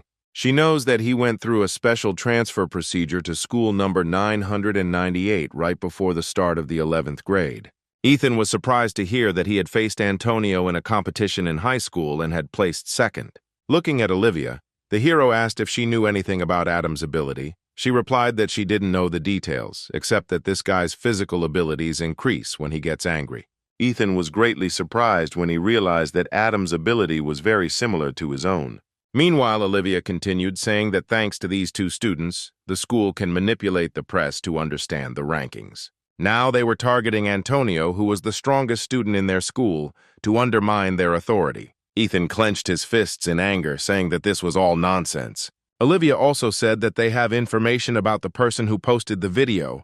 After conducting a little investigation, it was found out that the place from which they filmed was an empty building decommissioned from residential use. Hearing her words, Ethan asked if this meant that everything was a setup. Olivia nodded, saying that they had deliberately lured Antonio into their trap. Clenching her fist, she said that even if they knew it was a trap, it was impossible to change the current situation. The media only pay attention to the most interesting things, and this time it was Antonio's defeat. Ethan said that they don't know what kind of tricks were used to lure Antonio there, so there is a possibility that he was unable to show his best because of some other reason that is unknown to them yet. Tyler intervened and said that he shouldn't react so strongly to any news related to Antonio because it slows everyone else down. As Ethan was about to object to this, Patrick intervened in their conversation. Pointing to the hero, he said that he could not immediately recognize him, and all this time sat wondering who it was. Afterwards, he said that he really should listen to Tyler and not attach such importance to Antonio's defeat. When he said that, aside from the surprise attack, Antonio was nothing special, Ethan winced. The hero looked at Patrick and said with a menacing voice that he should watch his words. The guy laughed, saying that what happened was clear proof that Antonio's entire strength lay in his ability to block a blow, and they were greatly overestimating him, when in fact he was only covering up his weaknesses with his physical superiority. Ethan again said that Patrick should keep his mouth shut. The guy replied that the hero was only a private, and therefore could not give any orders to those of higher rank. The next moment, Ethan asked the cheeky 9th grader to introduce himself. He began to laugh, asking how an ordinary private could allow himself to address a corporal in such a way. When Ethan repeated his request a few more times, the boy looked at him, amazed at how persistent he could be. However, the next moment the smile disappeared from his face. Ethan had a simply terrifying aura about him. Without taking his eyes off Patrick, Ethan repeated his request. Trembling with fear, the boy could not utter a word. Looking at this, Ethan said that he had too much pride, which did not allow him to think clearly. Afterwards, he looked at Tyler, saying that maybe he really did take what happened with Antonio too seriously. Ethan asked the others to understand his situation as well. Tyler glanced to the side, saying that this happens to everyone. Olivia watched what was happening with bewilderment. A few moments later, Ethan looked at her and asked if Antonio had left any plans ahead of time. Olivia replied that there was only his sketch of the team lineup, namely 3 in the middle and 1 on each side. Andrew asked in confusion what they would do if the sides were pushed out. Ethan replied that the sides were already the middle, and it would be difficult to do so. Looking at him, Andrew said, "The enemy can use the advantage in the middle to focus on the sides, and then the middle will be attacked from the flanks after the sidelines are pushed out." After thinking about it, Ethan came to the conclusion that Antonio had chosen this formation because the enemy was more likely to attack the center. When Olivia asked why he thought so, he looked at her and asked if their opponent's school was the first to request this competition. The girl nodded. After receiving her answer, he said that given the advantageous position and the condition to win when time expires, they would try to force them to focus on defense, and with the help of defeating Antonio, they decided to undermine their morale. So instead of following this plan, they should concentrate the greatest force in the middle and fill the sides minimally according to the residual principle. Andrew turned his puzzled gaze to Ethan, asking if he realized what he had just said. Even if their opponent does want to attack the middle, they can simply close in on their opponent through the sides, so they should have enough people on the sides in case their opponents decide to break through. Olivia looked at Ethan and said that she completely agreed with Andrew that changing strategy based on just one assumption was too risky. The hero lowered his head, thinking that his assumption might indeed be wrong, but something was bothering him. Ethan has a similar ability to Adam, so he understands perfectly well that he does not use common sense in battle. The next moment he said that they should put Antonio on the back line for defense. Olivia was surprised to hear such a proposal, and Andrew laughed, saying that it was not so bad because if Antonio lost, being on the front line, then the students would finally lose their fighting spirit. Olivia asked if Ethan really thought Antonio could lose to them again. The hero replied that Antonio definitely would not lose this time. When the girl asked why they needed to put him back, Ethan replied that Antonio was the strongest among them. Olivia said she had absolutely no idea what he was thinking.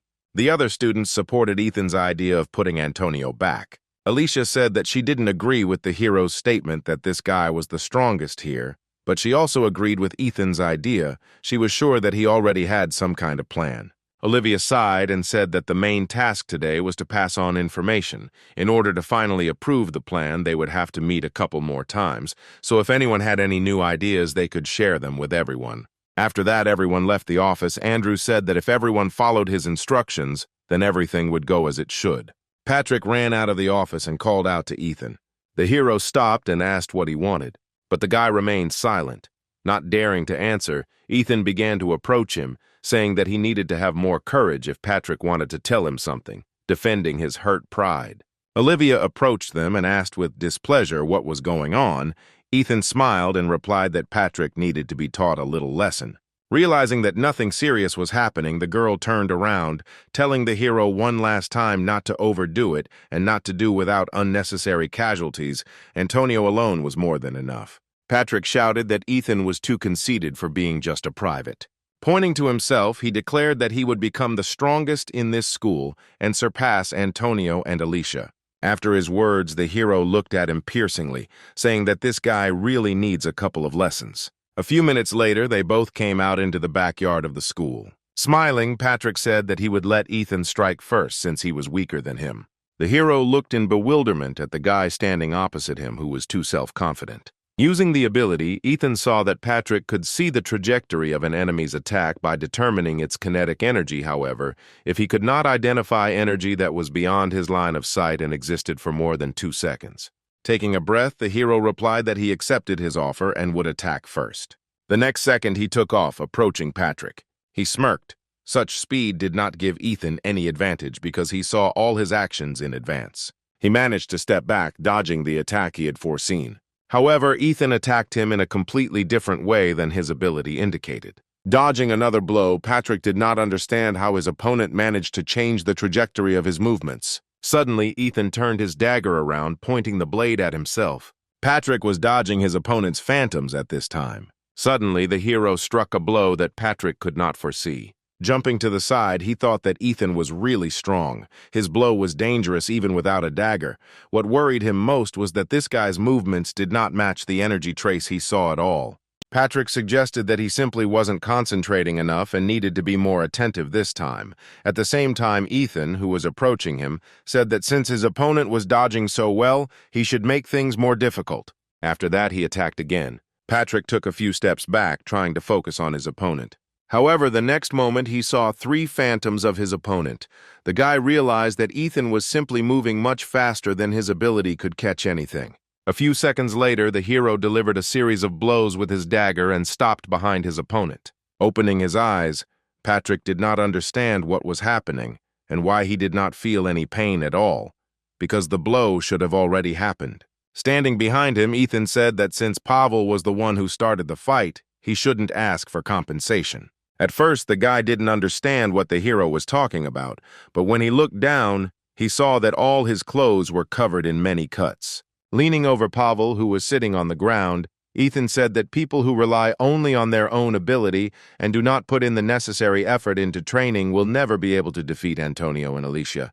Looking at him with an icy gaze, the hero asked if he had learned his lesson. When the day of the competition came, Ethan told his guys that they needed to give it their all. At subsequent meetings, he was unable to convince the others that they should use a different plan. In the end, Andrew's defensive plan was chosen as the strategy, namely, the 11th grade was placed on the left, the 10th grade in the middle, and the 9th graders and his team of zombies were placed on the right.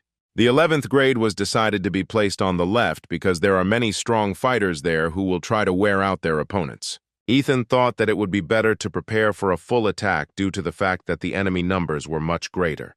He was very worried about Adam. He was sure that this guy would want to go for the win and destroy Antonio, sneaking up from behind to the 3rd line. At that moment, a joyful Patrick called out to him. Ethan was confused by his appearance. He looked at him carefully, wondering what this guy was up to this time. However, the next moment, Patrick greeted Ethan, saluting him.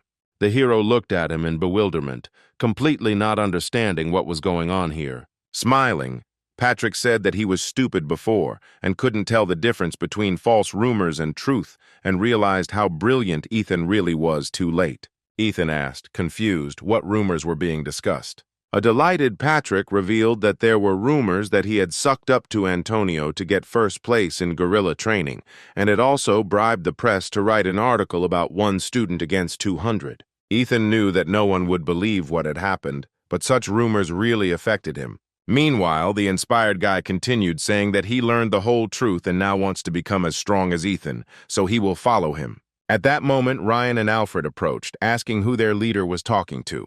Patrick saluted when he noticed the two, saying that from now on he was their junior comrade. Approaching their leader, the boys patted him on the back, saying that he was incredible for being able to recruit even a 9th grader to their team. Ethan let out a tired sigh. Looking at Patrick, he said that if he became his leader, he would have to join the zombie team, which also meant that he would have to visit Antonio's club, which he had despised all this time. The guy replied that he was still ashamed of those stupid words and asked Ethan to guide him on the right path. The hero replied that if Patrick really agreed, then he needed to behave according to Ethan's instructions during training. The boy took a step forward, saying that the hero only had to give the order and the entire 9th grade, under Patrick's control, would follow him.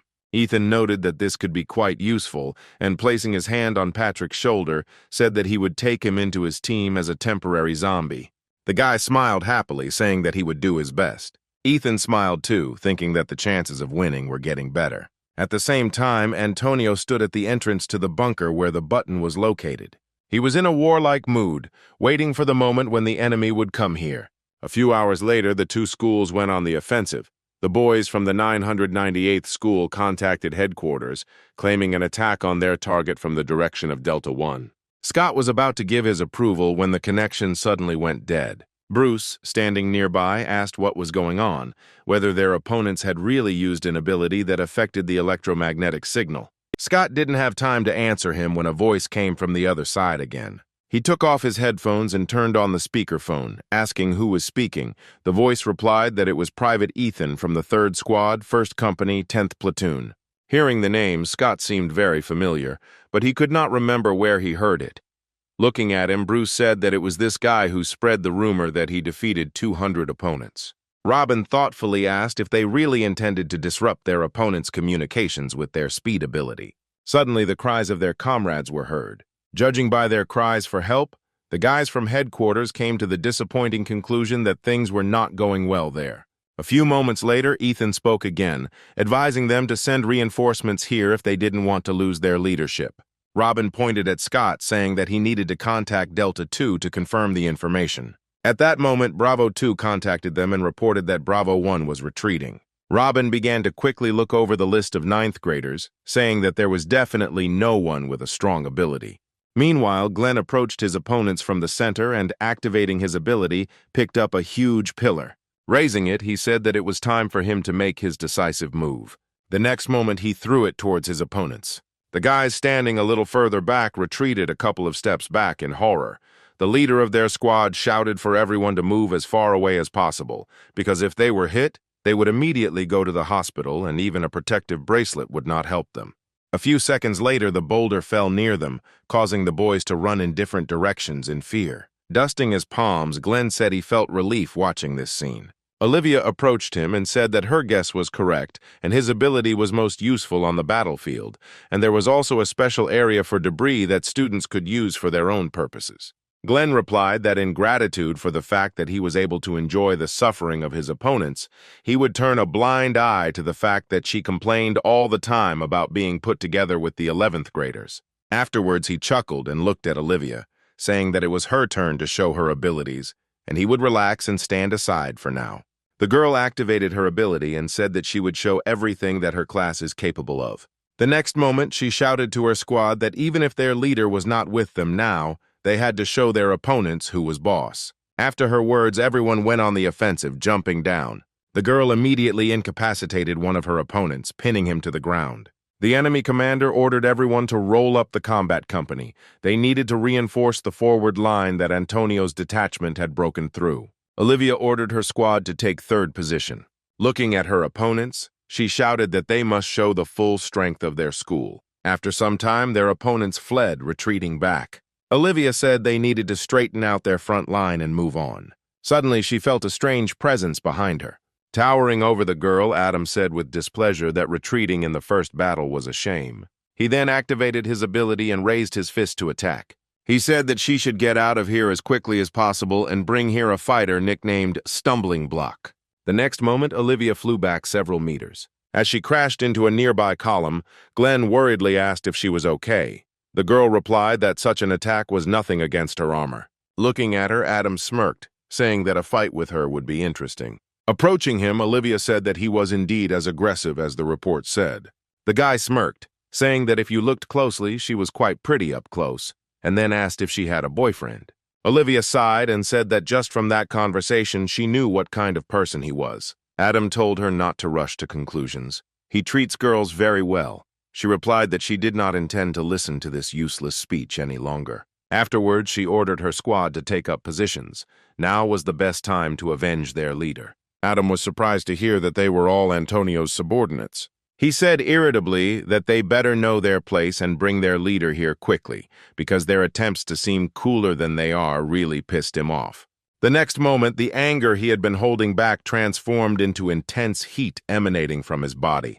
One of Olivia's friends said that this guy is not to be trifled with. They will simply burn alive if they touch him.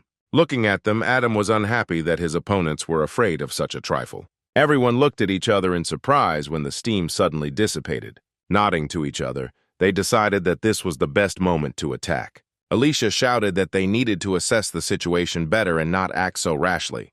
Her comrades responded that if Adam needed time to let off steam again, then it would be a big mistake on their part to miss this moment. Looking at the guys flying towards him, Adam shouted that they were complete idiots. The next moment, there was an explosion. When the dust cleared, Olivia saw that both boys were lying in front of Adam, clutching their broken limbs. The girl was shocked that even the bracelets could not save the boys. The next moment, she noticed that Adam had gathered steam in his hand again, looking at one of the guys lying in front of him. A terrified Olivia ran forward, shouting that they had to save the wounded. Adam turned his attention to the girl, asking if she was really going to save these fools. He waved his fist, letting all the steam go in her direction, telling her that if she really wanted this, she would have to try hard. Olivia moved in a zigzag motion towards her opponent, trying to avoid his steam. Looking at her, Adam smirked, saying that he liked the way she acted, after which he asked if she really didn't want to be his. Olivia said that she wasn't going to respond to his dirty words. After his words, the heat in the guy's hand became even stronger, and he said irritably that he had pitied her all this time, but now he would not hold back. As he was about to attack the girl from behind, she was suddenly engulfed in a blinding glow. Taking advantage of Adam being blinded, Olivia took one of the wounded guys, saying that they needed to be transported to the rear. Adam, clutching his face, said irritably that all this was starting to piss him off. The girl looked back after his words. The heat engulfed Adam with renewed vigor, and with a bloodthirsty smile, he asked if he should beat Olivia to death. When he attacked her, the girl created a protective barrier. She endured all of Adam's attacks with fortitude. The irritated guy had been trying to break through this barrier for several minutes, but it just wouldn't budge. Olivia thought that she needed to hold out until all the wounded guys were evacuated. At one point, Adam irritably asked how long she was going to hide behind this shield and demanded that she bring Antonio here. Olivia replied that their leader shouldn't mess with trash like him. After her words, Adam became even more angry. At this point, she was informed that the evacuation was already complete. The girl smiled and said that it was time for them to say goodbye. However, the next moment, something unexpected happened. She felt her legs being sucked into the ground. Adam asked if she really thought he would let her go that easily. The next moment, he raised his fist again to strike. Olivia stood frozen in a daze, not knowing what to do. When the guy struck again, she winced in pain. Her feet were stuck in the ground, so her position was compromised, and she knew she couldn't hold out like that for long. A few moments later, deep cracks appeared on the shield. Adam leaned down to Olivia's face, saying that everyone had already left except her. Then, with a look full of madness, he asked what would be faster, to drip it into the ground or to break the barrier. The girl looked at him with horror frozen in her eyes. Without waiting for an answer from her, Adam said that she had better not irritate him even more and hurry up with her choice. The next moment, he noticed a boulder flying towards him. The guy jumped back, a few seconds before the rock landed where he had been standing before. Olivia watched as several more followed the boulder. Adam looked at the girl and said irritably that he was almost there. Without delay, Olivia ran back. As she ran past Glenn, she thanked him, saying that it was thanks to his help that she was able to escape. The next moment, she noticed the state of the guy, who was shaking from extreme fatigue. Smiling, Olivia said that Glenn was the best thing she had ever met on this journey, and then told him that he could rest. Barely able to stand on his feet, the boy replied that it was his duty. The next moment he fell, but Olivia managed to catch him, saying that if he corrected his character a little, this guy would be priceless. Andrew came up with the others and asked if she was okay. Pointing to the blocked path, they asked what they should do. One of the guys suggested gathering the rest and joining the center. Olivia replied that they could not do that because they had no guarantee that their opponents would not cross this barricade, but their plan to break through the left flank had reached a dead end. When Andrew asked what they should do if Adam was there too, Olivia replied that with his physical abilities he could probably escape, and since he was sure Antonio wasn't there, he would go another way. Andrew asked where he could go. She replied that if Adam was able to determine Antonio's location, then he had only one way left, the center. At the same time, Ethan and his guys were also discussing possible options for where Adam would appear, and the hero was sure that he would appear in the center. Patrick, who was standing nearby, said that the enemy could come to them as well. As the weakest unit, Ethan replied that Adam most likely already realized that they were on the left path and Antonio was in the back. Besides, he had already defeated the first military unit, so he wouldn't worry about the difference in strength between the second and third, so Adam would head to the center because it was closest to it. All this time, Patrick was listening carefully to his leader. When he finished, he asked what they would do next. They managed to move forward a little, but help had already arrived from the other side, and they had been at a dead end for quite a long time. Ethan thought about it. A few moments later, he stood up from his seat and looked at Patrick, asking if they could break through this impasse and move the battle line with just the ninth graders. Faced with the silent question in the guy's eyes, the hero explained that enemy reinforcements would head to the center, and in order to prevent this, it was necessary to get out of the dead end. After his words, Patrick looked thoughtfully at his classmates. A few moments later, he turned to Ethan and said cheerfully that they would do their best. Having said this, Patrick went to his guys. When Alicia heard that thanks to Glenn, one of the paths was blocked, she asked if it was disinformation. Catherine, standing behind her, replied that it was reliable information. Sighing, Alicia pointed her sword at the enemies, saying that since the left path was cut off, then everything in the center should go according to plan. They needed to try hard and defeat the enemy before Adam showed up here. The boys from the other school looked at the girl standing in front of them with apprehension. Chad looked at Tim, telling him to come up with something to disarm Alicia as quickly as possible. Tim responded with a pained expression that it was too difficult for him. He was about to attack her, but she suddenly changed position and struck him. If he used his ability, Alicia would use twice the force and cut him into pieces. Chad said with horror that if Adam found out that they were stuck on just one person, he would personally finish them all off. Looking at the girl standing in front, Tim replied that she had single-handedly destroyed 200 people, and they definitely couldn't handle her. Hearing his words, Alicia chuckled, saying that it was a given because they were fighting one of the strongest students in the military training school, the White Jade Goblin. Her words made Tim step back. He suggested to his comrades to retreat for a while and wait for Adam. At that moment, the one he was talking about appeared behind him and irritably asked who was going to retreat where. Looking at him, Alicia was surprised that he was able to get here so quickly. She was sure that it would take him much longer. Meanwhile, Adam turned his attention to the girl, asking if she was the famous White Goblin. The next moment he took off, concentrating the steam in his right hand, and ran towards Alicia. Looking at her, he said that he was incredibly annoyed by upstarts who call themselves the strongest, although they are not even close to that. When he struck, the girl covered herself with her sword. The attack was too strong and she was thrown back several meters. After this attack, Alicia was able to tell that her opponent's fighting ability was somewhere around the A rank level. She said that she didn't want to do it until the last minute because of the cameras watching them. But if she kept getting it, it would be a bit of a hassle. The next moment, she had the White Goblin armor on her. Seeing this, Adam asked if all the girls in their school wore armor. He said that he had recently destroyed someone in cool armor. Alicia realized who he was talking about and smiled. The next moment, she ran towards her opponent, saying that even if they both wore armor, she was on a completely different level. He chuckled, gathered steam in his fist, and asked what it meant on another level. Her armor would sooner or later bend under his fists. After that, he pointed his fist at Alicia, who had already gotten quite close to him. However, the next moment, the girl covered herself with her cloak, extinguishing the steam in his fist. When she attacked him with her sword, the guy managed to jump back at the last moment. Once he was at a safe distance from her, he said that this technique was very original. Smiling, Alicia replied that she didn't design it to surprise Adam. He said irritably that she knew how to get on his nerves. The next moment, steam appeared in his hands again. Adam swung it towards Alicia, asking if her cape could withstand the blow. Looking at the attack approaching her, the girl thought that if she dodged now, the guys behind might get hurt by this attack. She couldn't allow this to happen. The next moment, her cloak rose up and began to lengthen. Alicia used it to shield herself from the approaching cloud of steam. A few moments later, as the steam began to clear, she said that such techniques would not work against her.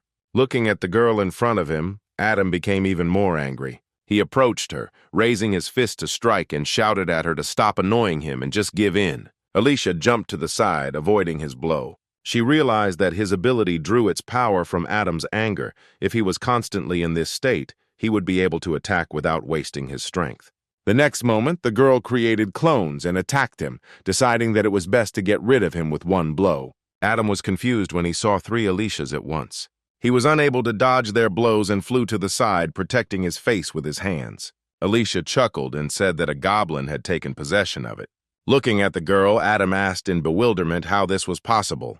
Turning around, he asked Tim how long they would have to wait for reinforcements. When he replied that he didn't know, Adam became even more angry. Seeing that his gaze had changed to murderous, the guy panicked and replied that he would contact the ambush team immediately. Alicia overheard their conversation and asked what the team was. The girl looked at the wall behind Adam and his guys. She was sure that even for a ranged team, the wall was too far away. However, the next moment she saw that one of those guys could change the landscape. Alicia was horrified when she realized that they could separate her team from the center. Catherine ordered her boys to run back and not let the enemy get to the rear. Looking up at the enemy team, Alicia noted that the speed at which they were descending was too great. If they sent all their forces to the rear, then her guys would run out of steam and they would end up in the minus. Adam, who decided to attack from above, attracted her attention, asking what she was looking at so intensely that she even forgot about him. Alicia turned her attention to the enemy and summoned the clones again. When Adam hit the ground near the clones, they immediately disappeared. Looking up at the girl, he noticed that she was weaker than before and assumed that her armor was absorbing a lot of power. He asked what she intended to do with him in front and an ambush team behind him. When Alicia replied that she could easily beat him and his buddies, Adam laughed, telling her to stop acting tough because in her exhausted state, she wouldn't last more than a few minutes. The girl pointed her sword at him, thinking that she needed to finish him off at least. Suddenly, screams from the side caught her attention. Alfred and the rest of the zombie team were fighting the ambush group. The guy shouted that no one would get through. Seeing them gave Alicia hope. When Adam asked in bewilderment who these weaklings were, the girl turned a murderous look on him, telling him that he should be careful with his words because these guys were friends of her future husband. Adam looked at her with bewilderment, asking if it was too early for her to decide to play at adulthood. As the steam began to envelop his body again, he said he had had enough of these childish games. He said that he had previously felt sorry for her because she seemed nice to him, but as it turned out, he had simply wasted his time. Looking at Alicia, Adam suggested that she finally finish all of this. The girl felt a strong pressure coming from the guy standing in front of her. When she noticed that his steam turned into ice, she became even more wary. She didn't even have time to notice how Adam was next to her. He attacked her with his foot. Alicia managed to protect herself from this attack with her cloak at the last moment. She was confused by her opponent's sudden change of tactics. Alicia jumped back to a safe distance from him. Without taking his eyes off her, Adam said that he would finish with her very soon. The next moment, he attacked her again with a kick, but the girl parried his attack with her sword. The guy said that she should train more with her sword instead of waving her cape. The next moment, Alicia jumped back. Sighing, she agreed with him, saying that fighting in armor was not something she was used to. He smirked and asked if she was finally admitting defeat. Raising her sword over her head, the girl replied that she would not give up until she got rid of her opponent. The next moment, her armor began to disappear, and the power that was in them passed into the sword. Alicia raised the sword, engulfed in glow, up. Adam, without moving from his place, watched what the girl was doing. At one point, he asked in bewilderment if she really believed that such an attack would hurt him. Alicia smiled and replied that he was not learning anything at all. The next moment, her clones appeared next to her, holding the same sword. Adam stepped back. Now he understood the reason for Alicia's confidence in her abilities. All this time, she had been hiding a similar trick. The girl shouted that he should prepare himself for the fact that he would have to spend several weeks in the hospital. The next moment, she and the clones attacked Adam. Because of the rising column of dust, the girl could only hear the scream of her opponent. Alicia let out a tired breath and her ability began to fade. The guys from the zombie team who came up to her joyfully shouted that she had done a brilliant job, having dealt with Adam and his friends with just one blow. Looking straight ahead, Alicia replied that they were deeply mistaken, which surprised them. She was sure he could have blocked her blow, but he didn't, exposing his friends to the shockwave of her attack. And he himself simply jumped off the wall, avoiding her blow. Given his physical indicators, such a jump would do nothing to him. Hearing this, Alfred and Ryan shook their heads in disapproval, the latter saying that if it were their leader in his place, he would have put his life at risk to deflect the blow. Remembering Ethan, Alicia asked where he was. At the same time, as she expected, Adam jumped off the wall and landed successfully on his feet. Scratching the back of his head, he said that in any case, he just needed to deal with Antonio and press the button as previously planned. When he saw Tim in front of him, he quickly approached him and asked him in bewilderment why he was still there, since he was deliberately stalling for time to give the team the opportunity to move on. Tim didn't have time to answer when Ethan, who was sitting on the stairs, made his presence known. Smiling, he said that he had already become afraid that he would not see Adam in the flesh until the end of this competition. A few moments later, they were locked in battle. Looking at Ethan, Adam asked if the famous F-rank killer had decided to take revenge on him for that weakling from his school. Smiling, the hero replied that anything was possible. The next moment, Adam admitted that he was surprised that Ethan had guessed that they were going to attack and go through the gorge, warming up his wrist. The hero replied that his opponent was talking too much. Scratching the back of his head, the guy said irritably that the noise would probably not reach the bottom of the gorge, so it would be a good idea to get rid of it now and then just make it look like an accident. Ethan said with some delight that Adam could try to kill him if he wanted to so badly. His opponent pulled his right leg back, preparing to attack. The next moment, Adam approached Ethan with lightning speed. The hero effortlessly blocked his attack with his fist. Then his opponent jumped up and turned around in the air. When he threw a kick at Ethan, he blocked it again. The hero said with disappointment that all this time Adam had only been bragging in vain, when in fact he wasn't worth a penny. Adam jumped aside, realizing that his opponent was not as weak as he thought. Ethan dusted off his sleeve and said that Adam shouldn't slack off and show off his secret skill already. The guy said irritably that he would make him regret these words. The next moment, Adam shouted to his guys that he was going to move on to the 4th stage, so they needed to get as far away from here as possible. When Tim said that he needed the instructor's permission to move on to this stage, Adam ruffled his hair and grinned, saying that he could go and complain to the instructor right now. Tim realized that his leader was serious and ordered all the guys to run if they didn't want to get caught too. At that moment, Ethan pointed behind him and asked if they wanted to run. Could they run in that direction? Tim looked at him in bewilderment, saying that this was the path to their rear. The hero replied that if they did not want to go there, they could all fight him at once. Tim decided that it was better to take advantage of this opportunity before Ethan changed his mind, and together with his guys, ran in the indicated direction. At that moment, Adam said that although he did not know what his opponent was planning, it was already too late and asked Ethan to try not to die too quickly. After this, he released his power, entering the 4th stage of madness. Looking at his opponent, Ethan managed to find out that at this stage the energy release occurs twice as much, and the opponent, whose emotional state is in the minus compared to Adam, cannot touch this energy. Ethan frowned when he learned that when he entered this stage, his opponent would be completely controlled by his anger and lose his memory. A few moments later, Adam ran towards him. As he approached, he raised his leg to strike. However, Ethan stopped his attack with his dagger. Although he managed to stop the blow, he was thrown back several meters. He noted that the enemy's strength had increased significantly. Ethan didn't even have time to get up from the ground when Adam was back next to him with a crazy smile. He rose to his feet and assumed a defensive stance as his opponent raised his clasped hands above his head. The next moment, a loud roar was heard from the place where they were fighting and columns of dust rose into the air. Ethan emerged from the cloud of dust. Adam, standing opposite him, began to laugh. The next moment, he threw clots of energy from his body towards Ethan. The hero jumped back, realizing that he had fallen into his trap. As Adam approached him, he raised his fist for another blow. Ethan couldn't dodge such a fast attack and had to take the hit. He flew several dozen meters through the forest, leaving deep marks on the ground. Ethan thought that if Adam had used this technique in a fight with Alicia, she would not have been able to resist him. The object of his thoughts did not take long to appear before our hero again. Looking at the maddened guy, Ethan thought that he had finally found a worthy opponent with whom he could compete in his madness. The hero smiled broadly at the thought of this. He began to slowly rise to his feet, releasing his power. The next moment, he swung the blade in front of him, dispelling the enemy's energy that had enveloped him. Afterwards, with a look of complete madness, he looked at Adam and joyfully said that he had finally found someone who would want to play with him.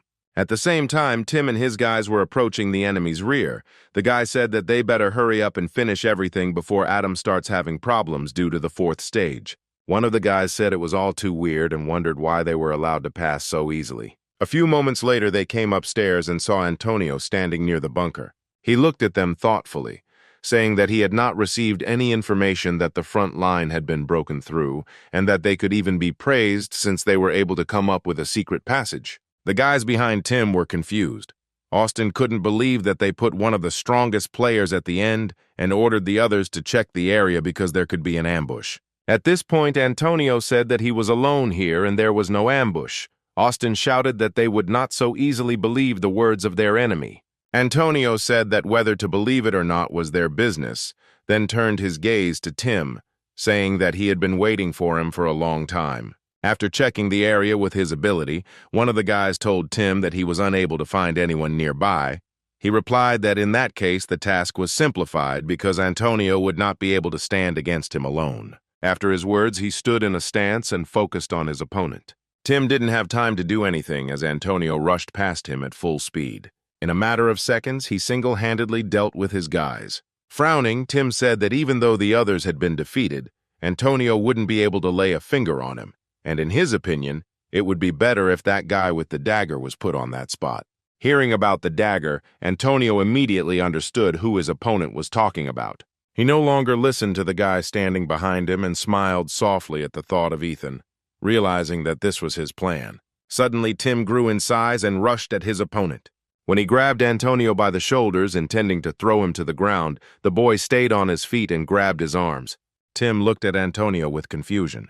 He looked at him and said that after the day he lost to him, he couldn't stop thinking about why it happened. While he was lying in the hospital ward, various thoughts came into his head. While thinking like this, he raised his hand up, assuming that he was simply exhausted from training that day.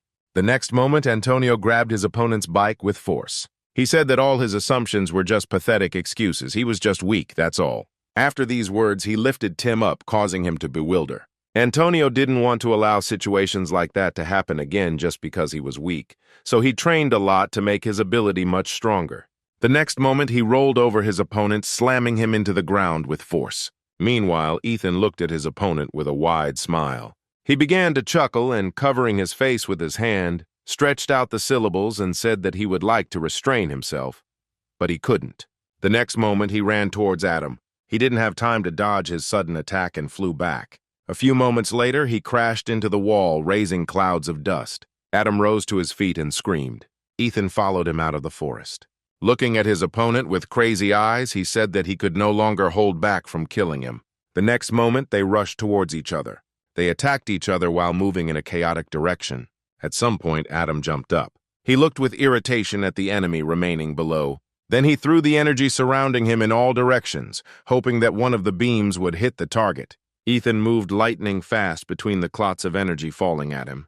A few moments later, he managed to climb the wall. He smiled bloodthirstily as he looked at his opponent. Adam turned to Ethan and directed the energy beams at him again. However, in the blink of an eye, he came very close to him, asking how he could amuse himself so as not to take Adam's life. After these words, he struck him, causing him to fall down. A few moments later, the hero landed near Adam. Looking at him, Ethan said with disappointment that it was too boring. Adam stood still, watching the guy standing in front of him. As Ethan began to approach him, his opponent crawled back, noticing this. The hero asked in surprise where he was going, because they were not finished yet. Ethan stopped in front of the guy, frozen with fear, with his blade raised up. Smiling contentedly, he said that now the most interesting part would begin. The next moment, the hero lowered his hand with the dagger, aiming at the frightened enemy. Immediately after this, a loud sound was heard and clouds of dust rose into the air again. Ethan and Adam were in a small crater left by the impact. Having pulled his dagger out of the ground, the hero, who had already come to his senses, said with relief that he had finally managed to destroy this annoying ability.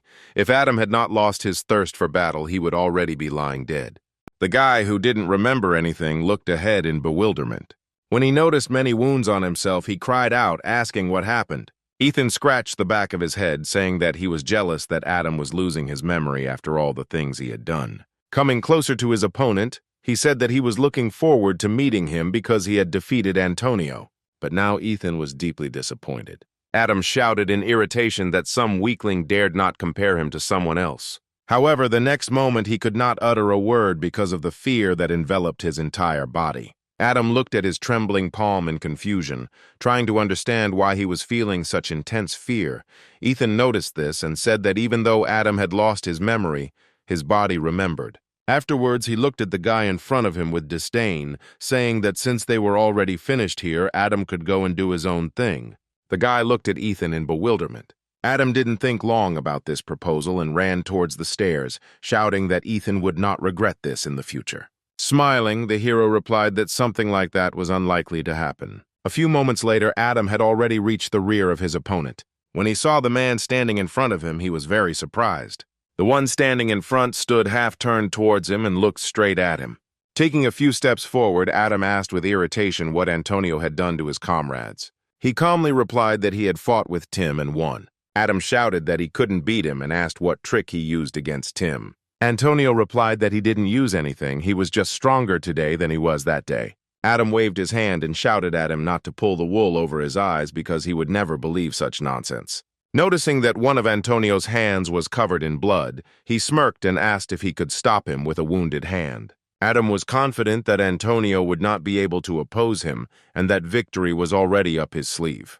However, the next moment his opponent unbuckled his jacket, saying that it would be a little difficult for him to resist in such a state. Adam looked at him in surprise when he saw Antonio wearing a vest, and he explained that it was a training vest with sand in it. The guy said that even if Antonio took off the vest, the situation would not change. But when his opponent took off the vest and it fell to the ground with a crash, Adam froze. He looked at the vest lying there and asked uncertainly if Antonio had adopted Tim's ability through the vest. His opponent ignored the question and said that they were both wounded, so it could be assumed that this fight would be an equal one. Adam wanted to say something in response, but he didn't have time because Antonio approached him with lightning speed and grabbed him by the uniform. The next moment, he fell to the ground. Jumping back, Adam said that Antonio just wanted to test what he was capable of. Concentrating his strength in his leg, Adam moved closer to his opponent, intending to strike him in the head. However, something happened that he never expected. Antonio held back his opponent's blow with one hand and suddenly asked why he hadn't done anything that time. Without waiting for his answer, Antonio said that looking at his skills now, he was beginning to realize that, unlike himself, Adam was at the same level as he was 3 years ago. Gritted his teeth and asked if he really thought he hadn't intervened back then simply because he was scared. These thoughts made Adam even more angry. The next moment, he struck again, throwing his opponent away from him. Antonio flew into the wall. Looking up at Adam, he asked if anger was the key to his ability to take away his awareness and increase his strength. He didn't move, waiting for Adam to get close enough to him. A few moments later, his fist flew past Antonio's face, who said that Adam should get to know his skills too. The next moment, he grabbed his opponent by the collar of his jacket. Antonio threw the guy into the wall behind him with a spin. The strong blow made Adam cough up blood. Looking at his opponent pressed into the wall, Antonio said that this was one of the judo techniques that deprives the opponent of all strength. As Adam fell unconscious to the ground, Antonio commented that this fight was too boring. Afterwards, he said that Ethan could now come out of his hiding place. The next moment, the hero approached Antonio and awkwardly scratched the back of his head, asking how he noticed him. The guy replied that he initially assumed that he would follow Adam. Smiling, he said that Ethan had a rather interesting plan and asked what would happen in the end. The hero also smiled and replied that Antonio should press the opponent's button. He assumed that Ethan immediately realized that he wouldn't do it. Looking back, Antonio said that according to the rules of the game, he should have dropped out because of the wound that Tim left me with, and if Adam had come here with an intact bracelet, he would have had to be missed. Turning around, he said that his job was done, so he was retreating. Antonio turned around and said with a smile that he would let Ethan finish everything.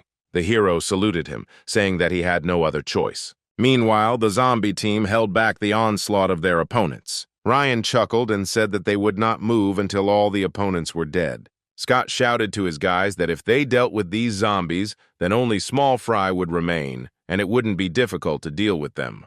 He wanted to say something else, but at that moment something rushed past him at high speed. In an instant, Ethan dealt with Steve's friends and said with a smile that the small fly was already in place. The guys from the zombie team were delighted to see their leader. Having dealt with the last enemy, Ethan admitted that he was pleasantly surprised that his guys lasted so long. Approaching them, he asked what happened here. Ryan answered that Alicia retreated, so they were pushed back a little, and if they held out for another half hour, they would win. Ethan looked at the crowd ahead, wondering if he could break through them. Hearing his words, Nick asked in bewilderment if they really needed to break through this crowd. Ethan smiled awkwardly and said that Antonio had instructed him to end everything, so he had no choice. The hero was very stressed by the time limit. If he had more time, there would have been no problems. Without his bloodlust, he wouldn't be able to deal with such a large number of opponents. He needed to think about how to distribute his power properly. He thought that the best solution would be to use his hand to increase the force of the blow. But at the last moment, he decided that to get out of this situation, he needed eyes that could foresee the outcome of the battle. The guys on the opposing side began to look at each other in bewilderment, not understanding why the other side was not doing anything. However, a few moments later, one of the guys noticed someone approaching them. The girl looked ahead, asking what kind of crazy idiot this was. There was no way he could get through them all on his own. However, when he raised his head, the girl froze in horror as she met his gaze. All this time, interested individuals were watching the competition between the two schools. Taking a cup of tea in his hand, the older man asked the young man sitting opposite him what he thought after watching the boy. Alex smiled and replied that he would win. There's no way he's going to lose to some guy with a puny dagger. The man looked at him sullenly and said that he needed to know for sure whether he could trust his precious daughter to Alex. Turning his gaze to the monitor, the man said that the White Jade Goblin family was not suitable for him. Alex replied that the elder need not worry about it. At that very moment, The monitor showed Ethan emerging from the enemy bunker with a red flag in his hand and announced that the military training school squad was the winner. Ethan himself smiled happily, glad that everything worked out for him. Smiling, Alex replied that he would take responsibility for the young lady. The news that students who were considered to be lagging behind had shown simply brilliant results attracted the attention of the press. But most of the attention was focused on their leader, who was nicknamed the F-Killer. Thanks to the live broadcast during the competition, everyone saw how the weakest student single-handedly broke through several hundred opponents and snatched victory. Looking at him carrying the victory flag in his hands, many low-ranking school children who had already given up on themselves and their future once again took heart. Ethan himself was not thrilled with the popularity that had fallen on his head. In front of dozens of journalists, the principal, who had hated and despised him all this time, declared that he was the pride of his school, and it was thanks to the preparation of their school that Ethan became who they see before them now. Also, after what happened, students began to put more emphasis on sports, devoting all their free time to it. And the beginning of such changes was Antonio. Thanks to him, the school began to change slowly and receive a lot of support from the outside. The next day, he was walking with Alicia during one of the breaks. Complaining that his previous life was better, the girl replied that now he completely understood her pain, and since they were now equal, all that was left for them to do was get married. Ethan flinched when Alicia brought up the subject of marriage and asked why she had suddenly decided to bring it up. The girl smiled, saying that she would be a good wife, and that running away from reporters together would be much more fun. Ethan said with displeasure that he did not want to walk around beaten by her every day. After his words, Alicia looked at him with a withering look, saying that since he did not want to live, then she could finish him off right here. As she grabbed him by the shirt and raised her fist to punch, someone called out to Ethan. The crowd of junior high school students enthusiastically shouted that this was indeed the F-Killer, and next to him was a white jade goblin. Alicia immediately let the guy go, saying that her hubby is very popular. Suddenly, Mike and Sean approached him. Looking at their rumpled appearance, he asked if they had also taken Antonio's exam. The guys nodded. Sean said that he almost went crazy. Michael looked at his hands shaking with pain and said that he was confident in his abilities, but did not even make it to the second round, and some say that Ethan passed his exam on the first try. The next day, Michael and Sean bowed and apologized to the hero, saying that they didn't realize how hard he had tried all this time. Michael said it was too arrogant of them to ask for forgiveness after all that bullying, but now they want to become like Ethan. The hero looked at the guys standing in front of him with doubt. Meanwhile, Michael continued, saying that they failed the exam this time, but they will try again and again. He asked Ethan to teach them how to train, saying that he can treat them the same way they treated him in the past. The boys raised their heads in joy when the hero said that he understood their intentions. With a sadistic expression on his face, he said that he would personally supervise all their training. The expression on his face sent shivers down the others' spines. The next moment, the frightened boys ran away from there, shouting that they were very sorry and that they did not want to anger him. Ethan looked at them in confusion, trying to understand why they were all scared. Alicia put her hand on his shoulder and said with a smile that she was the only one who could stay by his side, so he better give in and become her husband. Ethan took a couple of steps away from the girl, saying that she had already gotten on his nerves with such proposals. When someone called out to him, the guy turned around, surprised that there was still someone there, and the girl who came up shyly asked what his relationship was like with Alicia. Ethan replied with a smile that there was nothing between them.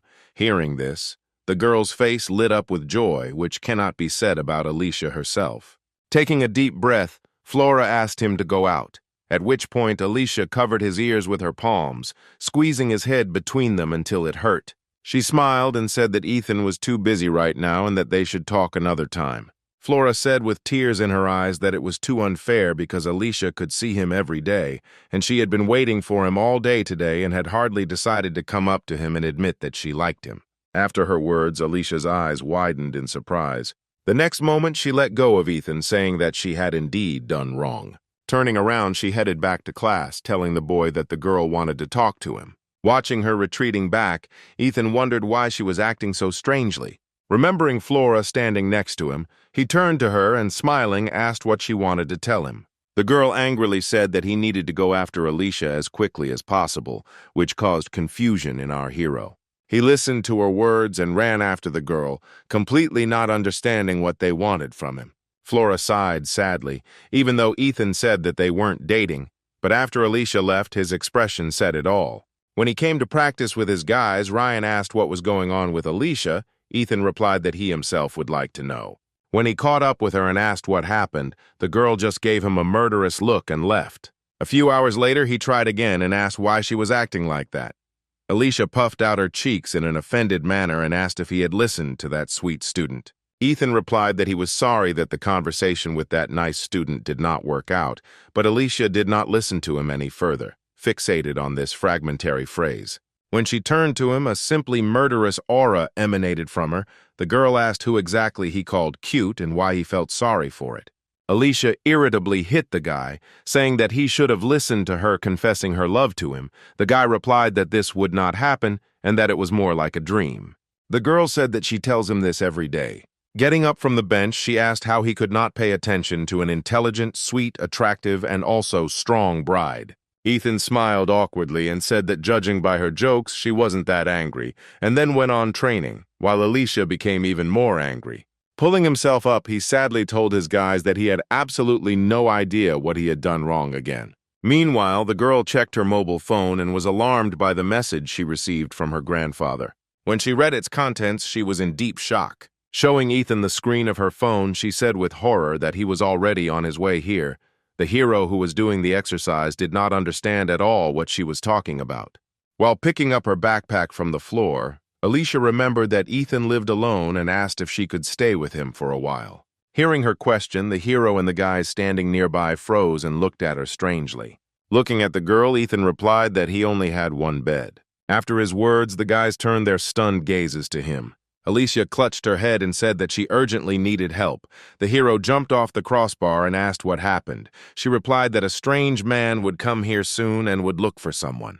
Alex, standing on the threshold, said that he was offended by the way she called him. The next moment, Alicia hid behind Ethan's back. The guy who came up sadly said that he was upset, and she was also hiding behind another guy. Then he switched to Ethan, saying that he came for Alicia and was lucky to meet him here too. The hero looked at him in surprise, asking how he knew him. Coming to his senses, Alex introduced himself, after which he said that he had heard a lot about Ethan from the family of the White Jade Goblin. The hero pointed to himself and asked in bewilderment why Alicia's family was talking about him. Alex said that while it wasn't polite to ask for something like that on a first meeting, he would like to fight Ethan. The hero looked at the guy standing in front of him with confusion. The other students recognized Alex, who had won the recent European Youth Championships and were now trying to figure out what he was doing here, dressed in their school uniform. Ethan glanced sideways at the girl hiding behind him and hesitantly said that he was her friend and that he had picked her up, but Alicia didn't let him finish, answering that everything was completely wrong. She looked at him and said that he was some kind of mercenary sent. Ethan was surprised when Alicia called Alex a mercenary. Turning his gaze to the guy, the hero said that he should calm down first. Besides, they had no reason to fight each other, so it would be better to just talk in a calm environment. Leaning towards him, Alex replied that although he had come for Alicia, he had wanted to fight Ethan for a long time. Entering the hall, Antonio noticed that something was happening here. Stepping forward, he saw Ethan and Alex standing in the middle. Noticing him, Alex approached him and shook his hand, saying that he had come to them from Slovakia. Antonio replied that he already knew about this. Afterwards, he pointed at Ethan standing behind him and asked what he wanted from the future leader of the training unit, causing shock in the hero himself. Alex replied that he would like to fight Ethan. Antonio warned that using his abilities within the unit is prohibited, because you need to get permission from a senior to do so. The guy said that he knew that Antonio was the eldest here. He looked at the guy appraisingly, thinking about something. A few moments later, he grabbed both boys by the arms, saying it would be a one-armed fight. Alex laughed, saying that Antonio really did think completely differently from others. The current unit leader said he would assume they both agreed to that condition. Looking at Ethan, he said with a menacing voice that he had to win because the honor of their unit was at stake. At that moment, Alicia pulled him towards her by the ear. With the same attitude as Antonio, she said that he had to win at any cost. Ethan sighed heavily and said he had a bad feeling about this. Alex called out to Alicia, getting her attention. Smiling, he said that he would definitely win for her, so she needed to watch the fight carefully. These words sent goosebumps down the girl's spine. A few moments later, Antonio announced that there would only be one round, no other restrictions, and asked if they were ready to begin. Having received their consent, he started the timer. Confident of his victory, Alex reacted with lightning speed. He was the first to strike accurately. Ethan noted that his opponent's strikes were too fast and sharp. Looking at him with a sharp gaze, Alex asked if the hero believed in the existence of ranks. Waving his bruised hand, Ethan asked if the boy could repeat his question. Alex replied that there was such a thing as ranks in the world, even in this fight. Ethan asked if he thought that souls had ranks too. Activating his ability, Alex replied that he does not consider everyone with weak abilities weak, but also does not forget that the elite have their own special path. The next moment, he struck Ethan again. The hero decided that after hearing such nonsense, he simply could not allow himself to lose, so he also decided to resort to using the ability. When Alex said he should just give up, Ethan decided to attack. His opponent looked at the hero with great surprise. Alex had to admit that he had relaxed too much and underestimated his opponent. With a bloodthirsty look, Ethan said that Alex should be less distracted by empty chatter during the fight. His opponent asked incredulously if such a dirty aura really belonged to Ethan, but he only said that if Alex did not give in, his palm would fly into pieces. The boy did not take the hero's warning seriously and directed more force into his hand. When the boys were about to strike each other, Antonio intervened in their fight, saying that this was enough. He said that if they overdo it with force, there could be serious problems. Rubbing his palm, Alex looked at Ethan, asking again if that incredible power was his ability. The hero just grinned. But even this was enough for Alex to come to the conclusion that that dirty aura really belonged to Ethan, and suddenly the hero suggested having another round so that his opponent could make sure of everything. Looking at his hand, Alex replied that he did not want to absorb such energy. Then he turned around, saying that was enough for today. Antonio called out to the boy. When he turned around, he asked if there was a place for him to train in Korea. Alex replied that there was no such place, and asked in surprise if they were really asking him to join this unit. Antonio replied that if he had nowhere to train, he could use their equipment at any time. Alex thanked him for his concern and asked why Antonio was so generous to him, allowing him to use his hall. He replied that, judging by Alex's assessments, he was a genius with incredible ability and good combat instincts, and there was no urgent need for any training. He decided to keep silent about what he felt when he touched his hand. Turning around, Antonio simply said that even geniuses have to try. As he left the room, the guy said that Antonio was quite an interesting person. Smiling, he thought that it was not in vain that he decided to come here. Alicia didn't know how to get rid of the clingy guy when our hero entered the classroom. She called out to him, saying that Alex needed to vacate the seat because Ethan was already sitting there. Rubbing his neck, the hero hesitantly replied that he was going to training anyway, so Alex didn't necessarily need to change seats anywhere. Alicia hit the desk with such force that it became covered with deep cracks. Ethan realized that it was better to joke with her, and approaching the guy sitting next to her, he asked if he could give up his seat to him. Alex reminded him that he was going to training. The hero replied that it was none of his business. Alex turned to Alicia and, smiling, asked if all Koreans were this difficult. The girl howled in helplessness, no longer knowing where to go. Suddenly, an announcement was made over the microphone that she was being called to the medical unit. Her face lit up with joy. The long-awaited salvation had finally come. She immediately stood up from her seat and teleported to the door, saying that she urgently needed to go. After she left, Ethan let out a tired sigh and said that he had to go to training, at which point Alex asked to give him a couple of minutes because they needed to talk. Looking in his direction, Ethan sighed again, coming to the conclusion that he wouldn't be able to practice today after all. A few minutes later, Alicia walked into the medical office. Sitting in front of a huge tray of donuts, Eliza happily waved at the girl, apologizing for calling her during lunch and offering to eat dessert together and talk at the same time. Alicia glanced uncertainly at the plate with the so-called dessert. But she still sat down in the chair opposite Eliza, deciding that it was much better than sitting with Alex. Smiling happily, Eliza said that if this treat was not enough, she had more. Alicia asked in bewilderment if she always ate such a big lunch, and the nurse replied that she had bought a bigger one on purpose so she could chat with her. Afterwards, she took one of the donuts and asked if Alicia had thought it all through. The girl shuddered, holding the donut in her hand. Noticing her reaction, Eliza apologized, realizing that she might be putting a lot of pressure on her since this was the first time Alicia had received such an offer, but she replied that everything was fine. She then added hesitantly that she was honored to receive an offer of this kind. Looking at her, Eliza said that she was sure that Alicia could become an excellent master. Extending her hand, she again asked the girl what she thought about joining the Mystery. Mystery is a group of Korean masters that only the best can join. It differs from other unions where representatives of only one clan gathered. One day, Korea's greatest leader, called upon to respond to emergency situations, created a special squad. It included the best masters in each direction. This is the Mystery. Eliza invited Alicia to become one of the masters. The girl answered doubtfully that she was not sure she could accept this offer because she was only a mid-level swordsman. While chewing on a donut, the nurse said that she invited her to join not only because of her sword skills, but also because she had amazing defensive abilities, skills that were valued even higher than her sword skills. Lowering her head, Alicia replied that she should only succeed as a sword master. Rising from her seat, Eliza said that she realized one thing when the girl asked her for advice about her aura. Sitting down next to her, Eliza said that in Mystery, Alicia would be able to become stronger than she was now with the help of other masters, only if she herself wanted it. Alicia looked at the nurse sadly, saying that she was a goblin who was bound to the sword, so she needed to become the best at wielding the sword. Eliza looked at the girl with incomprehension, saying that in Mystery no one would forbid her to continue to improve in this matter. When she said that it would be great if Alicia became a swordsman who could perfectly repel attacks, the girl sighed sadly. Eliza completely did not understand what she wanted to say. As a child, she dreamed that she had no ability for fencing. She did not want to be the best and hurt others.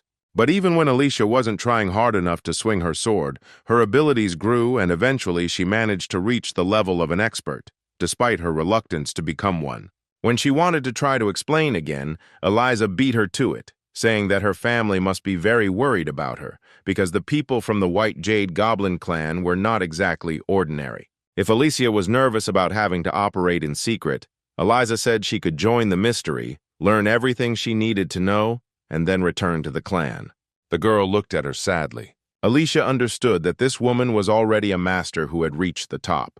Usually such people have a much higher sense of self-worth and a desire for self-improvement than others, and she could not understand someone who did not have the desire to become better than everyone else. Standing up, Alicia apologized, saying she needed time to think things over. Looking back at Ethan, the girl understood that he was trying to prove his abilities to the people around him, who had been underestimating him all this time, and it was for this that he had put in a lot of effort. That's probably why Alicia was so happy when she was able to create the armor. But when she saw Adam running away, she realized that she could deal with him with a simple counter of aura. Such an attack, filled with the power of aura, forced him to flee and smash the enemy army. As she approached the office, she thought that if the strongest masters could not change their approach to education, then even ordinary defense would turn into a technique capable of taking lives. At the same time, the guys moved to the roof, where Alex said that Ethan should give up Alicia because she is completely unsuitable for him. The hero looked at him in bewilderment, asking how he could refuse something that had never belonged to him. Although Alex thought Ethan's strength was amazing, he was sure that Alicia shouldn't get close to someone like him. Ethan said that Alex got something wrong when he saw Alicia making fun of him. The guy frowned, reminding him that the elite had their own path. He tried to convince Ethan that he could never make Alicia happy. Exhaling tiredly, the hero said that he should have guessed earlier, back when Alex started talking about abilities. Looking at him, the hero became convinced that for Alex, it was not the person who was more important, but his skills. Alex himself came to the conclusion that for Ethan, people come first, not his abilities. Suddenly, the hero asked him if it was possible to divide souls into ranks. The guy answered without hesitation that it was possible.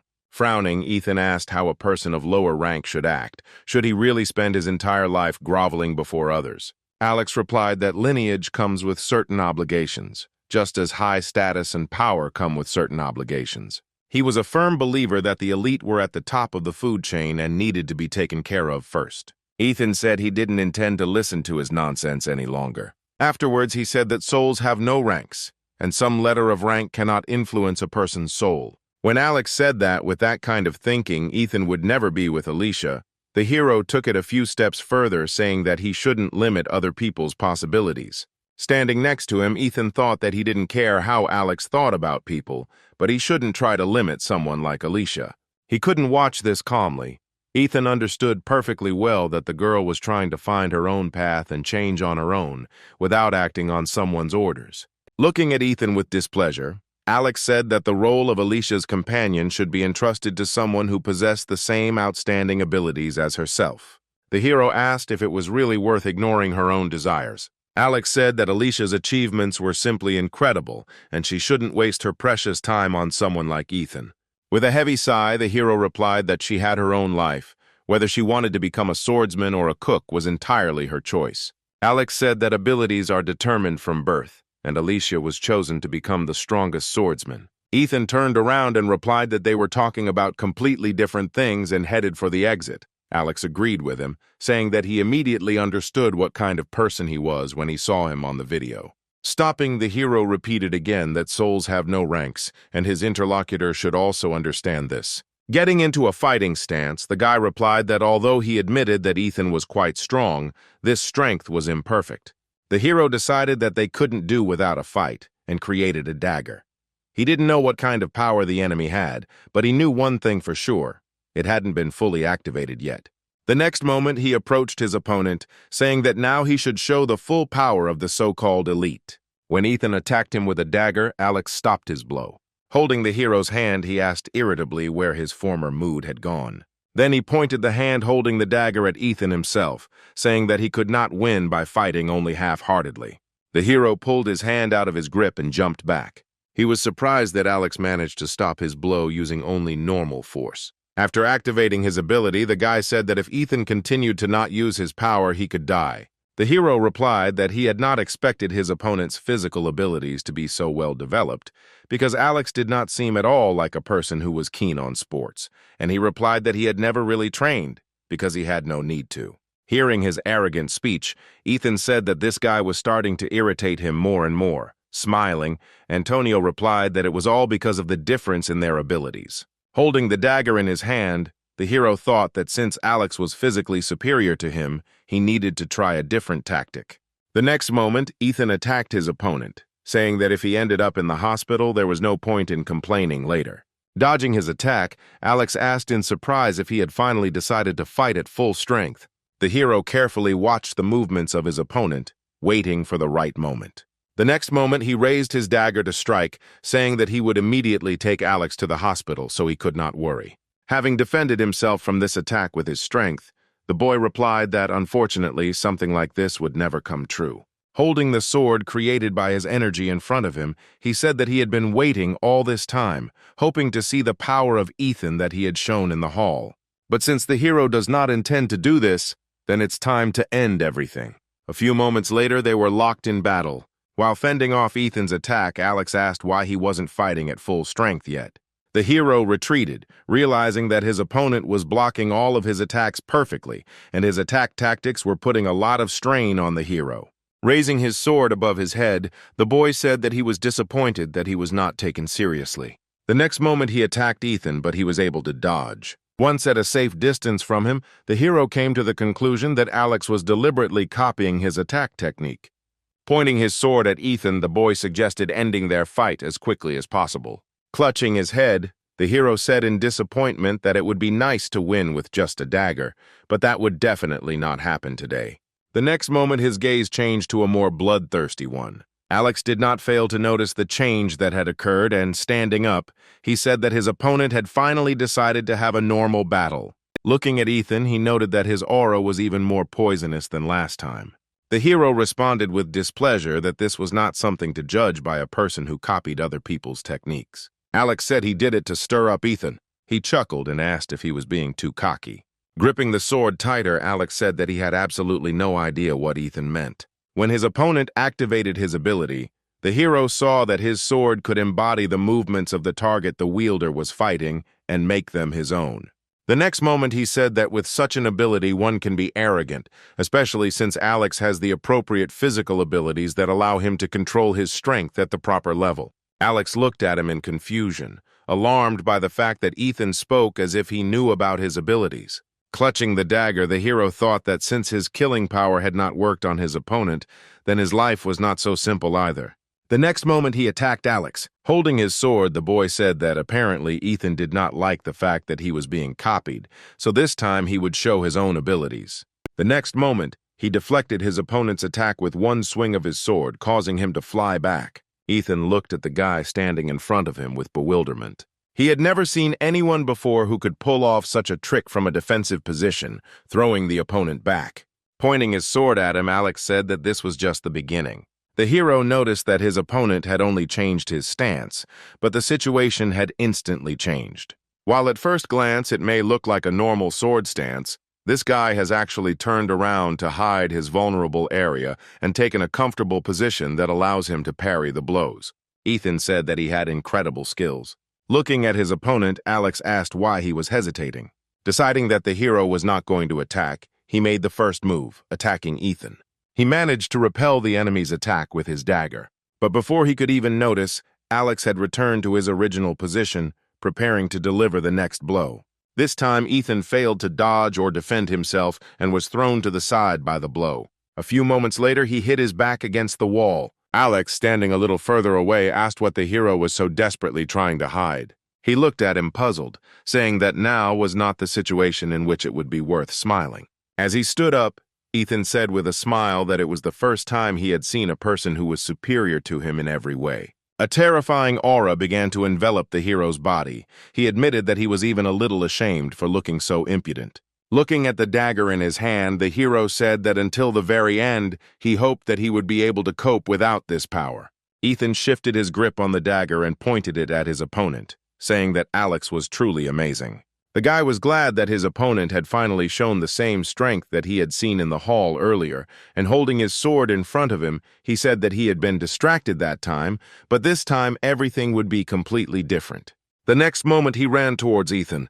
When he attacked the hero with his sword, he blocked the attack with a dagger. Alex looked at the guy in front of him in bewilderment. It was almost impossible to stop such an attack with just one hand. Looking at him, Ethan said that he previously thought that Alex was doing well, but without this power, he was not at all interesting to fight. The next moment, he put more force into it and threw Alex away from him. Looking at him bloodthirstily, the hero said that since he wanted to see his full strength so much, his opponent should be held accountable for his actions. After that, he attacked Alex, but he blocked all of Ethan's attacks with his sword.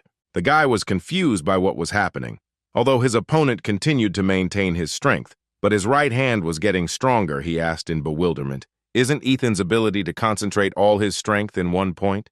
The hero chuckled at his words. Then I asked him if he really thought in that way. He jumped away from Alex, giving him a little breathing space. When the guy looked at Ethan again, he said that he was going to show him something interesting now. The next moment he attacked Alex again, who hastily put his sword in front of him to defend himself. However, the next moment Ethan threw the sword aside. Pointing the blade at his opponent's body, he said that this was not all. After these words, he went on the attack. The hero, with quick movements, struck several points on his opponent's body. For a few moments, Alex's ability began to fade. The guy asked in amazement how Ethan managed to stop at the last moment, because if it weren't for that, the last blow would have sent him straight to the hospital ward. The hero grinned and asked if Alex really wanted to do it again. The guy shook his head, saying that Ethan was much more capable than he thought, and asked if this right hand was the basis of his ability. The hero replied that with the help of a dagger he could also imitate Alex, although not so perfectly, but he replied that even he could not keep up with such a technique of the right hand. Suddenly pointing at himself, Ethan asked if Alex hadn't absorbed his ability because it was too dirty for him. He smiled and asked if the hero had the ability to analyze the abilities of other people, and then replied that he only eats delicacies. The hero chuckled, suggesting that if Alex consumed him, he would have an eating disorder. When he heard that the abilities Alex could absorb were predetermined from the start, Ethan froze. The guy also said that before this he needed to empty his stomach. He became wary, picking up on the aura of danger emanating from Ethan. It felt like he was ready to tear apart anyone who got in his way at that moment. Looking menacingly at Alex, the hero said that it would be better for him to stay away from Alicia. The guy shrugged, saying that it was the choice of the head of the family. Ethan clicked his tongue in irritation.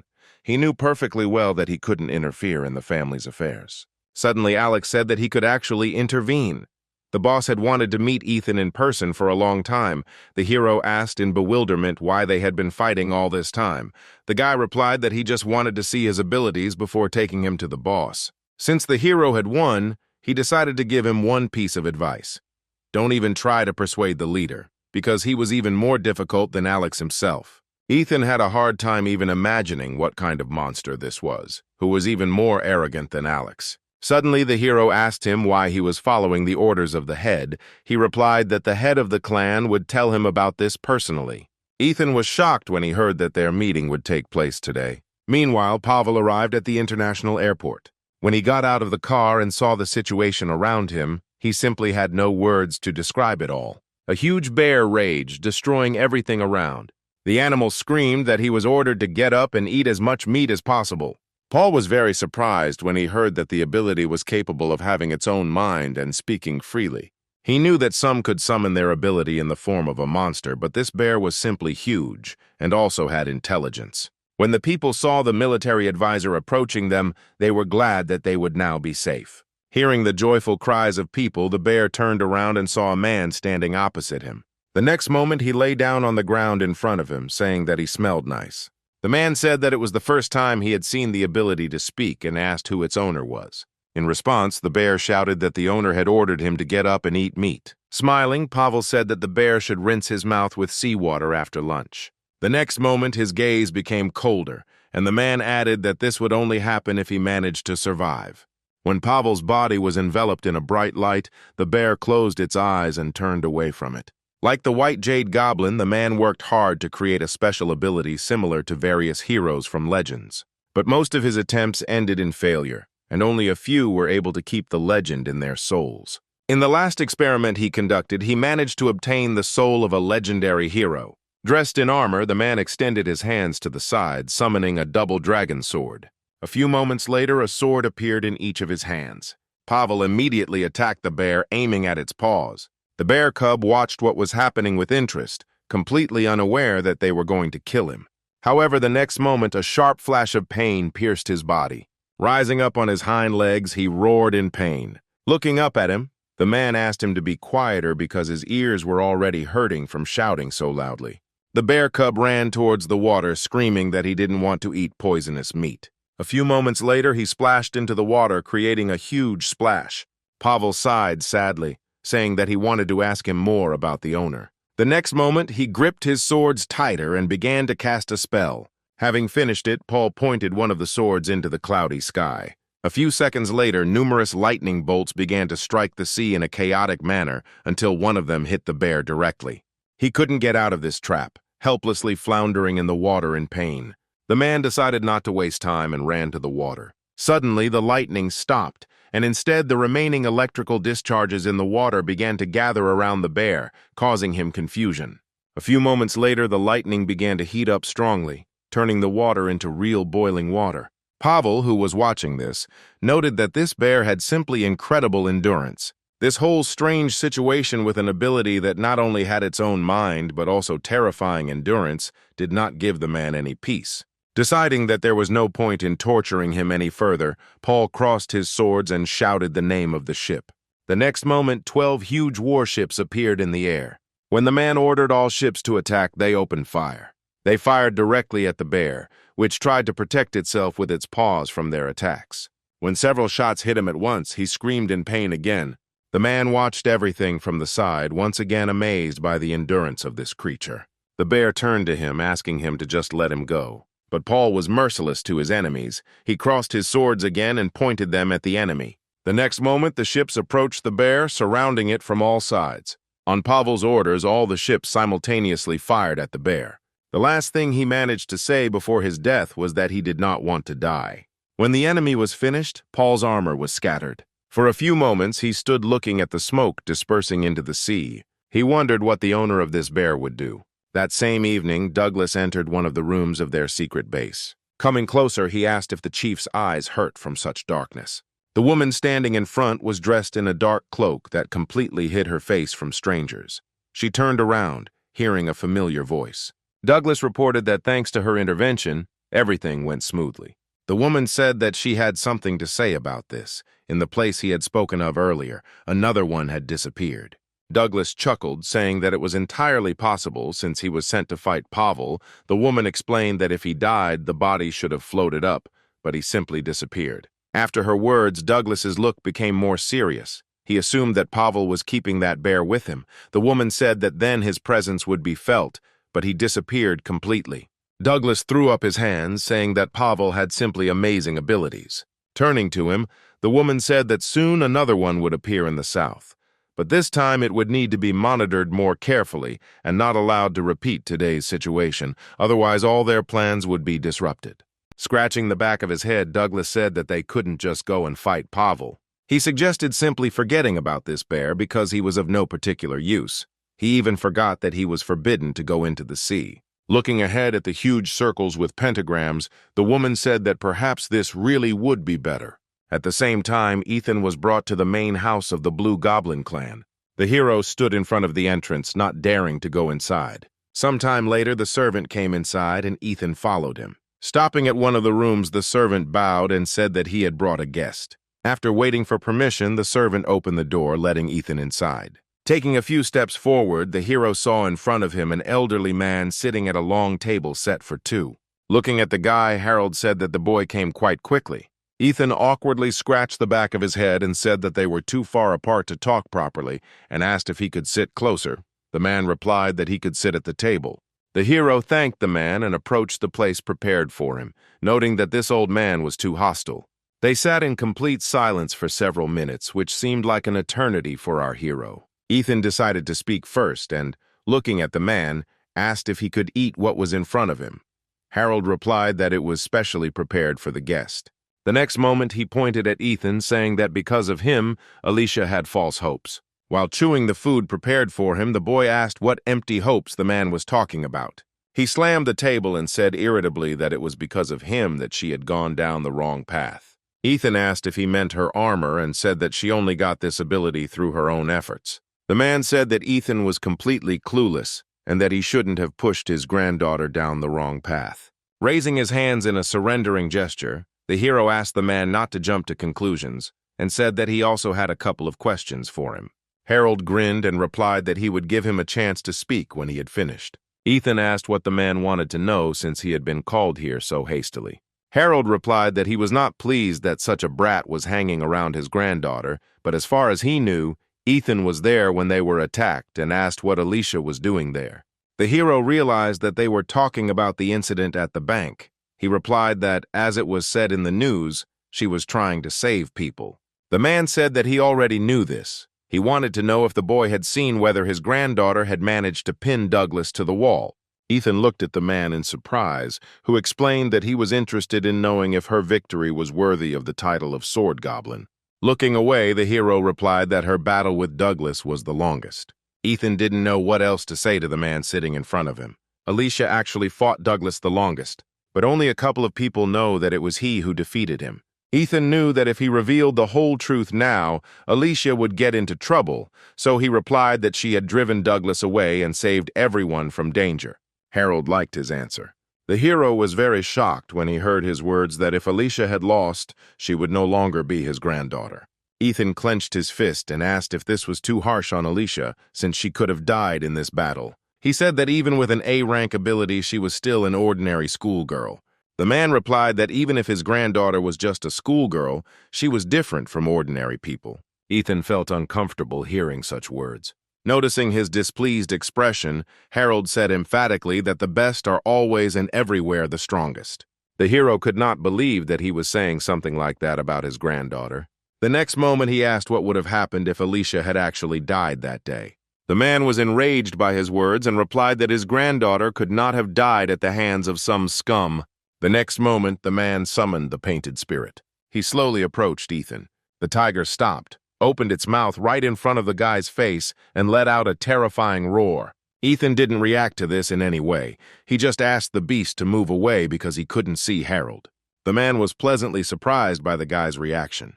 He had spent a lot of effort to create such a terrifying animal, and this bastard didn't even flinch from fear. When Ethan realized that the tiger had no intention of even fulfilling his request and moving away, he released his aura, repeating his request. The tiger backed away, looking back at his master. The man smiled and called the animal back, noting that this bastard was not so bad, because he had created this tiger to be steadfast and not to bend to anyone. The next moment, the hero asked if the man was okay. He asked what Ethan meant. The guy replied that there were often rumors about him that he was very annoying. Harold replied that although the hero's energy did not correspond to his age, this was not the reason why he could be afraid of some greenhorn. Using his eyes, Ethan looked at the man carefully, saying that it was indeed so. He saw that this man's ability was to bring the paintings he created to life. He wondered if there was any point in using something that was created with such effort in battle. Looking at his face, Harold said that he could easily guess what Ethan was thinking, and then said that the Jade Goblin clan had a duty to create stronger goblins. But since he is a man, he cannot be a goblin and has reached his current level as the head of the clan. Ethan asked if Alicia was really dear to Harold. When the man replied that the boy should have listened to him more carefully since he had just told him everything, Ethan reformulated his question, namely, what was more important to him, his granddaughter or the best goblin in the world. The hero wondered if Harold would have loved Alicia if she had been an ordinary girl and not a sword goblin. Ethan understood perfectly well that Alicia's lineage existed precisely to possess a creature called a goblin, and an outsider would never understand what had been accumulating for years. It's hard for the hero to even imagine how many years they waited for someone like Alicia to appear.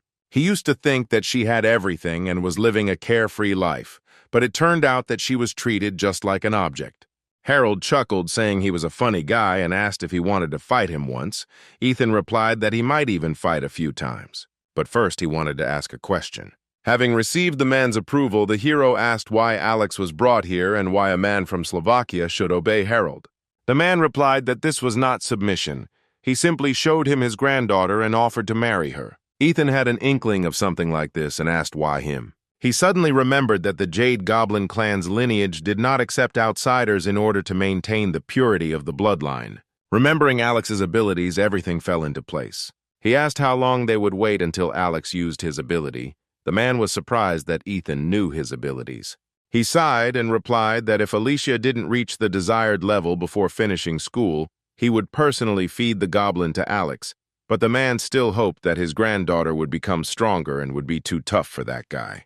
The hero asked why Harold was so angry about Alicia's armor. He replied that by protecting others, she would never achieve the status of the strongest.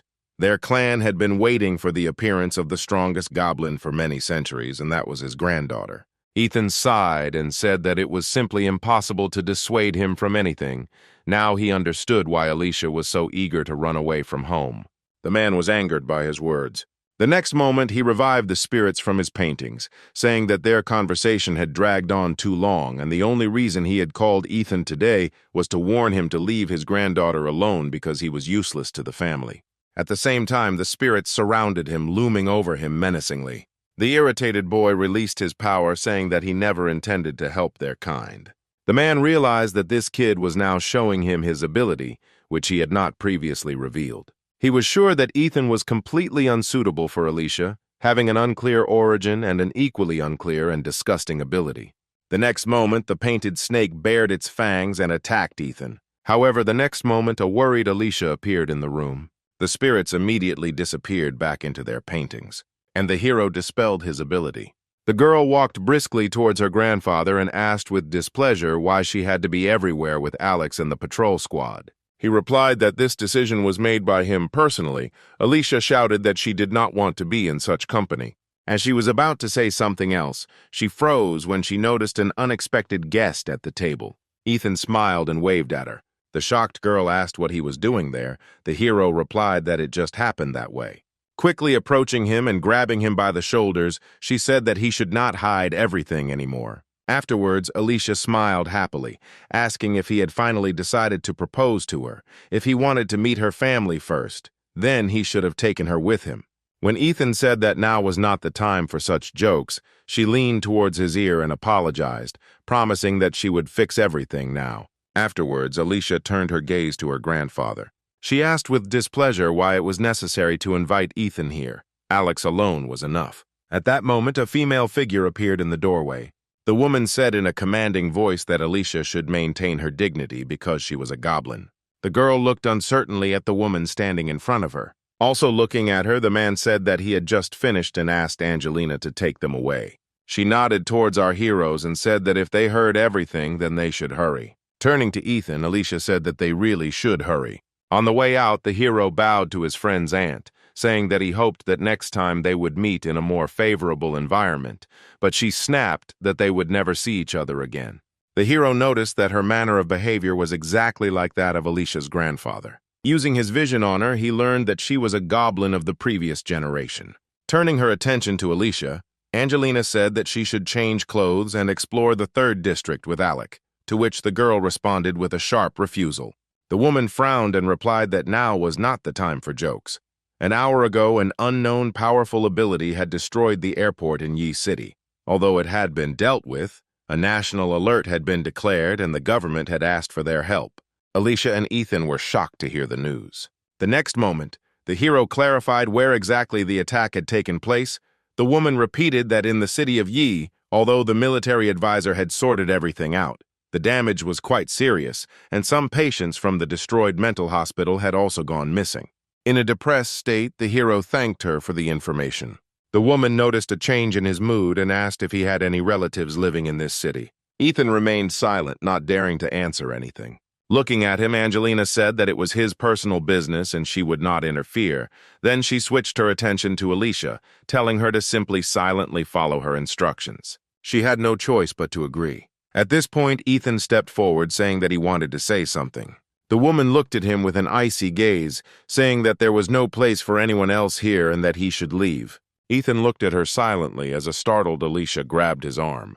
A few moments later, he said that from that day on, he would be patrolling with Alicia. Sometime later, they were both walking along a crowded street. The girl said sheepishly that she didn't expect Ethan to decide to stand up for her in front of her aunt. Looking away, the hero replied that at that moment it seemed to him the most correct thing to do. Alicia laughed at his words, but the smile disappeared from her face as quickly as it appeared. She asked if Ethan knew that their nurse was part of the mystery. He replied that he didn't know it until now, but now it was clear why she was so good at her job. When Alicia told him that she had been asked to join Mystery, Ethan said that it was pretty cool. She was still plagued by doubts about her abilities. Noticing her thoughtful expression, Ethan smiled and told her that she shouldn't dwell on it so much. The next moment, he said that when learning a new skill that can harm others, you can also learn to defend yourself at the same time. The main thing is to understand what you are doing, and the rest is not important. Alicia's eyes widened in surprise when he said she could do whatever she wanted. The girl was grateful to him for these words, because no one had ever said anything like that to her before. Suddenly, she took the guy's hand, surprising him. Alicia thanked him sincerely. The girl's happy smile at that moment seemed to illuminate everything around her. Ethan will remember this evening and Alicia's bright smile for a long time.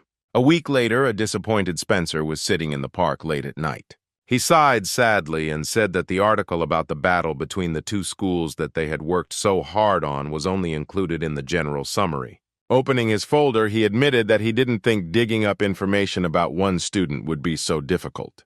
He thought that Ethan had had quite a turbulent life. He had survived a bank robbery, and now his only surviving relatives, his uncle and his wife, had disappeared. Spencer also tried to find out who might be involved in the attack that took place in the city of I. Covering his face with his hands, he said that there were too many blind spots in this matter, and he had absolutely no idea which direction to take. Suddenly, a strange old woman approached him. Looking at her, the man asked what was the matter. She handed him a tattered book. Spencer thought it had something to do with religion and decided to take the book with the expectation that he would get rid of it later. However, after looking at the book more closely, it seemed strange to him that for an ordinary religious book, the cover was of too high quality. When Spencer opened it, he was surprised to find illustrations inside. He decided to look at this book. Maybe he would come across something interesting. Suddenly, on one of the pages, he saw a bear he knew. The man jumped up from his seat, realizing that if he could translate the text in it, he would be able to move forward with his research. He was too engrossed to notice the shadow of danger hanging over him. Only when Spencer heard a strange sound from above did he notice the strange shadow. He looked up in bewilderment. The last thing he saw was a large clawed paw.